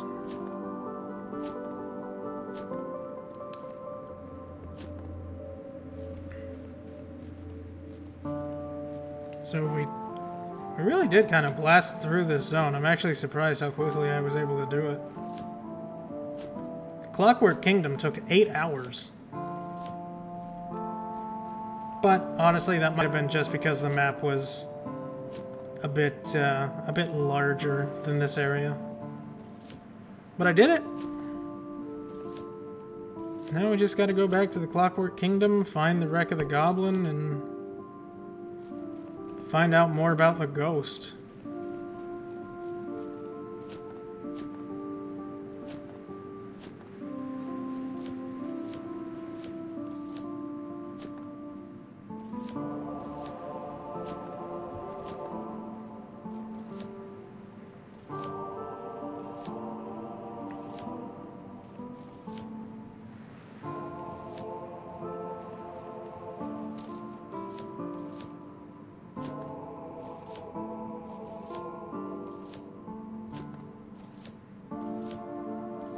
Find out more about Miss Spooky Bitch here. No, leave me alone. I'm trying to get past you.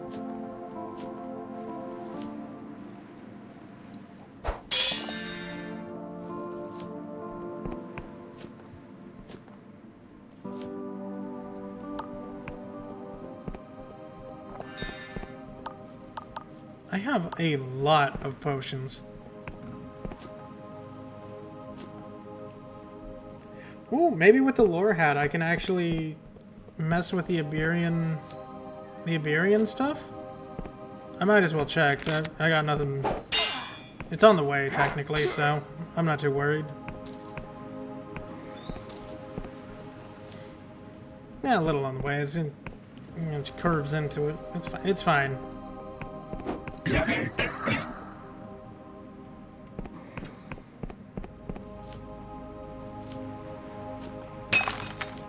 Water, admin? Oh, thank you. Thank you for the waters.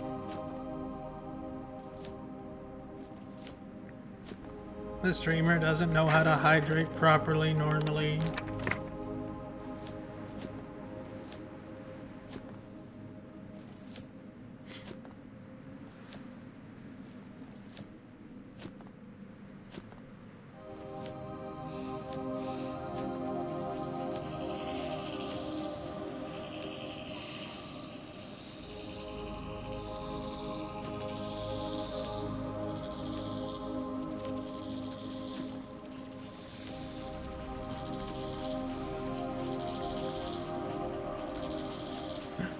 I can mess with it.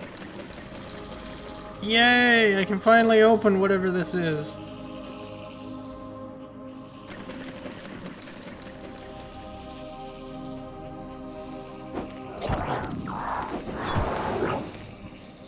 Stupid frogs, out of my way.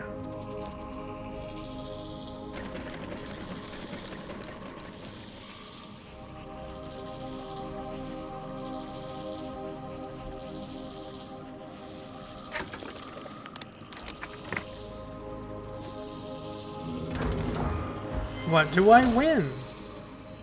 Upgrade. I win an upgrade. Must upgrade sword.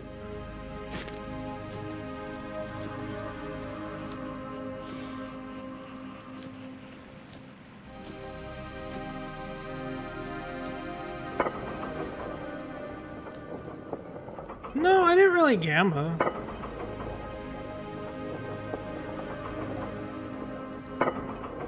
It was just my reward. No gamba.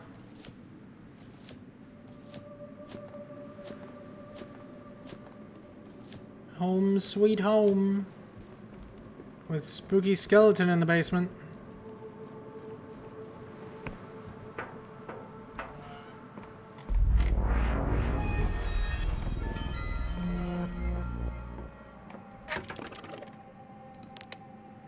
Iberian Greatsword. 24 damage. A true Iberian Greatsword. Of the kind that was wielded by the knights and paladins of long ago empire. To carry this is almost to walk through the age of myths again. But as a hero. Or a villain. There it is! Look how shiny! It will do the damage.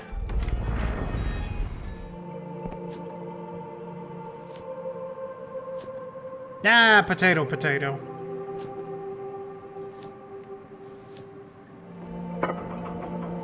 Villain to some, hero to others. That's how it always is.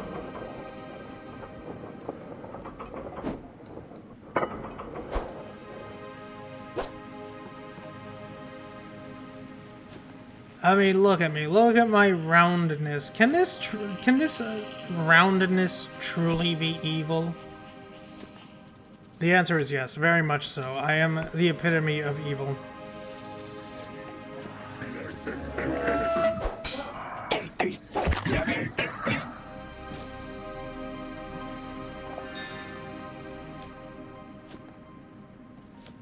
You're planting grapes? Oh my goodness.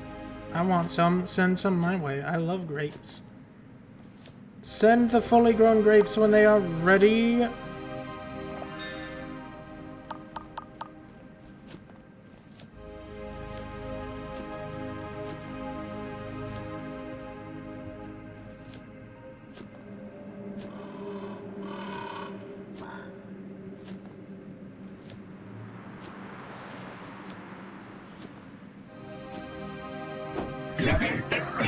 Ridiculous.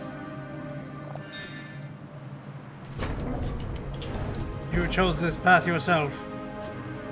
I will seize the grapes from you now.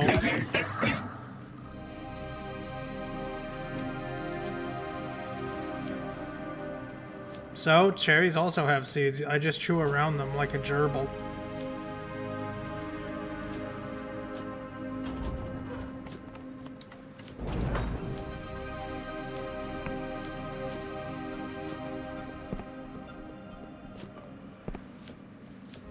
You assume it'll stop me, you fool!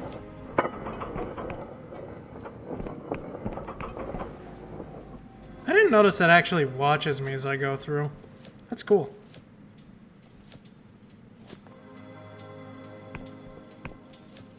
Okay, good. I can't wait.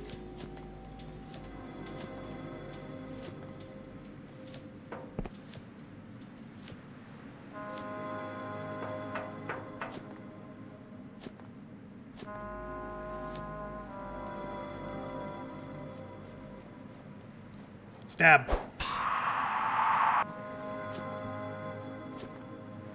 Alright, so the ship is on the northwestern end. I think it's that one.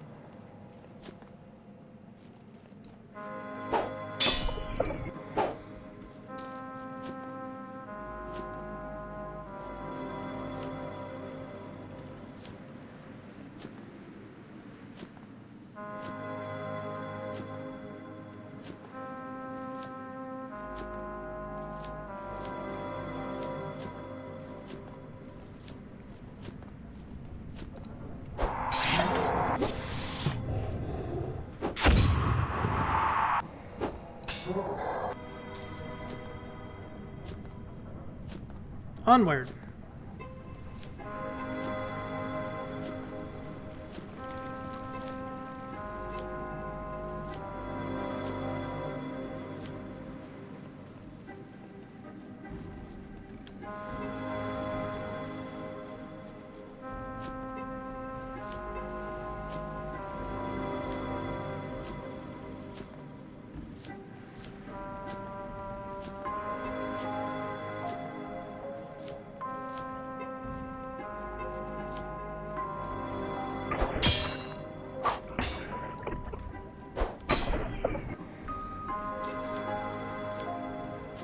Am I? I still need to go a bit more north. Is that even the island I need to be at? Maybe. Yep, I see the ghost. I see the faint shimmer.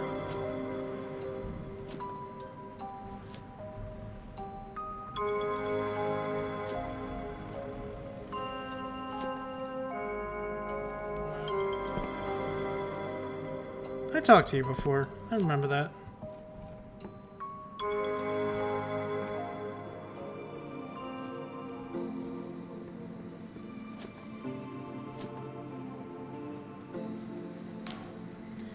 This pile of junks was the most fearsome pirate ship of the Sky Realms, the Black Goblin.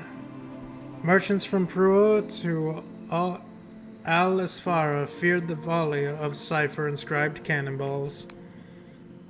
The Union Navy paid us a fortune to headhunt its captain. In the end, we got the coin and the ship. Few dared to cross the dark stars after that. So how did you win the ship battle? We were going up against a galleon with a tiny schooner. We had 2 guns. They had 20 per side. But anyone's measure was pure suicide. But I've always had a certain knack for foresight. I knew they would commit their starboard, so we had the better of them. Before they knew it, we had one of their guns pointing straight at their rear. But this was not any old gun. This was one of Caxton's frost guns. A single blast from the thing tore straight through the whole ship, setting it ablaze. In the confusion, our boarding party was on deck. We were 8 against 100. But with a few words from my Duchess, they found their swords to be awfully heavy. Orlath cut through swaths of them, carving a path to their captain. By the time Vela had her sword to his neck, he had soiled himself. The ship was ours, and that night we got so plastered from the stores of rum I accidentally exploded a silk sug, the poor thing. So what went wrong? After the Black Goblin came the blinding light. Our mercenary company with a galleon is impressive, but with a god of war fortress, nothing could beat us. But it was around that Vela and Orla stumbled upon the map, deep in some Iberian ruins. It told of the cradle, buried far below the Underlands, which held the power to change everything. Vela was always ambitious. We thought she really could build her fantasy, a heaven of her own making. But now she was speaking of something else entirely. We wanted to become a god. She wanted to become a god, to change the very fabric of reality. But why? To what end? She claims that she could right all the world's wrongs, balance the scales, so the common folk can live like nobles and rulers, no longer lust for war. So what happened next? The crew was split. Some were eager to follow her to the Underlands, especially if it would make them even more rich. But many of us thought she had crossed into madness. Her fame had twisted to infamy, and even the Inquisition now considered us criminals. From infancy I had learned to listen to the language of the cosmos. Cipher flows through all things. Its grammar and syntax weave through our bodies, and dream alike. To change those rules, for me, would be a bigger heresy than slaying 1,000 gods. So when Orlath raised her sword against Vela, and stirred the crew of the Black Goblin to mutiny, I was willing to spill my own blood for the cause. And spill it I would.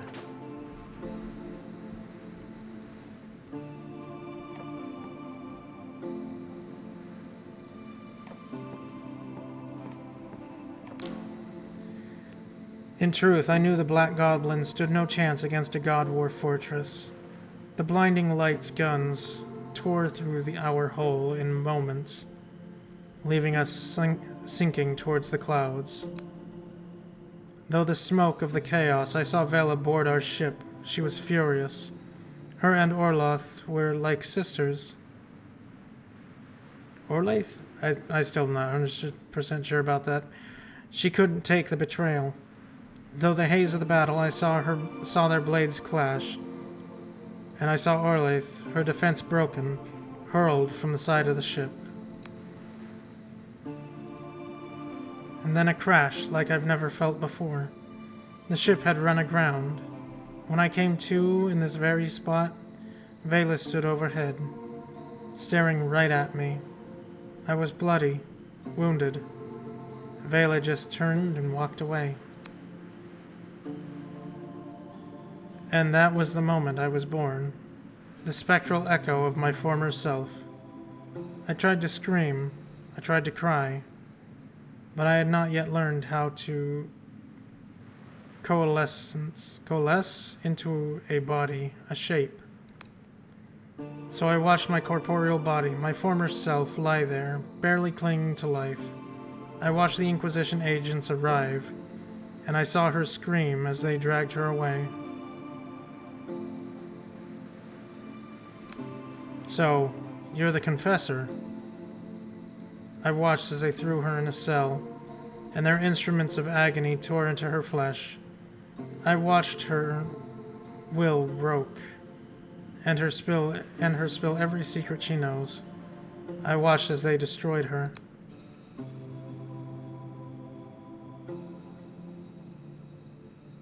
Does that mean another version of you still lives?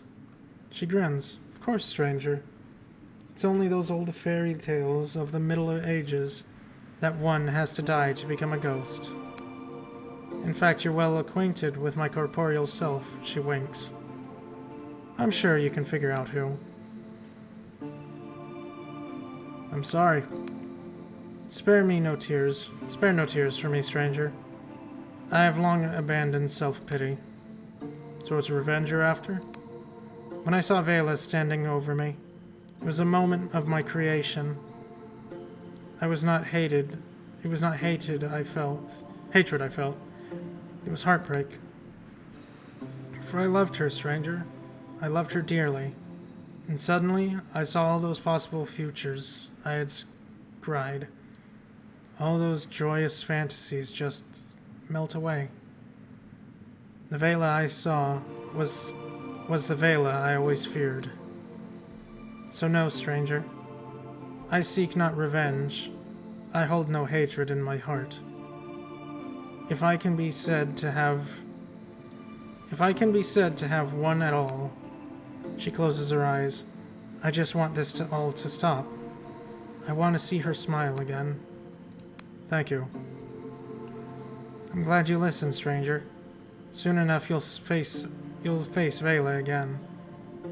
And now you're going to have a single advantage over her. You may understand her.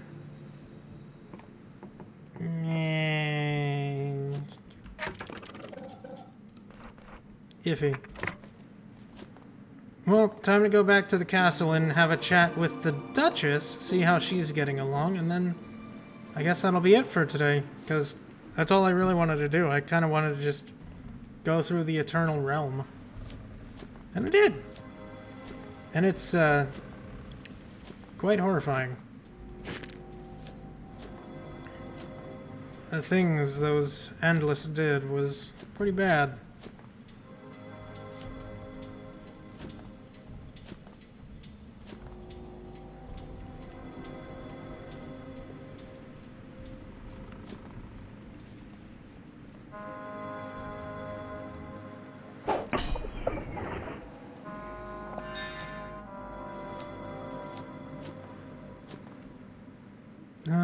Is this the one?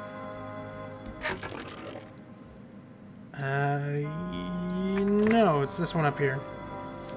I went too far down.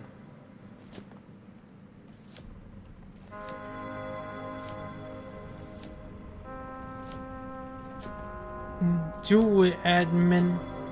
But also go play Bugsnax. Bugsnax amazing game. Bugsnax 100% top game all time? Maybe? Perhaps? Absolutely.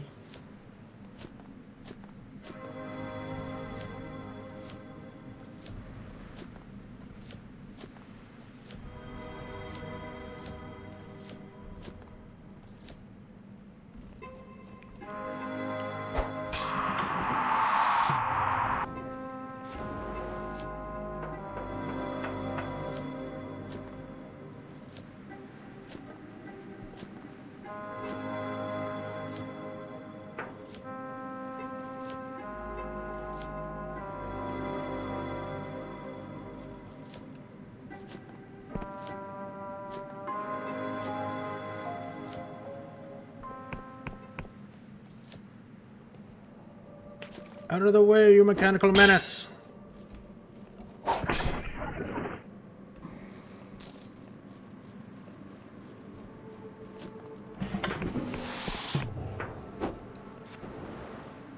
I completely missed. That's fine, I'm gone. I'm gone, they can't get me.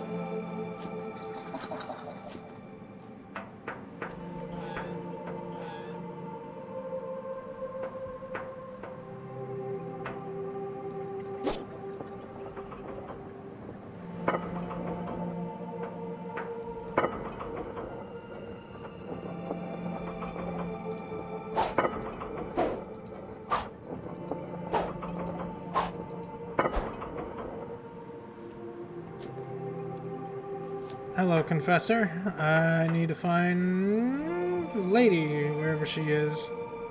Where's the Duchess? Duchess? Oh, what the fuck?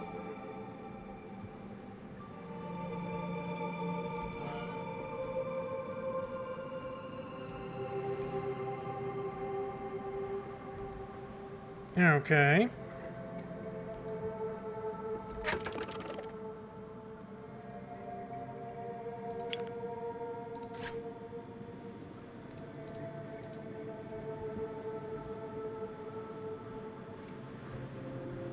Where be the Duchess?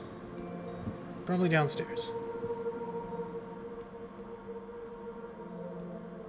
Somewhere.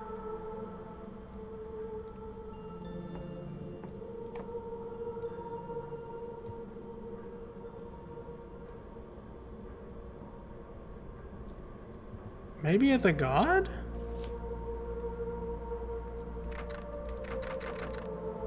Of course, door doesn't open from this side. I gotta go outside and do it. This lift doesn't activate. Where's the Duchess? I want to have a chat with her.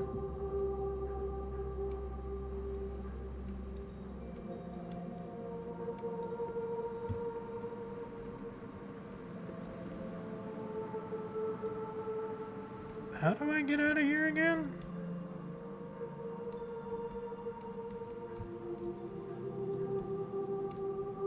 I honestly can't remember.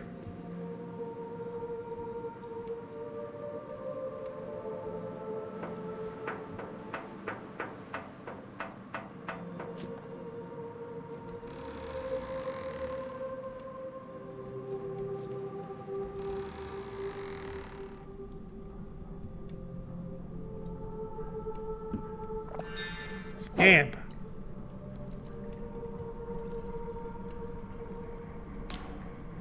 Welcome back, human. Maybe. I already talked to you. You don't have anything new to say.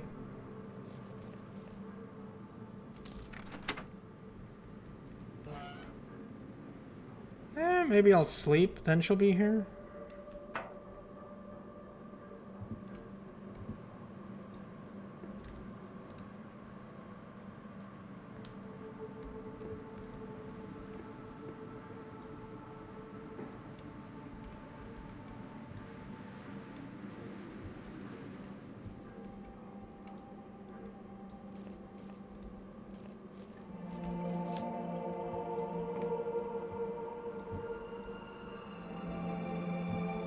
Or not? Alright, I guess. Where's the save point in here?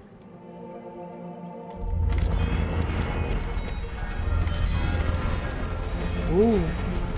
Fun. Bug snacks forever. But I think that's where I'm ending today because, well, I did all the things I came to do, and I did. And I think I'm on the last one of the thing. Report back to the High Confessor and the Blinding Light to plan your next course of action. So yeah, I think we're at the end of the game, technically. I think we have one more region, which is down on the floor. There's no more things to do. No more things to do. It's done. We're done for the day. But for those that were here, I do appreciate you all being here. You're all absolutely wonderful and terrific. And thank you, Ali and Cola, for the raids. I appreciate you both. You're both wonderful. But I will throw you all at somebody. I have no idea who yet because I need to look. But I do thank you for being here. I always appreciate all of you coming by. So yeah, I hope you'll have a wonderful, wonderful day. You all deserve it very much.